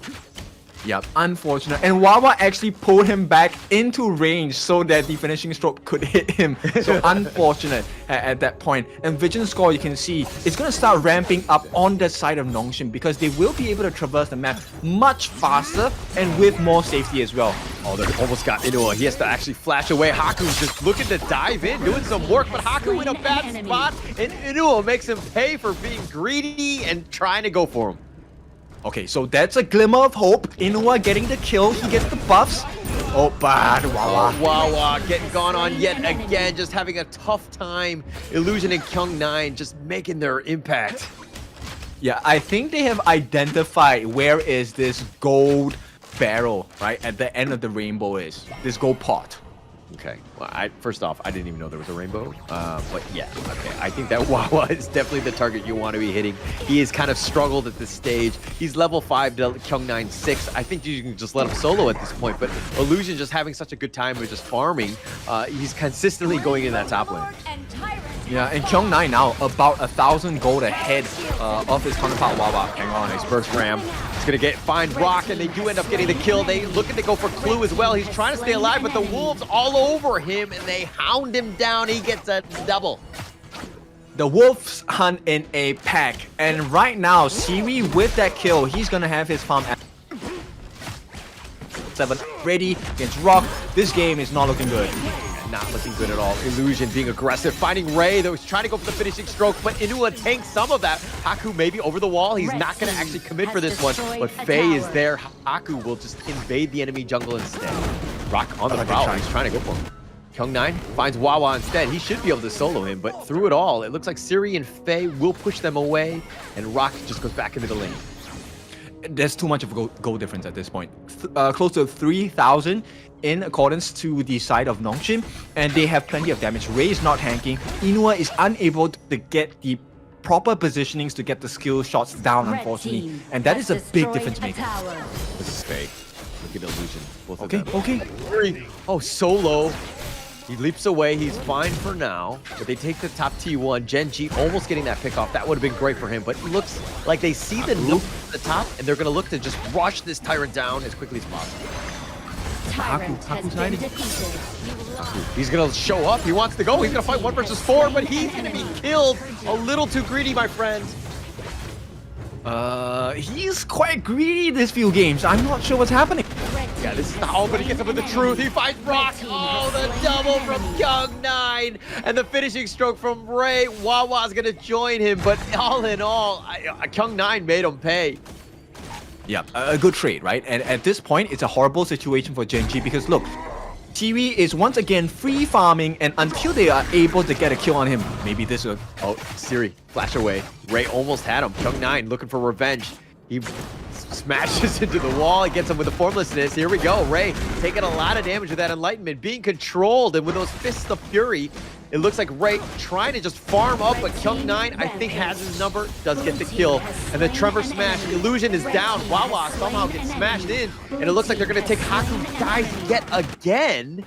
And Faye, with a sliver of life, will survive. Siri's still there. He's going to get gone on. They've got the connection. They have the control, and Rock will get a double. And you're kind of wondering, Nongshim, what are you doing? Exactly. It's like a lapse of concentration, right? Coming out from RedForce boys. And right now, this punishment coming in for pretty painful. They have cut the goalie down to about 2,000, and at this point, as they run rampant around the jungle on the side of Nongshim RedForce, there are other objectives available for the taking, and I think Rock is on the cusp of hitting some pretty big items as well. Spark Force Jagger Doomsday already completed. Look, Haku has been diving overly aggressively, and he's gonna pay even more this time. Yeah, I mean, dying 3 times early is just not really what Haku usually does. I think that he needs to stay off the map a bit and just farm up before you go for it. Now you're behind, and now it's going to be tougher, especially you're talking about the fact that Rock is getting that farm. He's 5.2, you know, highest on the team. He's your win condition. He's doing very well of putting himself in that prime position. But now Siri, who's been largely quiet as well, 2-1-0, but has been largely uncontested, looking to take at least the bottom lane as well, and they need to get him going. Okay, another thing to note, Inua is at 5.4. He has some pretty big items. Splendor along with the Scepter of Reverberation, so he has good burst, but at the same time, also defensive mechanisms available. And right now, I think Gen.G has successfully found positions for him to just get his couple blades down. Yeah, I mean, again, Inua, oh, this is the one. They got him, the Tremor Smash, knock him on the 3, but it looks like Faye's gonna be killed. Ray Slam dunks him, and the finishing stroke off of this one. Illusion staying alive, Haku down yet again with Faye, but it's a 2-for-2 trade. Okay, but both farm laners still alive, and Rock, I think, does have the advantage if he doesn't get caught. Yeah, if he doesn't. That's the biggest one. Rock staying, again, just look, he just needs to farm. He doesn't need to go anything crazy. Series in his jungle just trying to take what he can before it's stolen from him. But Gen.G, on the other hand, invading, doing a good job. I think they need to look to focus on this bottom T1, but with it all, I think it might be tough. Yeah, Kyung9 so far hasn't been very successful in finding those gaps for Gen.G. In fact, look, he's always scouted out. So Gen.G, they understand what the win condition. Yeah, finding him out here, and it looks like Kyung9, and it looks like Illusion. They're gonna find Ray, who's just being baited around. Illusion spots him out, but really can't do much at this point. Ray starting to get, 5k net worth at this point. Not the scariest of monsters just yet.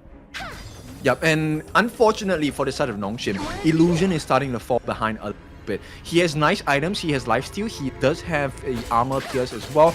But right now, because of the growth of Rock, who's at already 7,000, well on his way towards that Daybreaker, this is a tough situation for Nongshim. Yeah, it looks like Haku, again, just farming in the mid lane. Tyrant is going to be spawned here. They're going to potentially go Faye. Just been taking a lot of damage here. I don't think they really want to fight for this, especially with the Shadow Tyrant about to spawn in about 20 seconds. Yeah, a dangerous position to be in. At the same time, I want to highlight the fact that Wawa now he has the charge. That is going to be a big marker, especially if he gets a perfect Razor Cavalry. He's going to be able to stun multi people on the side on Nongshim RedForce. Yeah, I mean, if he's able to get that perfect angle, that's the toughest thing on the Guan Yu. I think Wawa is definitely off the task. He's definitely proven that he can do it, but finding it against Nongshim, which, they have a very good, it looks like Faye completely deleted. Inua goes golden, though. Siri's going to be killed as well, but it looks like he wants to turn it around. Haku does get a couple, but he's going to die in return. 3 members down. Wawa pushing Illusion away, and it looks like they're going to take him down as well. And through it, all 4 members. Kyung9 fighting 1 versus 2. Kyung9 just trying to run away, and it looks like they'll let the monk go. But the damage is done. Nongshim, this is not a good fight. Look, they are recovering on the side of Gen.G. Yeah, they're starting to recover. I mean, Ray, this is the one where he's getting those kills. He's staying alive, and he's able to outfarm this. But Kyung9's scary. He's chasing after them. He's fighting 1 versus 2. Not scared. Wawa's like, dude, get away from me. No, he doesn't care about the kills at this point, right? He cares about just stopping them from taking the Shadow Tyrant. That is the biggest win on the side of Nongshim because they're starting to trail. In fact, the goal lead, 3,000 previously, gone. It's down to about 1,000 now. Yeah, one thing I'm not liking is that Faye's trying to initiate. I think that, the Lianpo is more of a counter-initiator, and just being, blown up early sets things up. Here we go. It looks like they want to go for this one. They're going to try to go. They found Faye. He's trying to go for this, but the Tyrant has already been picked up. Haku. It looks like they've got Clue, Rock, and Wawa, and Illusion continuing on. Finds Inua and Ray, and just like that, you blink an eye, and they get a team ace. Yep, Nongshim, the kings of comebacks in every single game. And they will not give up the lead. They are like that. Now, with that being said, only Kyung9 gives up his life, but in a trade for a T3, we'll take that any day. Rock down for another 10. Maybe the game. He's going to be spawning in his second. It needs to be very careful, but the minions are so slow. Nongshim are like, just go, just go. Oh! And it looks like they do have it, and they will take the series. Nongshim, your victors. Heartbreak for the side of Gen.G. They were coming back into the game. It was so close, but the positioning, this time by Illusion, I know I mentioned that he was falling off a little bit. Oh, he proved that value wrong. He went straight for Rock, and Rock just disappeared. Yeah, I mean, once he got that pick off, it was pretty much all she wrote, right? I think that it was just getting that target and just being able to go in. But my gosh, Nongshim, I was like, oh, they're going to lose this game. They're not doing very well. Gen.G are really able to strike back with that one team fight, the prowess, the understanding of when to go in, and Nongshim, like in a blink of an eye, just win that game. Just the positioning. Kyung9 was the one that spotted them out, so the team was already prepared for the fight itself. And you know, buying yourself 3 to 4 seconds is actually a very big marker in Honor of Kings, because during the communication with your team, you gotta kind of plan out, yo, Rock is alone. Where are you, Illusion? You're supposed to go for this guy, and they just performed perfectly. Yeah, just found him, and just, again, the win condition, you take him out, and then they really struggled to have that damage and that control, and they didn't really get anything going, and it was pretty much all she wrote at that point. Nongshim RedForce stepping up to the task, and this is what we've seen time and time again in this series, in KME, is that Nongshim, yeah, they might be losing at times, but they find ways to win. Yeah, definitely. Champions at finding those gaps, right? Every single time it seems like they're gonna falter, they realize their mistakes, or they find a mistake of the opponent and expose that fact.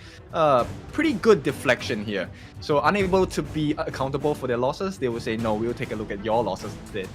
Yeah. I mean, just really sticking it to them. I mean, Gen.G, at the end of the day, they're going to go back and they're going to learn from this, right? I mean, they had an opportunity. What are those gaps? How could we have done things a little bit better? What is it about that last team fight that just kind of, took us all out? Like, how did we falter?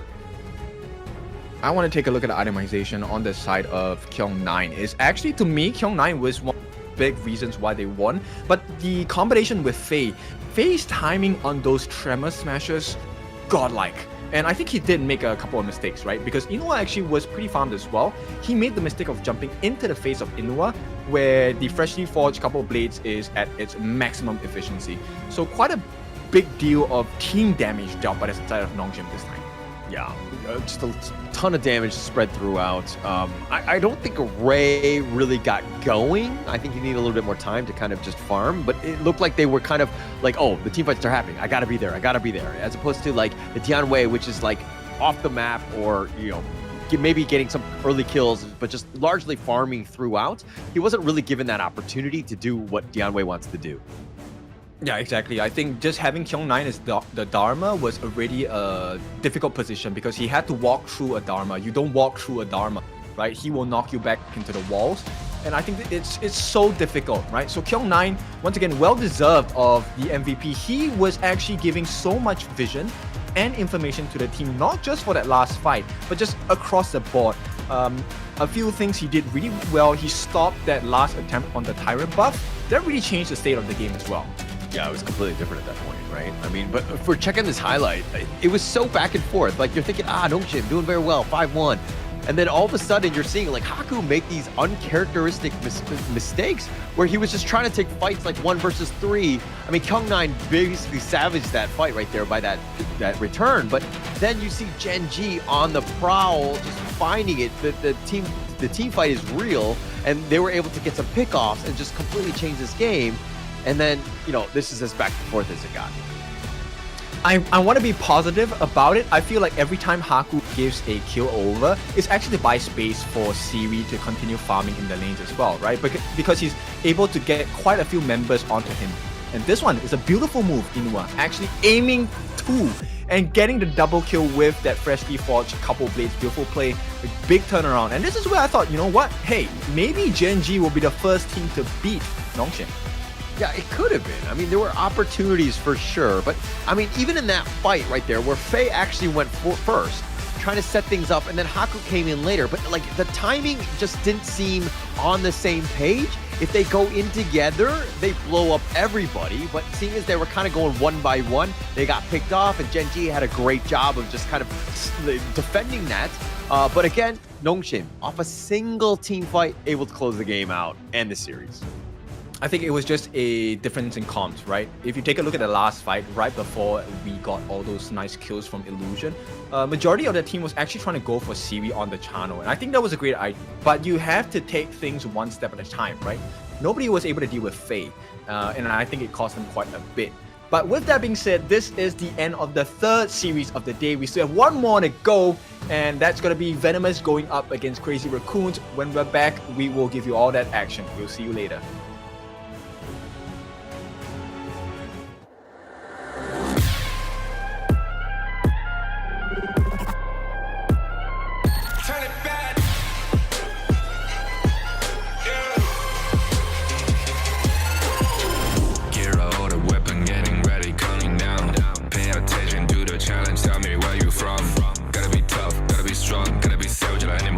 Time you tryna push me down. Look at me, I'll be lying down when I run, and I'll make a sign, I will catch you. Watch out, it's better feel, got no mercy. Look at me, I'll be rising. Carry the season, you got a down, gonna weapon. You never hesitate for another moment, but my bone is golden. I'm invincible, just let him know. I can show you all the glory I own. Through the jungle, find a way to the palace. I'm waiting. Go, live and rock and we go.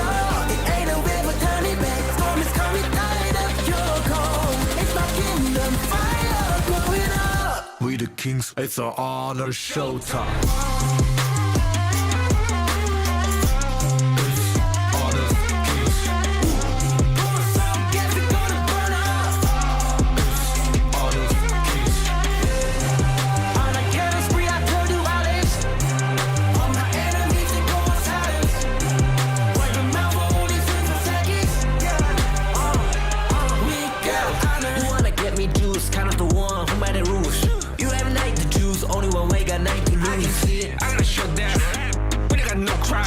We barely fought this one, crashing pieces, you can G.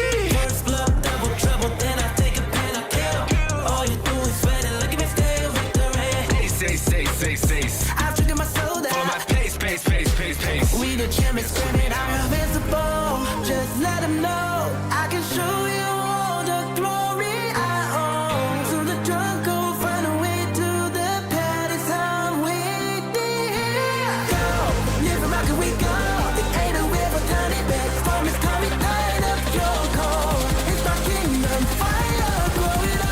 We the kings, it's our honor showtime.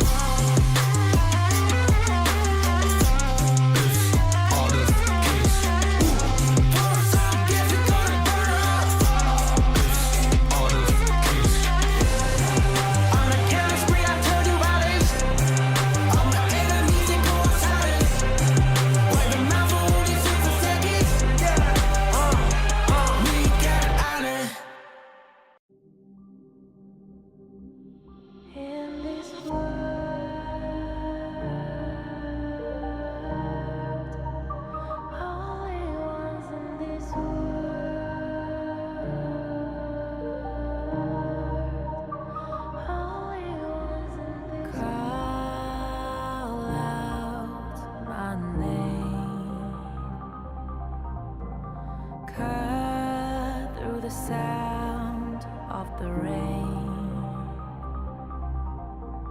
No matter how I feed the flame, you know I feel the darkness and the pain. All of the ways we tried to break free from the night, you know we made it out, we found the light. I fly so high, light up the skyline. Let's do it this time, like it's a whole new vibrant world.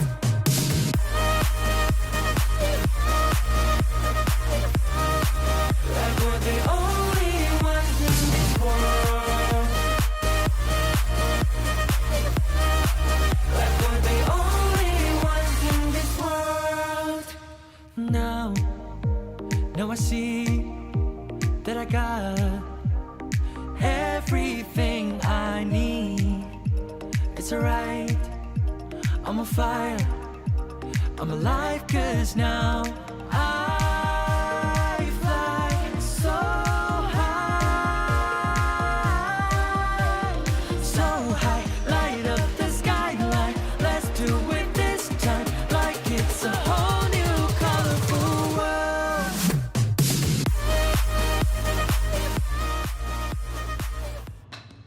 we have arrived at the last series of the day. This is Venomous Crazy Raccoon. Both of these teams struggling to find a win in the Pro League so far, but we'll see. One of them is definitely going to be a winner today. It is your favorite kind of tofu, Kindofu, and with me today is Holler. How do we feel about this last series of the day? I think that this is desperation mode, right? I think between these two teams, somebody has to come out. I mean, somebody will definitely win, but I think it's must win for both of them, especially if they want to give themselves a chance. If anything right now, Venomous right now, 0-2, 5th place, Crazy Raccoons, 6th place. They played 3 series though, which is 1 more than Venomous. So they need it probably more than anything else right now. Both these teams are in desperate need of the win, but let's check out Venomous first.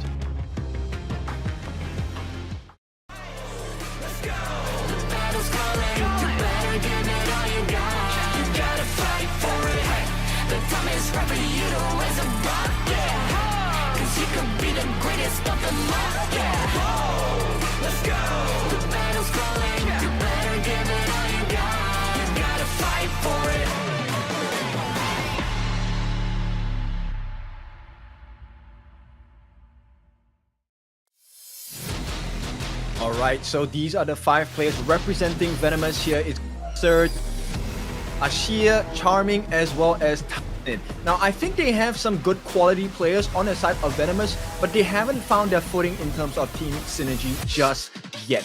They are also known as the Deadly Blade. So can they carve up their competition today?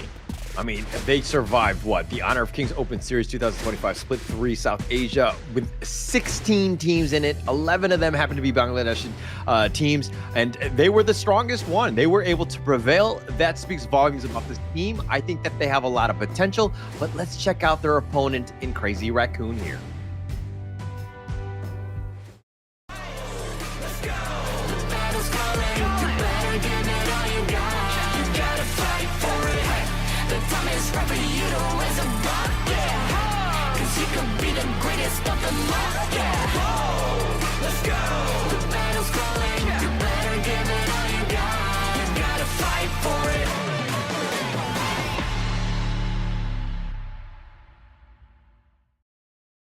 Crazy Raccoon, the team out of Japan. They have Feng Shun, Undertaker, and the trio that I like to call the KKK, Kai, Ko, and Kuro. This is a squad that's ready and itching for that first win. They are, of course, the CR Nation. Okay, so CR Nation, they need to make work. So far, they have been trying their best, but it just hasn't hit the mark just yet. Now, could this be their first win in the Pro League? That is the curious question, right? Both teams, like you said, desperation mode, they need those points. Yeah, I mean, it's must win at this point, right? To be honest, I feel like this is a series where they both want it so badly, we go to that 3rd game. I mean, I'm kind of, I'm manifesting it. I think it's going to go the distance because of, again, just how much these two teams are going to want it. But going into this one, I think draft has got to be key, because what we've seen thus far from both of these squads is that the drafts weren't just ideal for the situation at hand. Yeah, always lacking maybe 1 or 2 components to be able to get the win condition comfortably in their favor, right? So I think right now, like you said, draft is going to be really important, but also whoever doesn't make it in this first game needs to be calm and composed, right? We've seen these teams deal with defeat, and I think they need to recover a little bit quicker, right? Ignore if you have an L, take it as a learning journey, go back, fight for more. Yeah, I think that right now is the time. I mean, just go. I think that this is like green light. Let's just bring in our best foot forward, you know, going into this one. But it looks like Crazy Raccoon are going to choose blue. They want to pick first. Your thoughts on that one? I think it's good to have a strong start to the game, right? At the same time, I think maybe they can consider the tank jungle meta at this point a good start. It is also a very oppressive way to beat down your opponents, right? You want a convincing win. You don't just want to win. Yeah. Actually, that would be huge. It's completely demoralizing getting stomped, right? I think that this is a great opportunity to do so. But, you know, again, everything dictates on this game 1. I think that, you know, teams, when you lose that first game, it's so demoralizing to come back. You know, if you're able to do it, you have a lot of resolve and you're very resilient as a team, but it's tough. And getting your team to that state, it takes almost years, I would say, to get to that level. Yeah, because it is a best of 3. So you're kind of staring at death's door the moment you lose one game. Right? So Crazy Raccoon, they will start off the ban. Once again, it is going to be a Liang ban. So we might be looking at a assassin jungle meta coming in for Crazy Raccoon. Yeah, it's definitely all the rage at this point. I mean, the Liang ban, and look, they're going to go with the Mai ban in return. A good one. Because it could have been a potential easy first pick if that was available for Crazy Raccoon, especially with Feng Shuan able to pilot her to the max. Yeah, and Dharma is going to be the next character or hero to be taken out of the hero pool along with the Diadea. This opens up quite a few heroes, and as we expected, Crazy Raccoon, they're going to start off strong. This is a Lee being teased for Kuro. My wishes are bound to come Again, true one day. they've done this before in their drafts. So again, just trying to isolate and give Kuro one of the best farm laners for himself. That Lee is very strong. Venomous they're going to go a different route. Zhang Fei, probably a farm laner in return. You definitely don't want to be going into the second phase without a farm laner to kind of compete with Lee, because potentially get banned. I think it's okay, right? At this point, actually taking away the Zhang Fei in compliments to the Crazy Raccoon Lee is actually a pretty good move, right? So you take it for yourself and you limit the options on the side of Crazy Raccoon. They also pick up the Yixing, another good hero at controlling Lee. So, all right, the Dune is going to be picked up, and as well as the Sakir. Don't you think the meta has already shifted from a tank-style jungler, and that you should be looking for something with more, high mobility, like high damaging assassin types? It depends on what your comfort level is, right? End of the day, like we said, this is global ban pick format, so you have to be having a pretty decent hero pool. And I think you have to play to your player's strengths. Some players, they prefer that burst composition like Enfeng, right? He loves the assassin jungle heroes. He performs insanely well on those. Maybe not as well on those tank jungle meta heroes, right? So I think Crazy Raccoon, maybe this is Cole's comfort role and type of jungler. Okay. And I mean, it does pair well with the Sakira, right? Being able to Wind Slash and Mulberry Power at the same time. Could just kind of stack your stuns and then just control a large area. And almost it's like cycling your skills. It makes a lot of sense onto this one. But going into this one, like Crazy Raccoon, Gen.G banning, again, they're going to really target the farm laners, make it a little bit more difficult, and just kind of give your Lee as much space as possible. They're really concerned about the burst potential, right? On both sides. So they take out the Gen.G because his ultimate Imperial Order, it lowers your defenses for both magic and physical. And if the Sakir gets caught out in the fights, there's no more heals, right? And everyone, 5 men onto Dun, they can really easily work him down. Likewise, on the other side, Venomous, the Garden same thing, big concern about a burst. Princess Frost, they're really concerned about getting stuck. Zhang Fei needs to be present in the fights, he cannot be frozen. Yeah, cannot be. And it looks like they're going to go with the charming Marco Polo. We've seen this guy shine on him before. This is definitely one of his signature heroes. He's like, okay, target me all you want. Gen.G, Lady Soon. Boom. I actually wanted the Marco Polo in your face. Yep, and we have seen this exact matchup for Venomous. So Charming does do well against an Lee, but maybe it was just a difference of skill levels in that Lee. We'll never know. Courage is my only belief. Maybe. All right, it looks like Crazy Raccoon are going to round out their draft. Yuan and the Byron, they lock those in. That is their squad. They have a lot of control, a lot of burst and tankiness to this lineup. This is looking to be very scary by Crazy Raccoon. I kind of like the way that they're going. But Venomous on the other end, round out their draft with the pay. Is that going to be enough?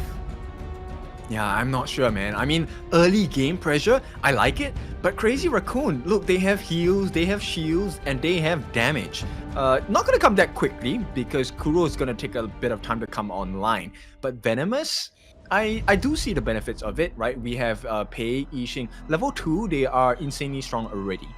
Yeah, and I expect them to be a little bit more aggressive early to kind of just make things, to give Pei more of a chance to kind of invade. You want to use his early game spikes to kind of ensure that he has a really good game. Oh yeah, for sure. So at this point, the shield value of Tamid,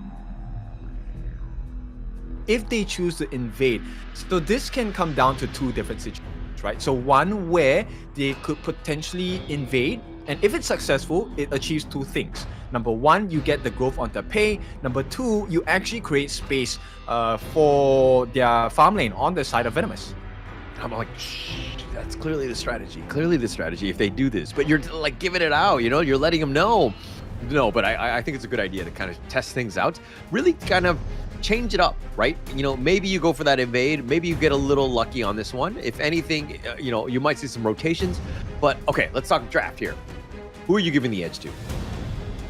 I prefer Crazy Raccoon's draft. I think it's less risky, but it takes a bit of time to come online, right? Venomous, it's more of an explosive draft. They need to get a first blood or consistent advantage in farms, maybe steal some camps before it really works for them. Yeah, okay. All right, it looks like the drafts are underway. We're going to go into the final series of the day. This is, of course, going to be game one, and it looks like Crazy Raccoon potentially at least just kind of invading at least the mid lane more than anything else. They want to see exactly where Zeke's is going to start out. But yeah, I think a quick pause for now. Okay, I have to say this because the only other pause I experienced was with Venomous, and we talked for a long time with Venomous. Yeah. I actually thought it was a you thing because yesterday when you were not on the desk, we had no tech issues.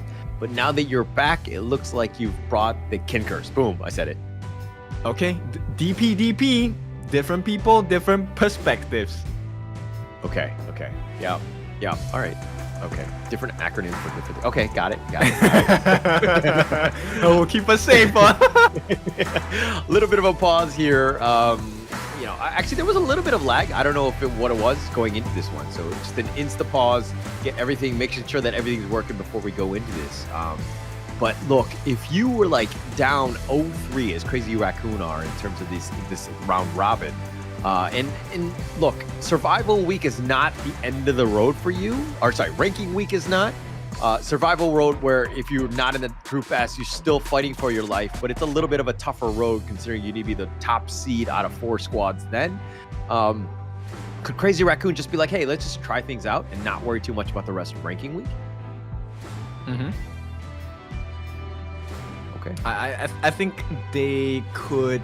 Look, for them and Venomous, I think maybe, yeah, this is not a time to take a risk, right? I think... Right now, it's more of can you go with what's proven in your scrims, proven in your competitive matches, right? Or maybe learn from the success of other teams as well. Understand why there are certain decisions made and why it was successful for them in that particular instance. That will be the strategy that I would try to employ for both of these teams. Okay. I think that's the right way, right? I to be honest, I was like, that question was loaded. I was just trying to see what your response was going to be in the sense. But I think that you always want to put your best foot forward, especially in these kinds of situations. Because you really, again, if you're at the end of ranking week and you have 0 wins, that's got to be heartbreaking, right? And then you got to get whatever sort of win you can get to build that confidence and to kind of have that foundation just like moving forward of like, we're okay, we're good. We know ways to kind of win. We just got to get there, right? Yeah, at the same time, you know, I like to look at it as a different perspective, right? So, yes, you may have been in the bottom in ranking week, but then you also have the highest potential of a turnaround, right? So if you can kind of figure out where you went wrong during ranking week, and as you fight your way through survival week, there is a potential of explosive growth where you kind of figure out, hey, you know what? Maybe this was the reason why we were not winning games. And you will surprise everyone. Yeah. I think that's at the end of the day, it's about just kind of one-upping somebody and then getting that first win. I think that would be huge, right, at this stage. But yeah. I mean, I'm kind of curious as of like if this tech pause is gonna kind of shake up the nerves even more.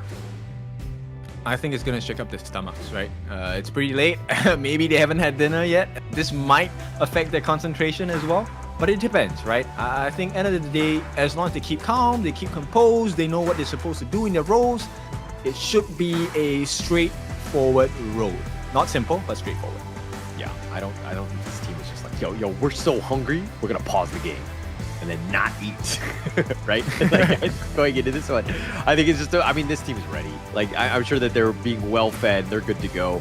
It's just a matter of time, just making sure that everything's, you know, silky smooth, right? As we expect for these type of leagues and tournaments. So, you know, nothing but the best here. Yeah, for sure. I'm just curious how Charming is going to perform today. We've against an earlier in the first day, I think.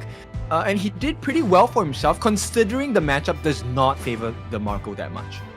Yeah, I don't think so as much. Okay, look, Charming, he does well. He clearly knows how to play the Marco Polo. He can definitely style on him. It's just that he needs to ensure that like he gets the right amount of farm before he starts to go ham. And then he's able to kind of do Marco Polo things. I think Marco Polo gets online a little on the later side, which is a little bit of a struggle because I felt like Charming kind of wants to push the initiative a little early. But this matchup against Arlie, I think it's favorable in the sense where, look, they're looking to build almost similar items, right? So Sparkforge Dagger, Doomsday for the side of Charming. On the side of Crazy Raccoon, it's Doomsday, and then you want your Shadow Ripper, you want your Eternity Blade. So similar item builds, and I think the goal required is pretty close. So it really then comes down to your skill matchup, right? Can you do well in the lane? But I mean, when you're seeing like a Dune or a Secure just like jumping on top of you, like it's not the most comfortable of things. Because like as a Marco Polo, you kind of want to stay away, keep them at arm's reach, let them group up, then you go for like a Fever Barrage. But if you're stunned in that situation, you're going to have a tough time, right? And finding that perfect moment where you don't have all these bruisers looking to just literally prioritize and stun lock you, you know, it's a tough go. Yeah, and in fact, I would go to as far as saying my concern for Charming is if they don't get the timings right, he can have the full duration of the Fever Barrage, but when the Firefly field gets dropped, he's gonna die quickly as well. Yeah, no chance at that point, right? I think that's, I mean, it's really going to come back to the positioning. There's so many of those guys, like the Arlie and the Secure, both of them are going to be very glass cannon type of, very squishy style heroes that just get caught out, they just get blown up. So we got to be careful with how this is going to be. Okay, we're back. So let's take a look. We were theory crafting. Oh no. Zeeks, he has to move away. Yeah, he's been threatened already. And we were kind of talking about how Crazy Raccoons, you know, they're trying to do something different. Zeke's looking for the potential steal. He's going to get wind slashed, but it looks like the smite happens. He gets it, and now this could be a bit of an issue as Crazy Raccoon committed quite a bit, and Zeke's still got what he wanted, which is that buff. Yeah, and look, Kuro is, he's trying his best to win the lane against, but that was a big deficit. Zeke's, they did all the work for him. Yeah. I mean, through it all, which is huge, but Surge taking a lot of damage, has to cartwheel away to safety, and Kai, the experienced Clash laner, doing some work in that top lane early. Yeah, and it looks like in the farm lane, it's looking not bad for the side of Venomous, right? Against Kuro. Kuro kind of burned out the frenzy really early and had nothing to show for it. Yeah, nothing to show, but I mean, it's not the worst thing. It's so early in the game, right? I mean, yeah, you try to go for it. Maybe you do a little bit of damage kind of thing. But through it all, I mean, it's just a simple cooldown. Okay, yeah, all right. I thought something was going to happen. Zeke was going in, wasn't able to catch Kai as he flashes away. Okay, but that's the big thing, right? So Zeke's actually, the next rotation, if they leave, Kai could be dead, but here we go. Yeah, I don't think so. I think he's going to be fine. Zeke's continuing to farm. I want him to be a little more aggressive right now. He's level 4 at this point. But it looks like they're going to kind of just, he's just going to go back into the jungle. But look at the bottom lane. Charming completely out of the lane. Letting Kuro just push the bottom T1 a bit. Yeah, he hits 4 first, but Charming does have the Fever Barrage. So maybe there is a setup available. Potential. Kuro, he just, I mean, if he's smart with those parasails, he should be fine and should be a non-factor. But it looks like Crazy Raccoon looking to be aggressive. They know when the Crimson Golem is going to be up. Zeke's being contested yet again. Zeke's takes it out again with 5 members rotating, trying to take it away. And Zeke's, again, a thief in the night, taking it away. Yeah, he's just wasted so much of their time. And look, Kuro is also taking quite a few hits stun does come in for the side of Function, but it's not going to matter too much at this point. They have been unable to slow down the farm of Zeke's on this pay, and that's not a good sign at all. Yeah, not a good sign. I mean, Zeke's, I think it's more to Zeke's playing well, right? And understanding just like, you know, getting that smite off at the perfect time. That's exactly what you want to see happen. But a little bit of a Mulberry Power, the Umbrella Outburst onto this one. But it's Kuro. He should be fine. I think that that's going to be the end of it. But Zeke's, looking to turn it around. Oh, they get him. And it looks like it's not going to be enough damage, though. But Zeke's making his presence known as Bruce Lee in the bottom. I like this patience coming out from Venomous. This could be the Fever Barrage. They do get the lockdown. Yeah, they do have the lockdown, but they're not going to dive under the tower. They don't have minions, and that's going to be the end of it. And mind you, it's not the 4-minute mark yet. They were looking for that pickoff to hopefully just snowball into that Tyrant. Not for free, not going to be there. Zeke's just continue to farm. Yeah, it would have guaranteed them the Tyrant, actually, if they got the kill there, right? So smart moves by both sides. Yeah. Understanding that just like where the plays are going to happen. Again, Zeke's is continuing to farm. He's doing very well. 2.5. But here we go. The Tyrant, Crazy Raccoon. Looks like they will take this one out. Ko will smite it for good measure. Yep. No contest available, right? Tommy did not have the smite available. He just made a beeline straight for the Overlord. He knew what was. And once again, he's going to start securing his Crimson buff. Oh man, I thought that Undertaker, if he Mulberry Power is just a little bit on the side, he hits Charming on this one. Charming taking some work, and especially with Kuro starting to do some damage as well. And through it all, looks like they're gonna back off at this point. They're gonna look to dive, put pressure on that bottom T1, but Ashir will join the fight. And the world's barely missing Feng Shui. Yeah, barely. But unfortunately for them, it's not gonna work out. Now, this means Crazy Raccoon, they have quite a bit of goal lead going into their hands. Actually, not the biggest, but we'll see. Yeah, they've got the Mulberry Power on Tamid. He takes that one, eats it. And this is a bit of a pressure being given by Feng Shun as well. The Umbrella Outburst pushing them back. They're doing some work. The Fever Barrage is going to connect onto 3. Undertaker's down for the count. Kame gets it as well. Kuro is down as well. The Fever Barrage is amazing. And Feng Shun is killed as well. Now Ko, he's looking to go. He Unruly Blades. I think that was on purpose where it was like kind of back. He's like, I don't really want to take this fight. Yeah, I mean, 1v4 is not an ideal situation. And Venomous, they're going to start looking and a bit stronger at this point. Now, Kai has been in advantage against Surge this entire laning phase. It's not going to end there. They're going to have a little bit more pressure coming though. Yeah, a lot more. I mean, Venomous played that very well. Charming with an amazing Fever Barrage when all 3 were set up, combined together, and Venomous make sure that they make them pay for any sorts of rotation. Crazy Raccoon now on the defensive, down about 700 gold. Need to find ways to get back in this. They actually layered the skills pretty good here. Ashir is not gonna have a good time. The Firefly Fiu is gonna just chase him out. And once again, there is an availability of the Fever Barrage. Do they want to take the risk? Yeah, I don't think so. I mean, depends on where the lane is. I don't think I mean, there are no creeps, so definitely not the opportunity at this point.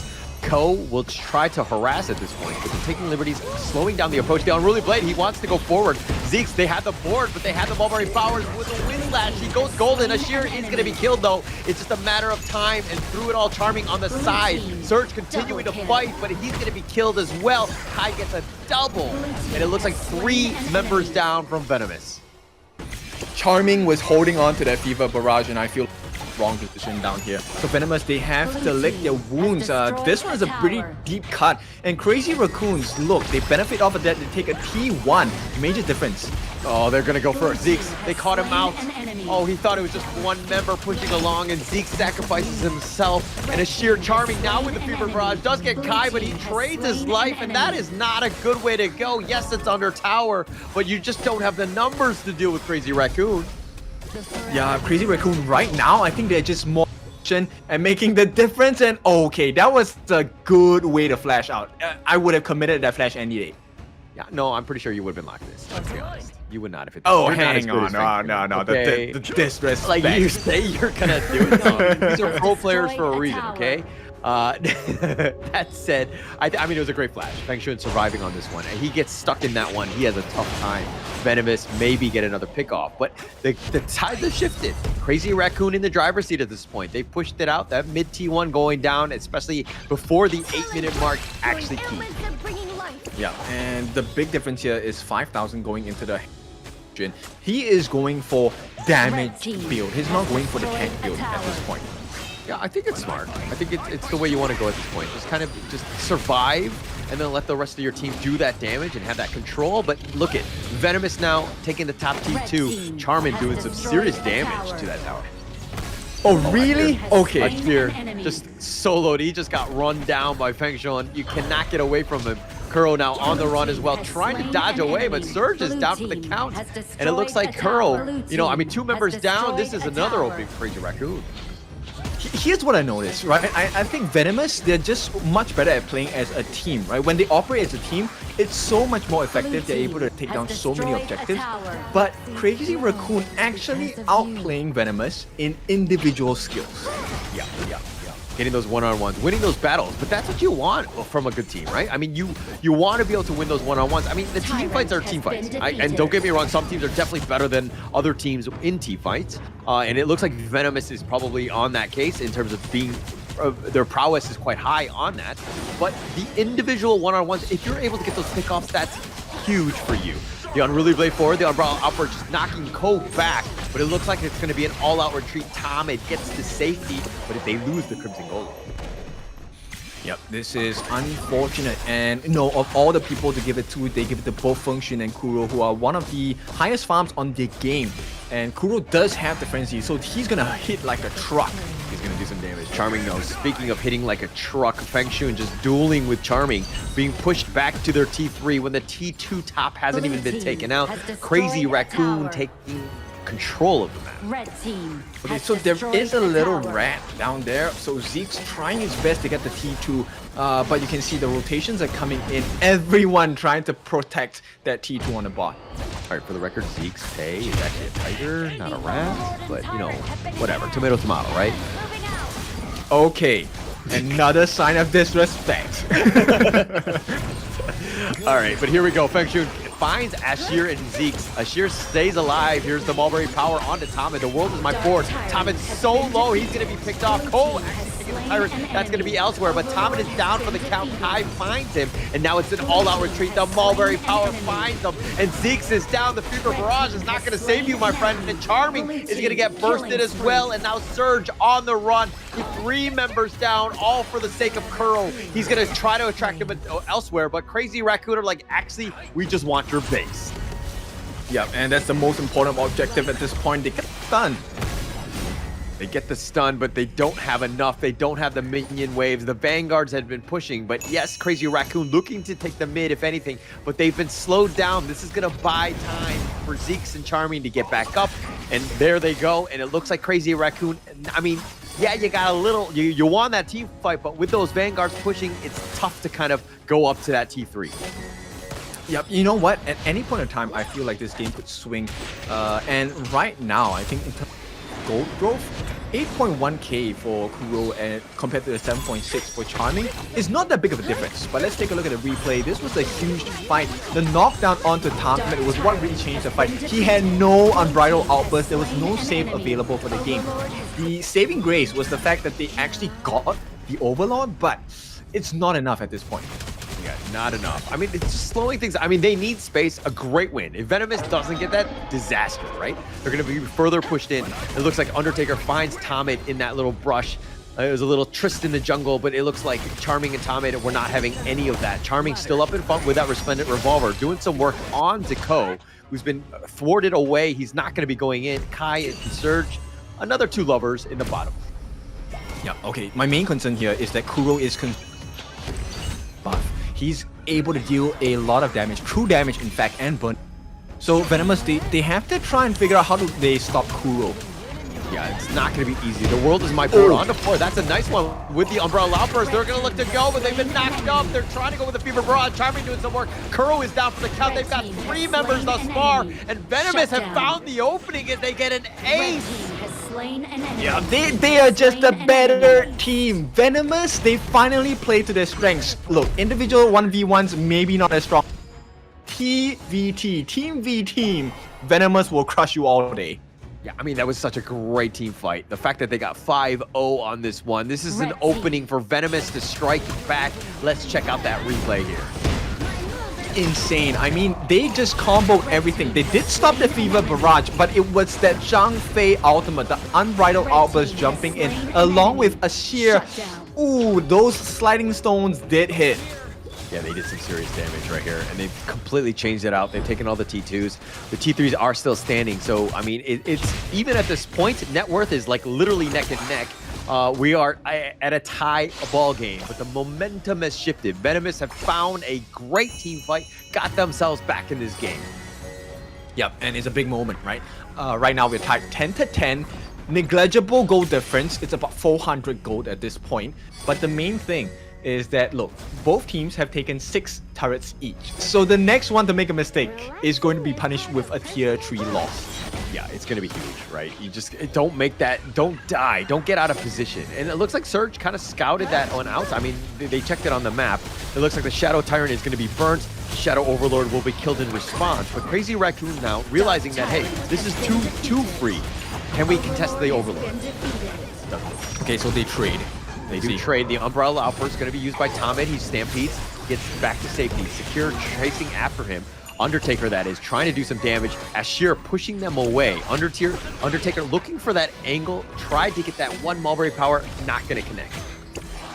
Look, Venomous are just so good in playing around the map as a team, right? So they know what fights to take. And if you notice the way that Zeke's plays, the moment he identifies a risk, he does not enter. He backs off straight away. Oh, they found Undertaker. They've got him. They've got him locked in. He's not able to get away. Oh, yes, he's out of the board. He flies to safety, and he gets on his magic carpet, and he says, bye-bye. Easy movements, but it is a bit concerning, right? So they don't want to allow the skill moves from the side of Crazy Raccoon. That is their strength, right? You catch them all out.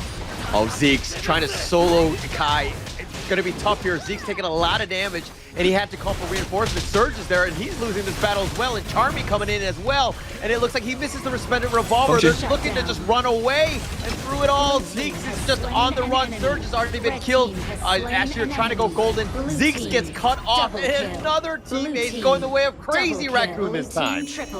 This one is all to the benefit and of Function. He did the best flank ever, catching out the rest of the side of Venomous. Not only that, he prevented the TP back home by Zeke's, and now that is a big reward. They're going to be able to take the crystal. Yeah, and that's going to be all she wrote, at least for game one. Crazy Raccoon finding ways to come back in. It was 50-50. Venomous had a chance. They got that team ace, but just as quickly as they got it, they gave one up. They lost that game, and Crazy Raccoon coming out on top. The camera working? Why is Crazy Raccoon not looking at me, man? They are like... They're very humble. They're very humble, right? Like, they're just like, hey, that's just one win of many that we have ahead of us. True, they're professional. True. I mean... Right? They're not like you and I. Good play. Yeah, like you and I would be like, haha, got it, look at it. Yeah, a little inappropriate. It's still a family show, okay, my friend? Anyways, I do think that Crazy Raccoon, I mean, they could show a little bit of jubilance. I think that that would be great. A little bit of joy definitely would help them along. But still, I think that that was a long time coming. They were in the L column for a while. Getting that win must feel great. Yep, and I think it's going to boost their confidence. But for Venomous, look, they were so close. And I think you can tell, Venomous, they're not like trailing them by any means, right? I think as a team, Venomous is playing really well. But it's just unfortunate lack of information. They didn't see the flank coming from Function. I think they would have performed a very little, quite a bit differently if they knew that the flank was coming in from this U1. Yeah. And I think that it was one of those things where also Zeke's got out of position. I mean, he was trying to solo him. And instead of going in one by one, trying to trickle where the battles are going to happen, just get yourself out of there. Just cut your losses. Yeah, Zeke's dies, and then just try to hold. You still had your T3s. You had an opportunity. You had decent wave clear to kind of just deal with the minions that were coming. So you weren't going to lose the game right away. Sometimes somebody gets out of position, and it just compounded into an entire team wipe, and that's a disaster. Yeah, but what a way to do it, right? To get Team White first in your attempt to try and take the crystal, and then to return the favor, and finally that it was a big moment. And I think the right choice was made by Function. He actually went for the full damage build here with the Holy Grail, Staves of Sorcery, Savant's Wrath, Void Staff, along with the Scepter of Reverberation. He was one of the highest farm in this game, second to only Kai, who, with the golden equipment, was the reason why Zeeks couldn't kill him in the first place. Yeah, I mean, look at everybody on that team just doing a ton of damage and just like really helping with that win. But I think the MVP for that one's got to go to Feng Shuan. I think that play in the end especially cemented it, ensured that they got that win because he was just doing so much damage. I mean, 79,000 essentially, just a lot of damage and really helped that team. But this is a roller coaster. That's my heart rate right there. Yeah, same here. I mean, Crazy Raccoon, this was a tight one. They made a couple of mistakes that were kind of, especially with all 5 members getting caught in the board. That's not a situation you want to have, especially against a Yixing, right? So, lucky for them, they won this game. Let's take a look at how this is going to be. And like you said, MVP, Crazy Raccoon, Function, doing so well for himself. 5-2-7. Yeah, 5-2-7. I mean, 28% of the damage. Literally just like I'm a little uncomfortable with his posturing there in that photo, but Venomous here is just kind of, I mean, this is where things kind of just fell. Like you thought that Venomous were going to really be able to strike them. They had a really nice gank here, setting themselves up. But, you know, again, Crazy Raccoon were able to get back in the game because it seemed like Venomous were kind of caught off guard. They were kind of spread throughout. They just had a really difficult time with those team fights.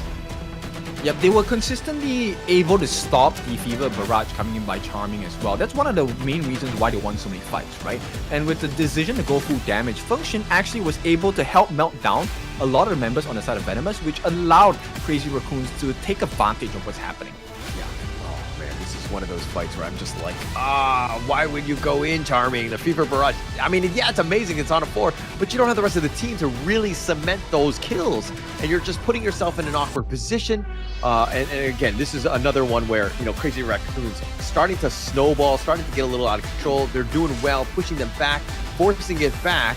But then the ultimate turnaround, Venomous are like, no, not just yet. That board was amazing, locking them all down with that Umbrella Outburst. You had everything that you wanted. You get that team wipe and you're thinking, Venomous, GG, go next. But then, check out what happens here as it looks like in the top lane, Zeke's on the run.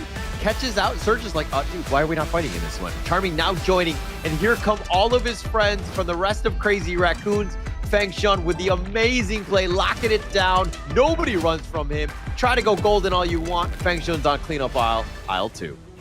Yep, he had the presence of mind to use his unending sorrow to get away from the board as well. At the same time, force out the Splendor, so burning out all of the different resources on the side of Venomous. So great understanding of what's necessary on the side of Venomous to turn the fights around. At the same time, it was really unfortunate because there was no vision. But talking about vision, we want to see the future. We're going to have to take a break before that, so let's go for a short break. When we're back, game number 2 between Venomous as well as Crazy Raccoons.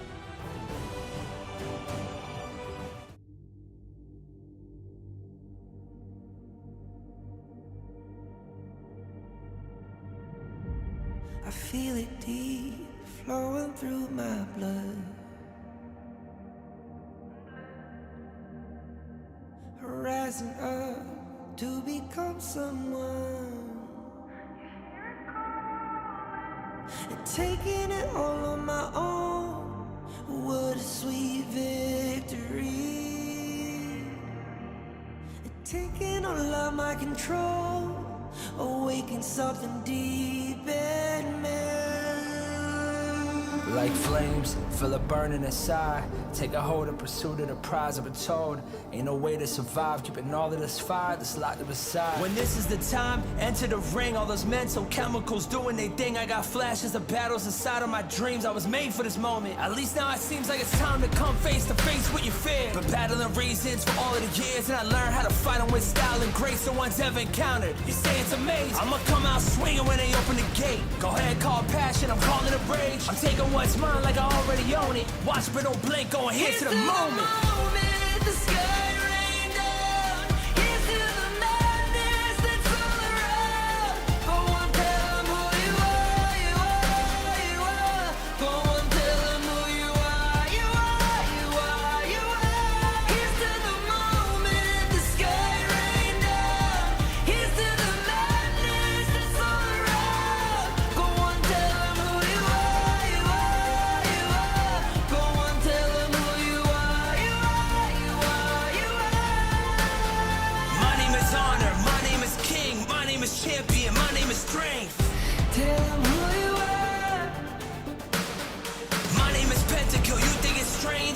keep ringing inside of your brain.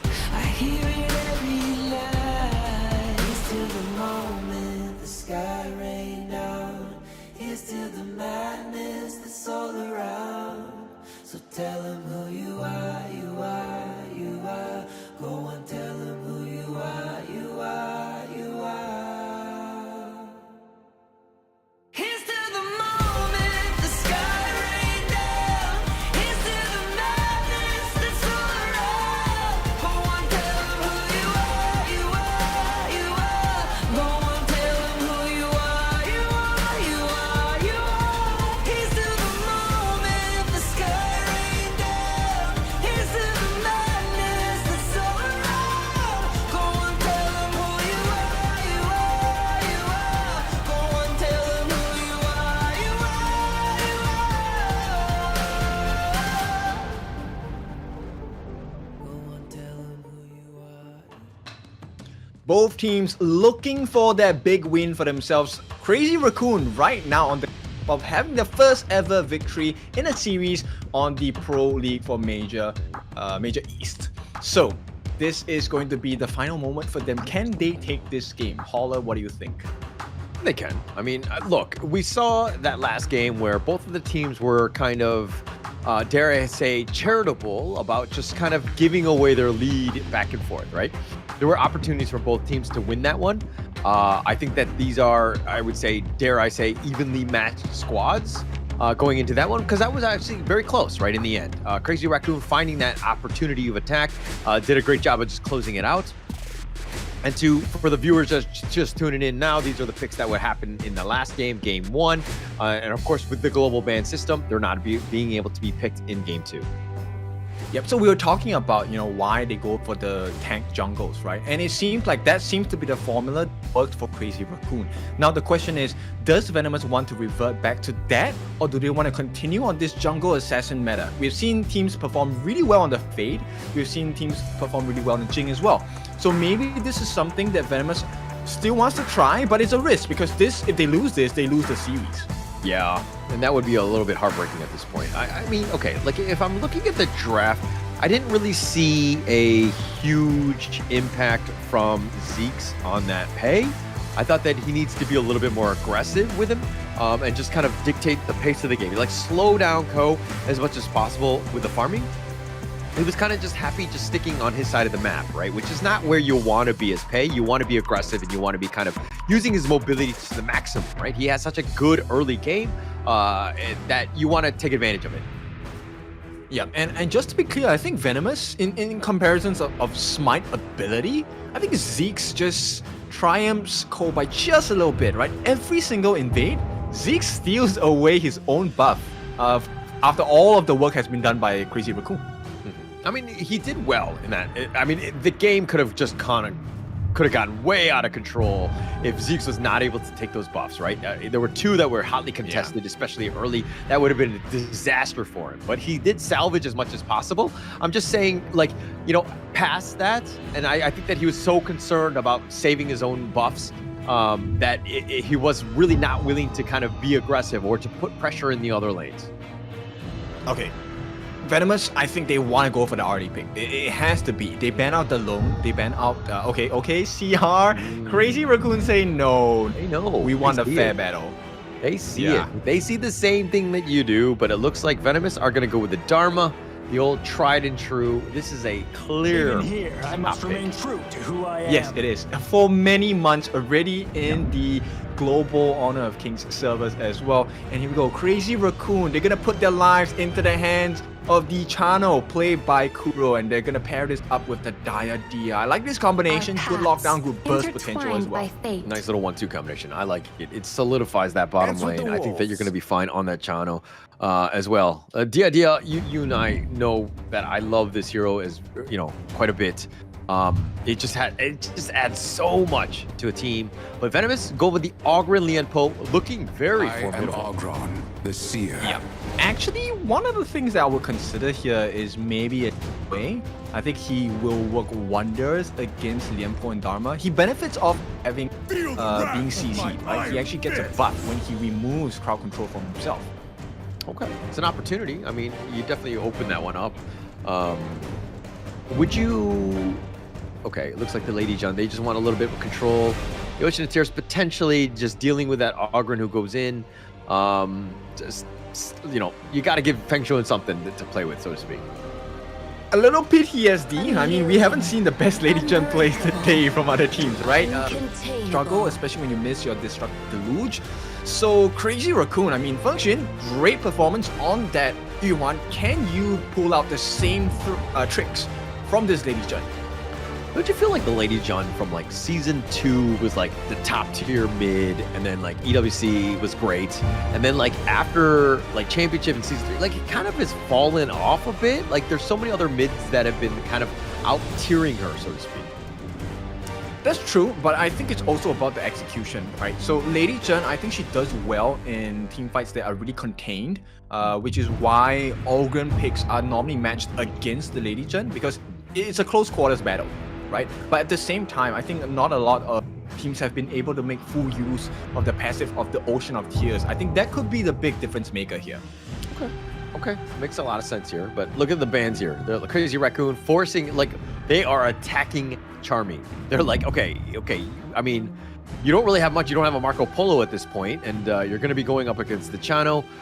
It won't be the easiest of lane matchups at this point, especially since you're so deep in this hero pool now.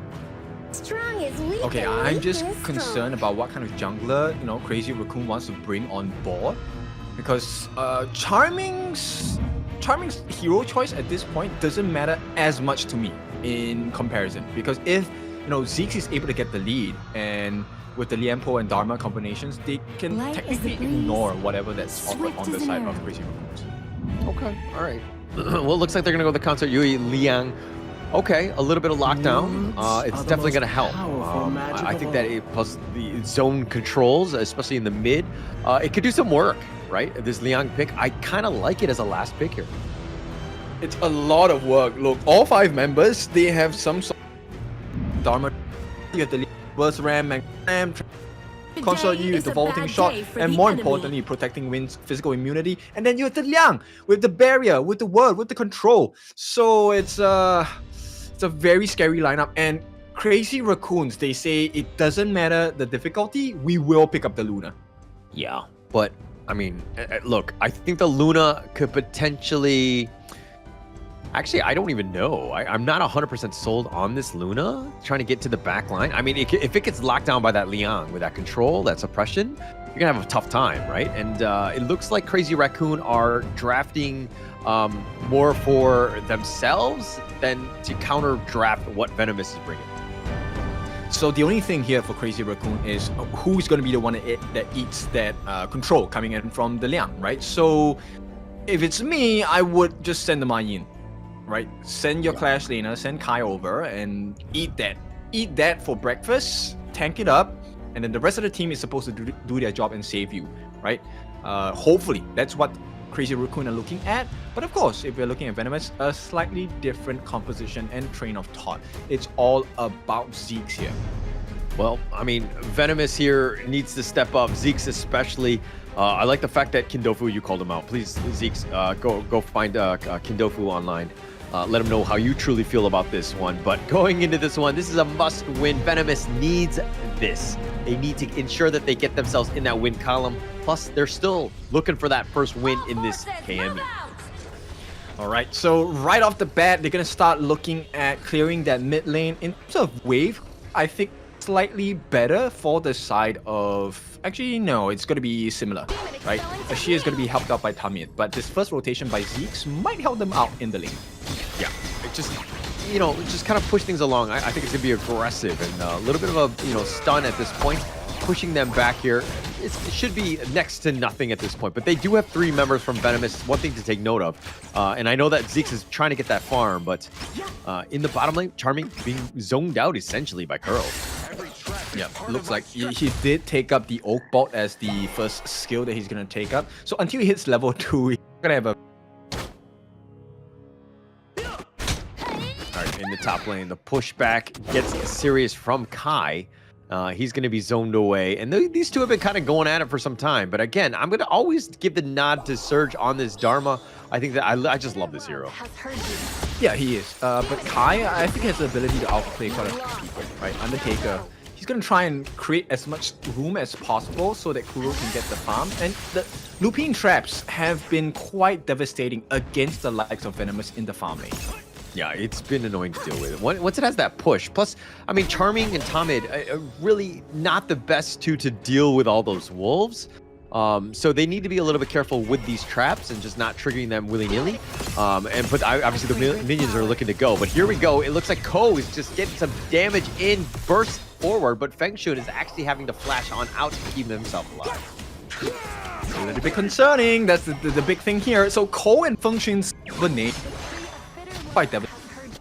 It allows Feng Shun's flowing side to hit maximum whenever Ko gathers everyone together.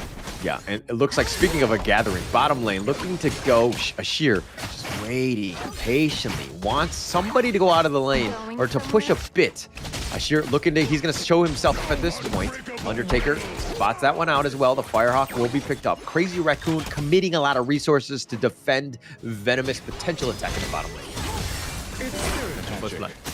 Yeah, potential. Azure Golem going to be taken here. It looks like Ko is looking to just do some damage.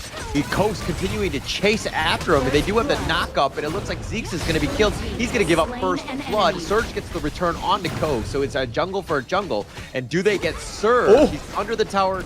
He will survive. Oh, the flowing side. Tomid, I was a little bit that the bounce did happen. Surge actually almost the cause of his death there.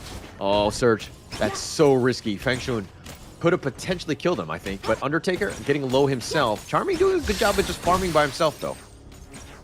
I think Charming has been known to do well in a solo situation, right? So he is able to kind of create situations where he isn't threatened that much. But right now, I think it will be useful if Tommy can really just get rid of all the traps for Charming, because once that leader stance comes out, the wolf pack comes in.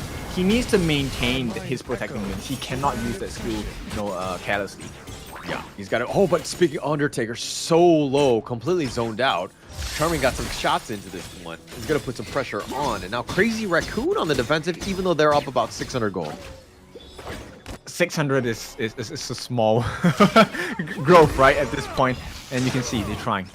Got any sort of advantage, super helpful at this stage. I will take it, right? I would rather be up 600 gold than down 600, my friend. Yeah, look, one thing that I'm curious about is Zeke is actually going for Dragon's Rage. Is that the best item build? Because you have to stop the heals coming in from Cole. And I think they're placing a lot of emphasis on the fact that they might be able to CC him instead. Yeah. Oh, Charming, okay, takes the Tyrant, and it looks like Kai was looking for that flank attack. And he cartwheels to safety. He's gonna be fine. But all in all, the Tyrant has been picked up by Venomous. A little trigger happy for Feng Shun with that. That's gonna be a big deficit here. A sheer whoop or an opening. Yeah, wants to potentially go. Ashir, no, he's just going to stick around. He does have a little bit of harassment. Oh, and Charming, but basically Curl tries to flash away. Tommy was just going for the kill, and he realized, hey, actually, these Axolotls don't fire. They are kind of playing with fire at this point. Do they really want to try for this? Yeah, I think it's a little risky at this point. Looks like Charming and Tommy will back off. If anything, they'll just kind of stay back in the lane. They don't need to force things. Obviously, they do want that, to put a little bit more pressure on. But all in all, it looks like Tommy taking some work from Undertaker. Okay, Feng Shun's rotation might be the game changer here. Yeah, they're looking to go for this one. As long as they don't spot themselves. Spot themselves out. Oh. They got him with the Ocean of Tears, but no, all in all, that was pretty much it. Even the Destined Encounter was committed. Nothing to be had. Yep, so both teams actually looking for an opening like anywhere on the map, but both teams are refusing to give and leave any gaps. Yeah, and 3 members here for Crazy Raccoon. They're not giving up on this bottom lane. They do have that Vanguard, so that should put a little bit more pressure on. Are they able to zone them away while also taking down that tower? Not going to happen, especially since Zeke has shown up. Crazy Raccoon just back off. Okay, a very different choice of itemization as well, right? So with the gold, both of them in the farm lane, 3.6, 3.5 for Charming and Kuro respectively. Eternity Blade going in for Charming first, while Kuro has the Shadow Reaper. So there is a difference in damage being offered so far. Yeah.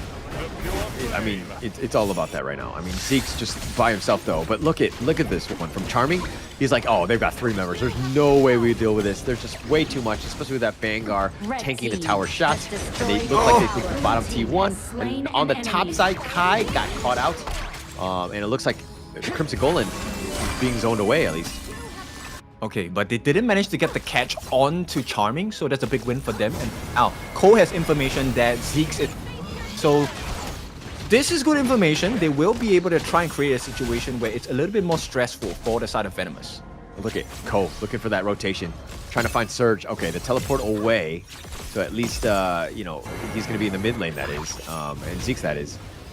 But they're going to put a little bit of pressure on. I mean, the game is kind of slowed down a bit. It's about 2K net worth lead in favor of Crazy Raccoon, but they don't really need to force anything. They can kind of just, you know, put a little bit of pressure on, get Ko just a little bit more farm before they really want to go.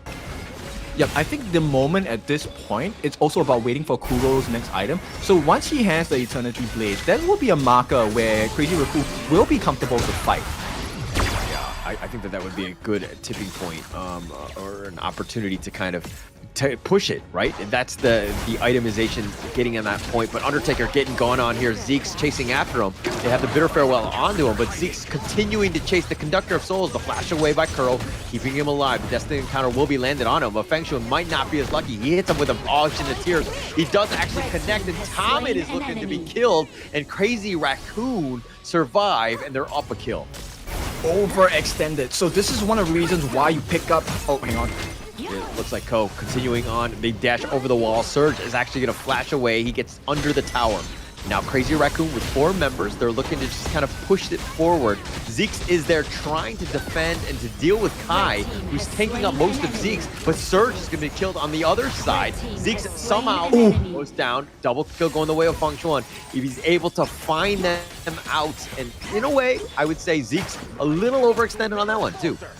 In fact, it's quite a costly move here. They might lose Red team has destroyed a tower. the hand Cole, and they have the Tyrant on it.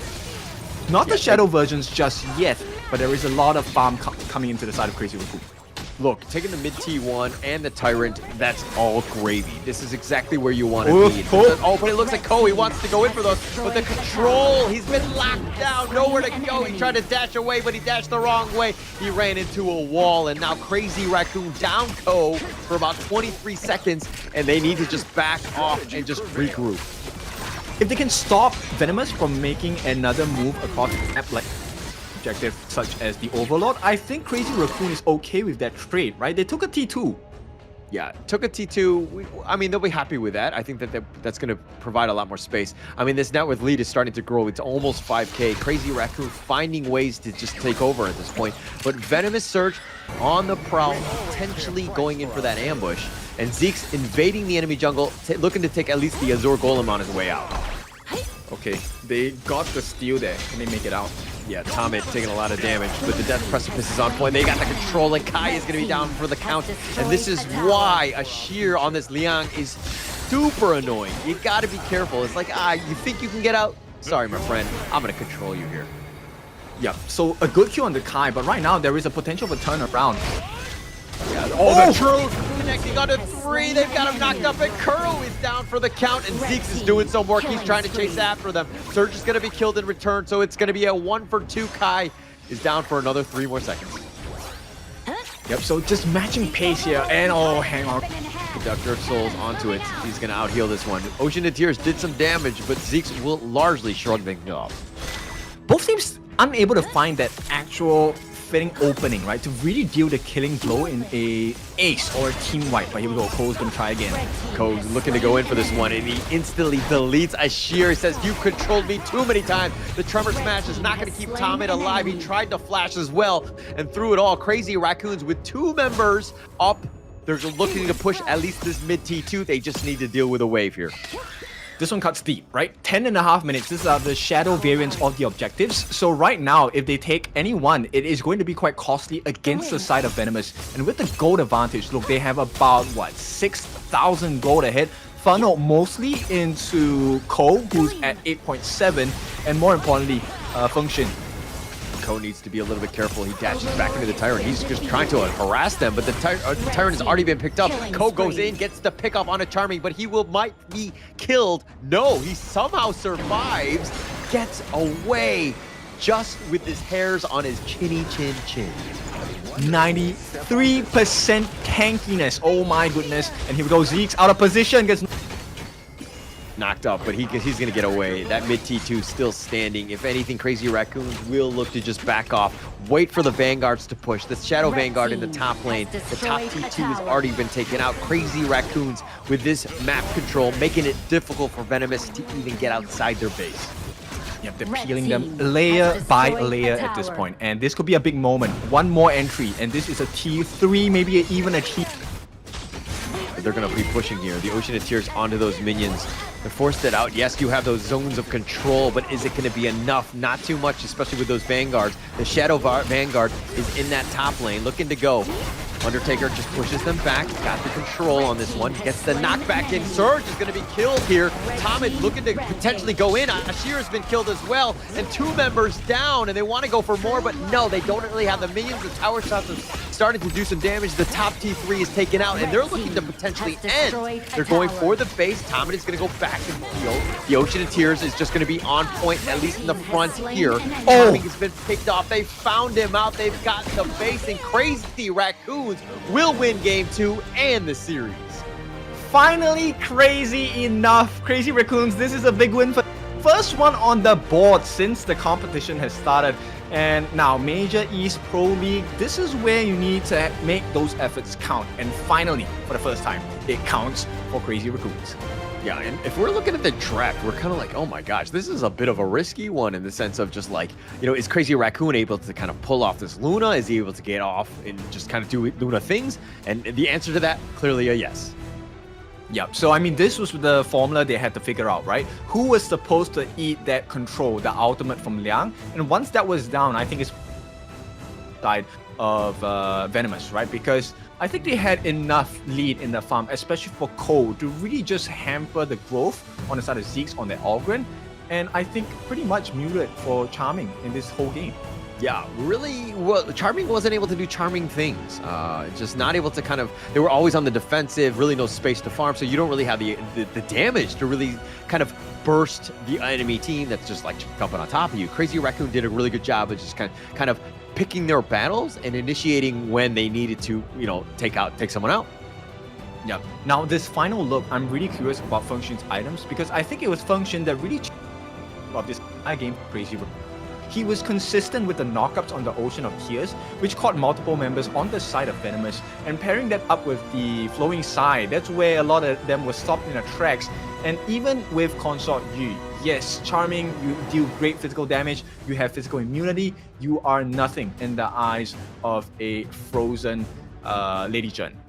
Yeah, and to be honest, I kind of go back to the draft. I think Consort Yu is just really not my top 10 probably, because in terms of farm laners, there's not too many more. But I think that it's definitely not where I want to be, you know, top 5. And so I think coming in the draft, they probably should have prioritized that a little bit earlier. Give Charming a chance, because I think that he is pretty much the backbone of this team, not really able to get going, especially with his 1-2-1 KDA. Yep, but this is all about celebrations for Crazy. Here, Undertaker Pro 10. He on point in game, allowing the rest of Crazy Raccoon to really benefit off of it. And yeah, that's the damage. 101,000 coming in from Function here, just doing the maximum efficiency on this Lady Jun. Yeah, finally, Lady Jun doing is, I think that was one of her, not first wins, but, you know, very rare Lady Jun wins. You don't see too many of them. They've just kind of been outclassed in that mid lane, but doing well in that one, just proving just how to play this one and getting those flowing sides. The destructive deluges were on point. He was just Feng Shun, just taking the Lady Jun to the next level. I think we might be seeing the start of a rising star here, and I think behavior and this, we might see an even bigger one. But MVP unfortunately stolen away by Ko as he entered to the back lines, similar to how he did in game 5, 2, and 3. He was one of the big catalysts, one of the cornerstones why this team won so hard, making life so hard for the side of Venomous as well. Yeah, and we'll check out the highlights here. Crazy Raccoon doing well even from the beginning, finding those pickoffs, just getting themselves into great opportunities. And Ko, once he got going, he got those, the net worth. It was really tough for Zeeks to kind of fight back in this one because Feng Shan was just doing so much damage. It's like, yeah, you have that sustain and you're able to kind of keep yourself alive, but it's tough to continue to go in. You have to just retreat at that point. Yeah, and Cole, one of the things you'll notice as the game later proceeds, he himself is able to take 3 different ultimates from the side of Venomous before he actually falls to the ground. And that's a big marker. That's one of the reasons why Feng Shan is able to do so well. That's also why Kuro is able to get all those wolves down. And the heals coming in from Undertaker really changed the fight. It was not looking too good for a moment, but that last destined encounter on the top lane on the T3 allowed them to just take the game from there. Yeah, look at how aggressive Ko is. I mean, yeah, he gets the pick off, but once you take out Charming, it's like, oh, where's all the damage? What are they gonna do? Yeah, they're gonna control me to death. But Ko actually survives on that one. Again, playing the hero of the limit, understanding what he needs to do. He found Surge and then gets the pick off. And once Ashir, don't get me wrong, it's great to isolate and to do that ganking when you have that control, that suppression. But once you're dead, I mean, once you lock yourself in, you're such a static target. It's very easy for everyone else to pull you away and to kind of kill you. So Ashir really didn't get going with that Liang as well.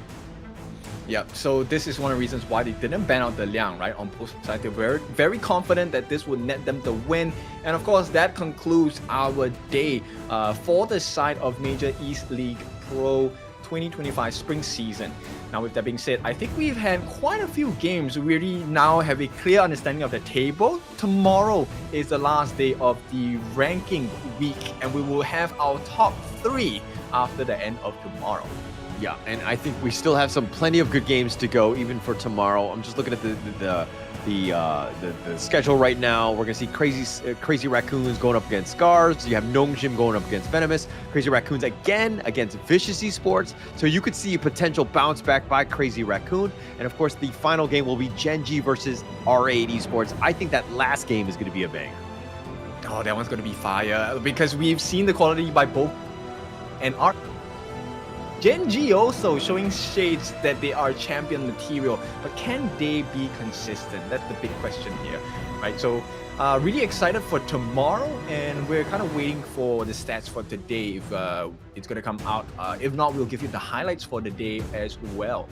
Yeah, and we're just going to see exactly how things are played out. I mean, Nongshim right now, just I see it on the side. We've been doing some mental math on this one. They're 4-0. I think it'll be very difficult, especially since they have Venomous on stack as well. I don't remember the last team that they still have yet to play, but I think that they're in prime position to make Group S. Should not be a problem. But the rat race throughout is going to be Gen.G Esports, R8 Esports, and SCARZ. I think that there's a lot of potential to see which of these 3 teams, only 2 are going to make it into Group S. That's going to be super exciting as a final day tomorrow. Yeah, I mean, that's what matters, right? Now this puts into perspective how important every series is. And not just that, you have to try and win. Can you imagine losing a slot because you lost one game? That is so painful. Yeah, that would be rough, right? I mean, just losing one, but it could come back to that. I mean, it's as simple as that, right? But here is, of course, the results of today's matchup. Spoilers if you don't want to see it. Nongshim 2-0's Crazy Raccoon. The second match, R8 1-2 loses to SCARZ. And the third one was 2-0 in favor of Nongshim. And the final match we just saw, Crazy Raccoon 2-0's Venomous. Yep, so quite a few shades being shown here, right? We have seen the rise of champion material, top of the table at this point. 4 matches, 4 wins, all 2-0s, followed by R8 today in second place and Gen.G in third. Now, SCARZ, they haven't had too many games just yet, and they might be able to wrestle that position away. Now, that leaves the rest of the table, Vicious, Crazy Raccoon, and Venomous, who are looking to survive and make it into Survival Week. Yeah, for the record, SCARZ has to play back-to-back games off cam. They're going to be playing Vicious Esports and Venomous. So we'll have a much better picture at the start of tomorrow to see exactly where the teams kind of shake up as they go into their final games. And this is, of course, going to be the schedule for tomorrow. Crazy Raccoons going up against SCARZ. It's going to be, and the second one is going to be Nongshim versus Venomous. Third, Crazy Raccoons versus Vicious. Gen.G versus R8 Esports. who's going to be potentially second or third going into that final survival week. Yep, so SCAR's gonna have a tiring day today, but tomorrow is the test for Crazy Rook. They have won, and they have gotten off on a good start today. First win ever in the Pro League for Major East for them. Can they continue? Can they be consistent? Right? We want the best of the best to qualify, not only to take the money, but to qualify into Esports World Cup as well. That is where the big boys are playing. That's where you want to be seen and want to hold your victories on. Yeah, but of course, just to note, only the top squad in the KME is going to be going to, of course, the KWC, the EWC, as you're talking. The second place team is going to be going to the last chance qualifier. They're going to be going up against the west side, the worst side, that league. I mean, at the end of the day, you know that the east teams are all better, so they're going to end up with a victory. So basically, if you're second place, you're going to qualify as well. Yeah, it's the what league? Oh, West League? Oh no, it's what? Worst league. Yeah, but in any case, it has been an interesting day today. So let's go and end the day for the day. It's been fun. It's been action-packed. It's been your favorite kind of tofu, kindofu, as well as Holler. Holler, any last words for today? No, I had a bunch of fun. I'm going to be taking a day off tomorrow. Kindofu and Dashcast will be here on the desk to kind of, guide you through the last day of ranking week. It's going to be super exciting. Thank you so much for tuning into the KME. We'll see you guys tomorrow.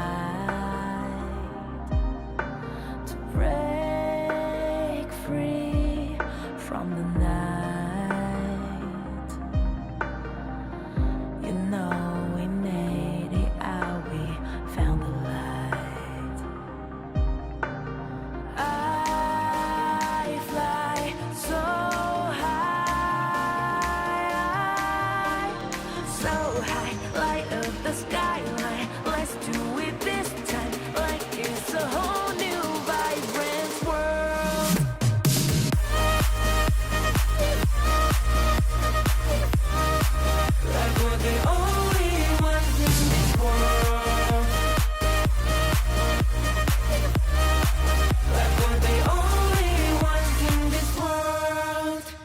Now I see that I got everything I need.